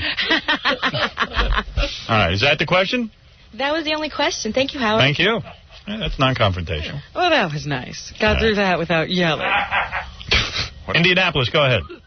Hello, Howard. Yes, ma'am. How are you doing today? Pretty good. Who are you? Just fine, thank you. My name's Christina, and I'm with Showtime Adult Entertainment Guide, Oy vey. located in Indianapolis. Have you I heard guess of this it? tells you where the X-rated movies are. Yeah. This is what is the adult entertainment guide? It tells you where X-rated movies are? We do that. We also provide for escort services. Oh, adult boy. services, It's practically illegal, isn't it? Well, it's really necessary. Yeah. All right. Well, what's your question? Well, I know that you were the man for the Penthouse of Year for 1997. Is that correct? What? I was the what? Were you the Penthouse man for 1997? Might as well say yes. Yes, I was. I was the penthouse man for the year. I was not aware of that. Neither was I, but I'll accept the honor. Well, I know that Penthouse did a coverage on you for the Private Parts movie. And in the beginning of it, they said that you were the 1997 the Man of the Year. Man. So I just wondered how they had voted you that and why. Have you ever worked for an escort service? No, I have not. Definitely not. Have you ever been a whore? Excuse me? Have you ever been a whore? I don't think so, no. The only reason I ask is because, you work for that paper. Right. You're into you're into adult entertainment and you're into, escort services and stuff. I'm just wondering if, you're easy. No. And you've never charged a guy for sex? No. Don't think so. Ever been in light porn? Softcore porn? I'm sorry? You ever do any softcore porn? I have not done any, no. No. No. Have you? Questions. Tom? Do you know any whores? Nah, well, I know some escorts. I don't know if you would consider them whores or not. Sure I would. What do you consider them? Are you? Am I a whore? Uh-huh. You better believe it. Are you? Yeah. If you give me a little money, I'll have sex with you. You admit it being married? Yep. That's why my wife is mad at me. I'm a whore. I whore I have around. another question for you. Yeah, go ahead. About this toilet thing that you were giving away for the largest stool, how did you come up with that? What did you say? I'm going to go to Wilkes-Barre. Wilkes-Barre, you're on the air. Go ahead. This is the last question. Yes. Howard, it's Sue Henry from the Citizens Voice newspaper. Thank you, Sue. Is that a real newspaper? That is a real newspaper. And they charge money for it? Real reader. Absolutely. Thank you. Every day. All right. Finally, a journalist. Howard, Thank you. Yes. I noted with interest that you were pretty bummed out yesterday about the Academy Awards. Well, not really. I mean, I know I'm not going to get an Academy Award. But I deserved it. I truly believe I deserved it, but I know that with my reputation, no one could vote for me seriously. They think that I'm a joke. They have your movie on here while we're talking, and very interesting. That scene where you suck Robin's toes was just on. Yes, that's true. That was very interesting. And that was real. Anyway. Those were her real feet. Really? Was that stunt feet? Yeah. I'll tell you a little story about that scene. You notice when Robin is giggling at me, she goes, "Oh, stop that." I had my hand up her dress. You did not. And I kept tickling her, hey, nanny, to get her that reaction. Because everyone said to me, make Robin laugh. And I'm like, well. That was not the scene where they said, make me laugh. Yes, when I'm kissing your feet outside. No, it wasn't. Yes, it is. It is not. We were sitting in the studio and everybody said, make Robin laugh. No, that was a different time. They wanted you laughing during that scene, and I put my... I laughed spontaneously during that scene because you were tickling my feet. Did I run my hand up your ass? You tried to get up my leg. You didn't get near my ass. Oh, bull. She farted twice on my hand. That's right. I kept you away. It was a pretty tough scene. The Academy didn't recognize that, huh? No, they don't recognize anything. All they recognize is Burt Reynolds. Yeah, they think filming Titanic was hard because they had to deal with the water. Yeah, she had to deal with me. If you changed the ending on the film, and made it more tragic, that maybe the Academy would have had some, sentimental reasons to nominate you? I agree with you, actually. I believe that the Academy only takes, serious films. Anything that makes anybody laugh. Endings. Yeah, anything with a happy ending is no good. If you drown on a boat, you're fine. Meanwhile, the goddamn boat... He's drowning, and how ridiculous. 5 years to drown. Why didn't he climb up on that piece of wood? He would have lived. Oh, my goodness. And another question, if you have time. I did want to have cancer at the end of the movie, and they said no. One last question, because I really do got to go to spots. Go ahead. I know you're the king of all media. Have you ever considered... Hello, Howard? Sitcom? Sorry, what? Would I ever consider a sitcom? Yeah. No, I have not. I'm not interested in that. I don't have time. I've been approached. I don't have time. I'm not, I'm not Seinfeld. Let him do that. Yeah. Can you take one more question here? Go ahead. From another gentleman from the media. All right, quickly. Go ahead. Okay, go ahead. Howard. Hey, bro. What's up? What's going on? Yeah. What are you in? Listen, sit. What's your job? My job? Yeah, where are you from? I'm from Wilkes-Barre. No, what's your paper? Oh, the paper, the Aquinas. Oh, again with this guy? All right, what do you want? Oh, I just wanted to know, with the success of the 2 books in the movie, is there any talks about doing a sequel to your movie? Yes, there is. I spoke to Ivan Reitman, the producer of the first movie, and he would like to do another one.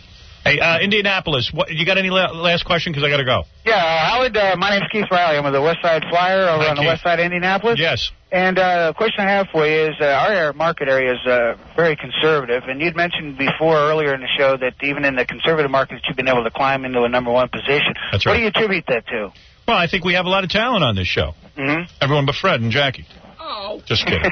No, actually, Robin, Fred, Jackie, myself, and Gary and John, all the people out there who work so hard on the show.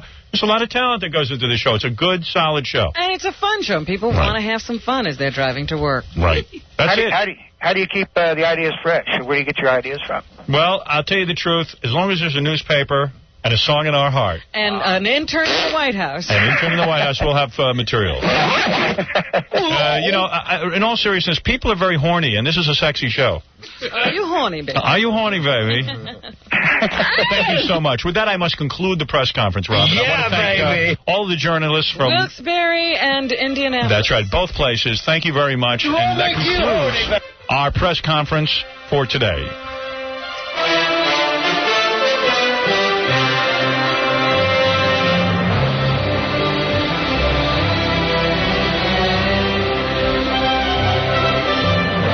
What happens to old football coaches like Tom Landry? They have to endure encounters with Stuttering John. Hi, Tom. I like your hat. Thanks a lot. Okay. How are you? Just fine. Great. So tell me, where's your freaking hat? Well, I left it at home. I didn't wear it on this trip. I mean, it's so, it's like such a famous thing, Yeah, it was raining, so the straw hat wasn't very good.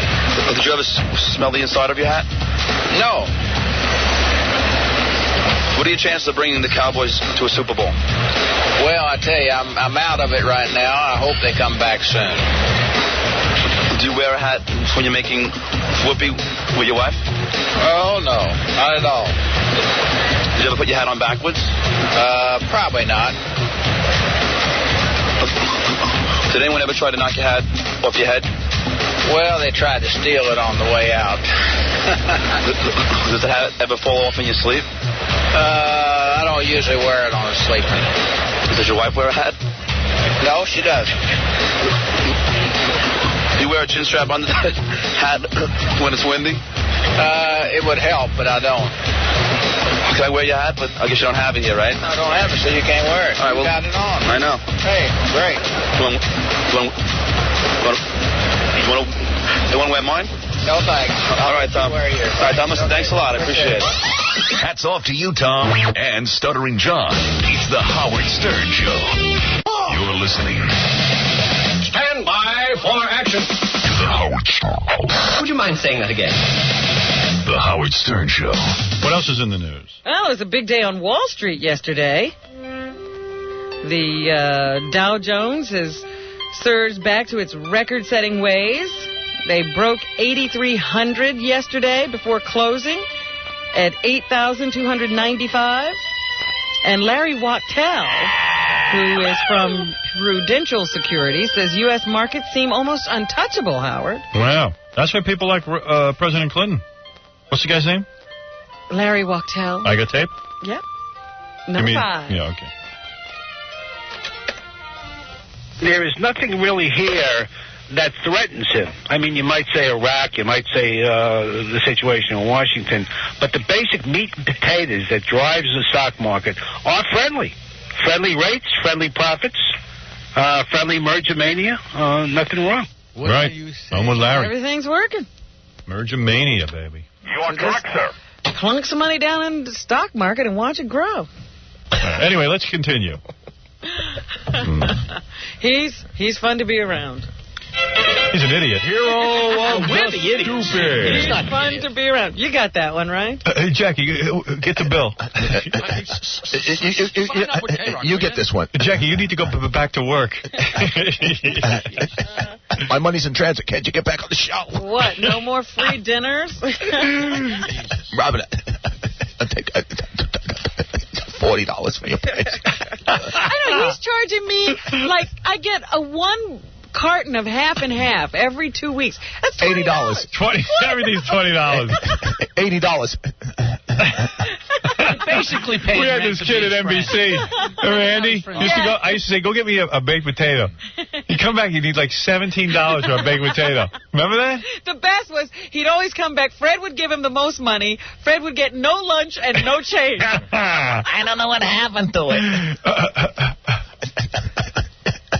Invest it. Oh, man, we're never going to get out of here.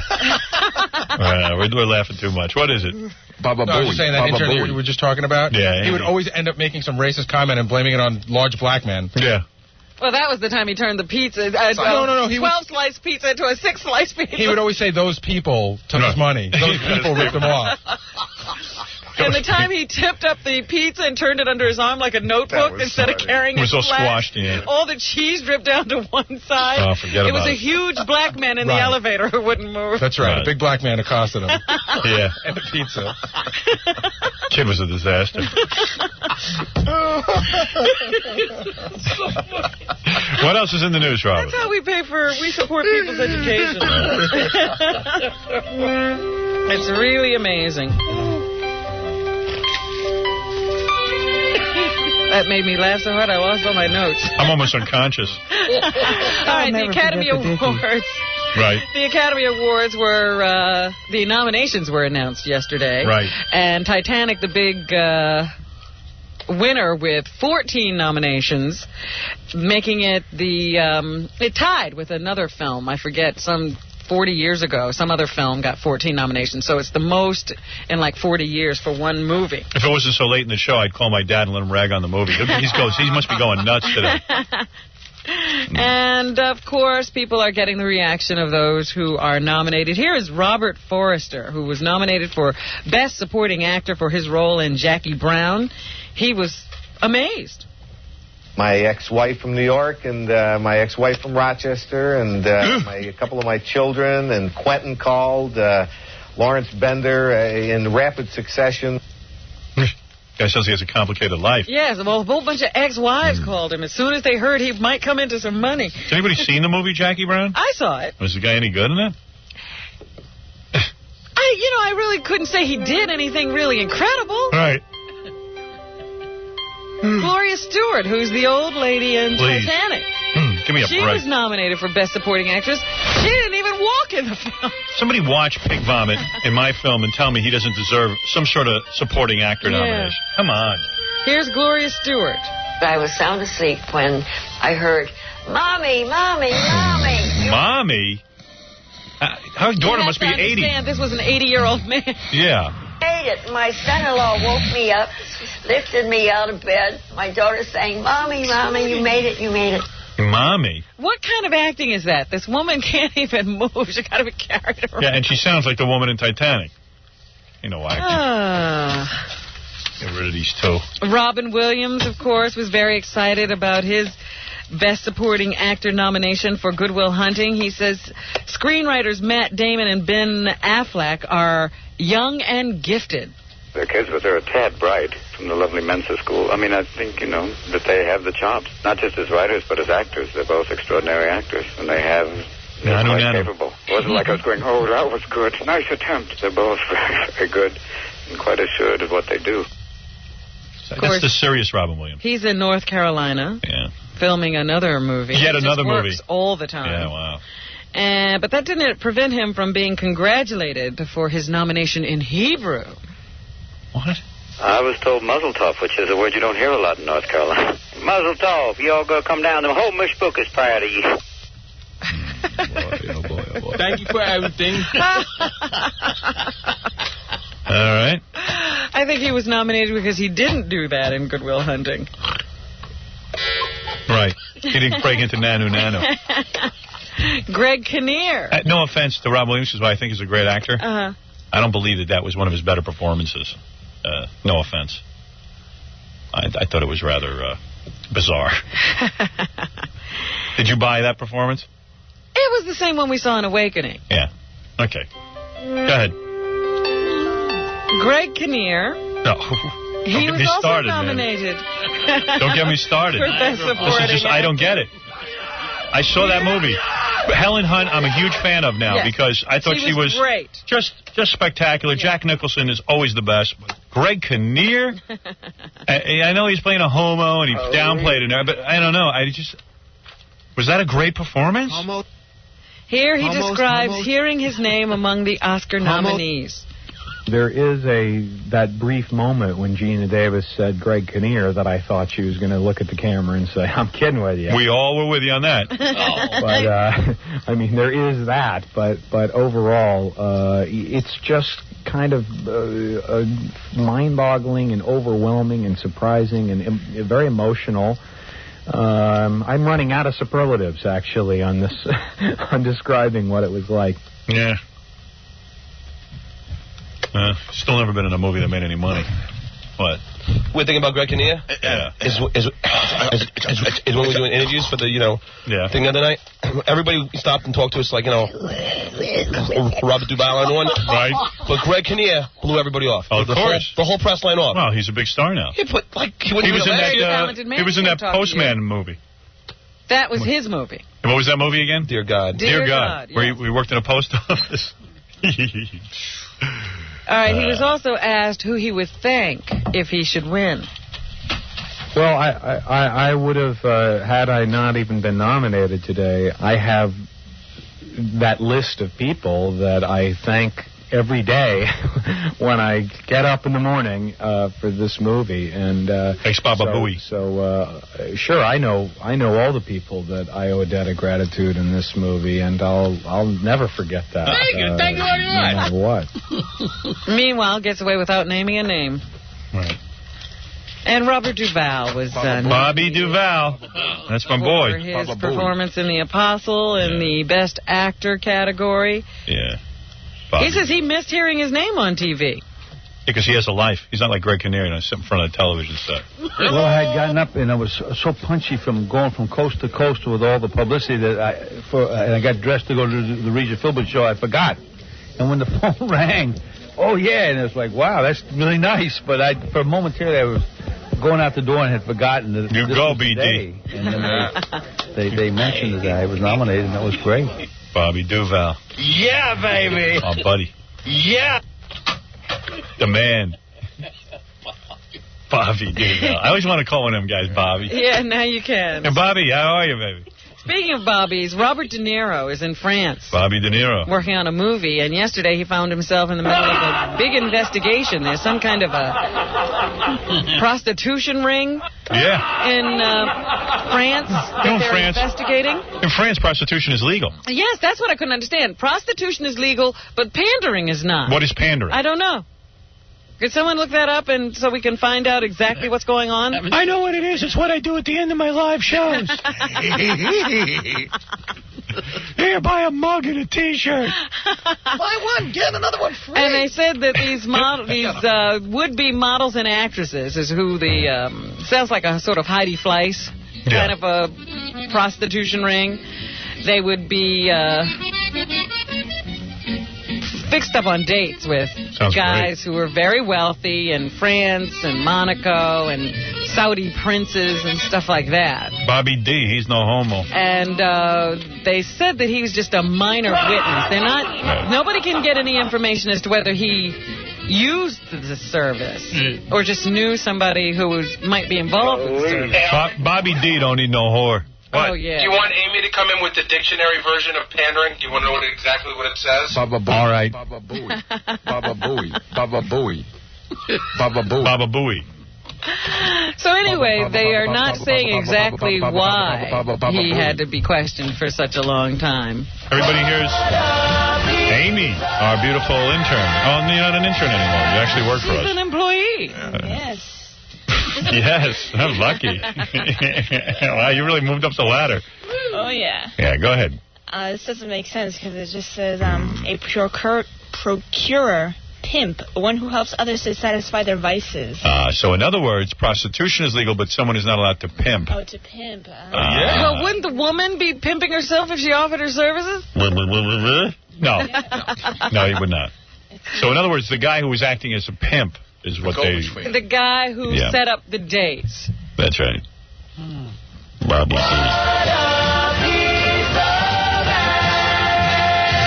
She's got belly jewelry, Amy. Belly jewelry. Oh, yeah. So anyway, Robert De Niro, his name linked to a big prostitution investigation in France. Bobby D. Oh, groovy, baby. You want to go on record as saying you do not believe he used the service. I believe he didn't. Now or shall we shack later? Maybe a little bit. What? Maybe a little bit. Maybe a little bit. There's some trials going on, Howard. Okay. One involves two cadets, one a naval midshipman. Her name is Diane Zamora. She's been accused of helping to kill a love rival for her boyfriend. But when she's been on the stand testifying, she claims that she had no idea that her fiancé, David Graham, was going to kill 16-year-old Adrian Jones, who he had dated. Zamora has told the court it was Graham who did the killing. What? Am I playing the tape? Yes. All right. You saw a swinging motion? I just saw the grip of his arm. And you heard a gunshot? Yes, sir. Did you see Adrian Jones when that occurred? No, sir. She fell. I didn't see her after that. But she continued, I think, to date the guy. And I suppose the reason they were caught is because she sort of admitted to the murder at one point. But now she's saying only her boyfriend was responsible. Also on trial is the... Tushy juice. What? Tushy juice. Tushy juice. Tushy juice. What is that a kind of thing to say? Jerry, tushy juice. What? I was about to tell you that Monica Lewinsky is supposed to go before the grand jury tomorrow to testify should her lawyers not be able to prevent it. Her lawyer has said, William Ginsburg has said that Monica will testify. She's not going to do a Susan McDougal and go to jail and defy a federal subpoena if she has to do it. She'd be fresh meat in jail. So we can't expect to see her sit down before that grand jury if all of the appeals to the courts fail. William Ginsburg says that he had a deal for immunity with Kenneth Starr and that Kenneth Starr reneged on that deal, and he would like it implemented anyway. Otherwise, Monica will testify. Her mother, meanwhile, went to testify before the grand jury yesterday and will be back on the stand today. We do not know anything about her testimony. Maybe all those leaks that they were complaining about over the weekend are drying up. And Dr. Ruth Westheimer has... reared her head. Yes, reared her head, clocking in with some Valentine's advice from the Parent Time website. Here is some of the advice she's giving. Dr. Ruth's tip for Valentine's Day. On Valentine's Day, don't forget to set aside some special time. For special condoms, right? With your partner. Shut up! Say, I love you. I love you. Shut! Should I say like that? I love you. On Valentine's Day, try to do a different position. I'll get out of here. Someone loves you very much. I wonder if she's going to try a different position. A different position. Yeah. She's gonna do it in a coffin. Now that's a penis. Thank you. I think that Dr. Ruth is very cute.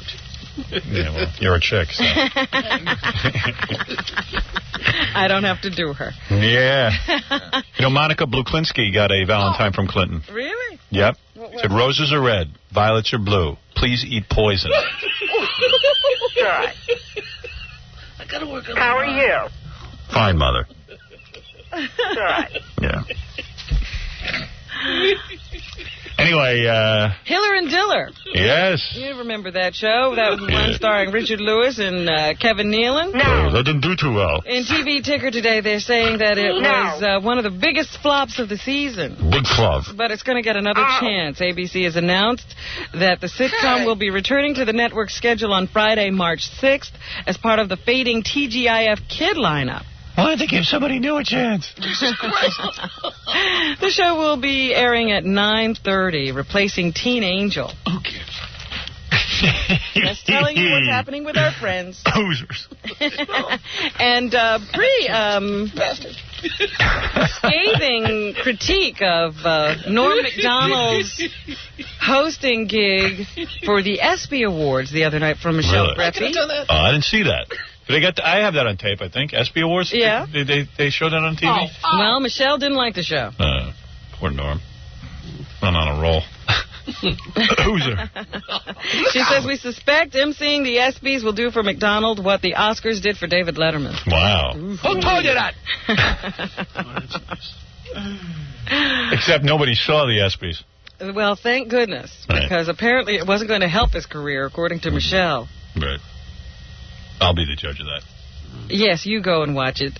But she's saying that Norm should send Don Ohlmeyer a thank you note. That's so rude.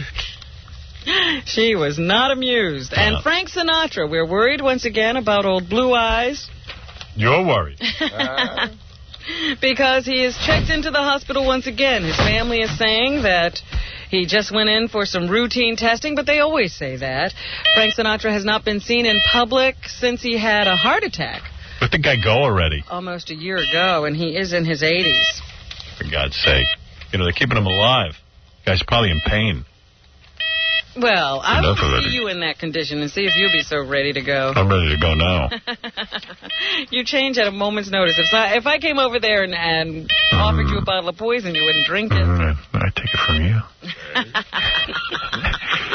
If that's what you want. And Reverend Al Sharpton will be back on the stand again in the defamation trial that's going on up in Westchester, where he and two others are accused of trying to defame Stephen Pagonis.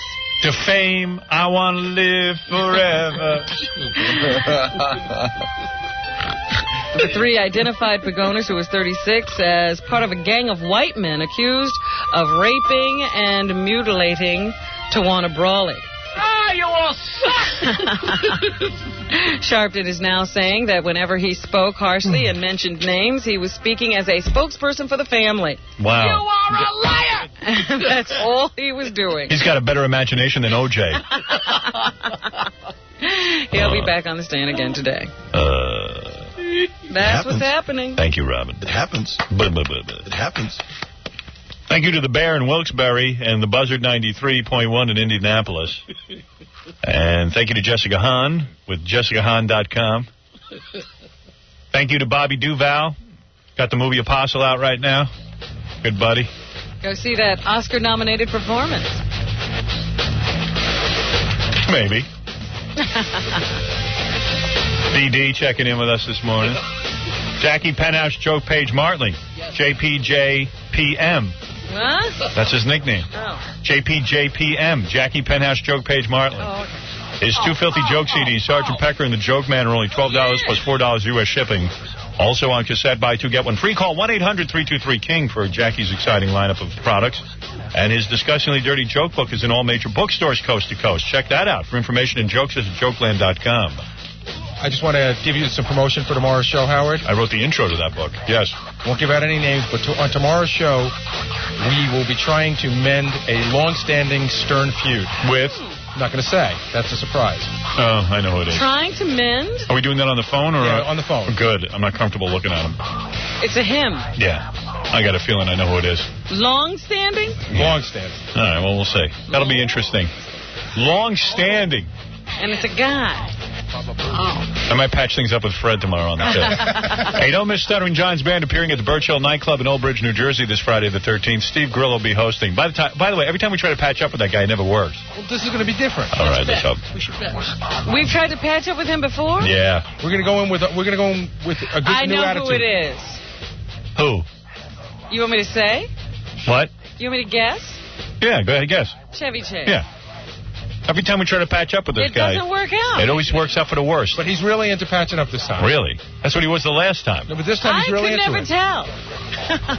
He's so angry. He's a pissed off guy, man. There's no patching up with that guy. I'm telling you, man. He's always angry. Better start early. I'm going to try, though, man. I'll do my best. Yes, I know you will. No, I would like to patch up. Why not? Why do I need enemies?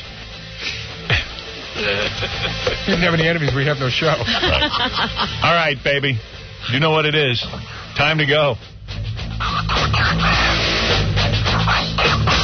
You're listening to The Howard Stern Show. You're listening to The Howard Stern Show.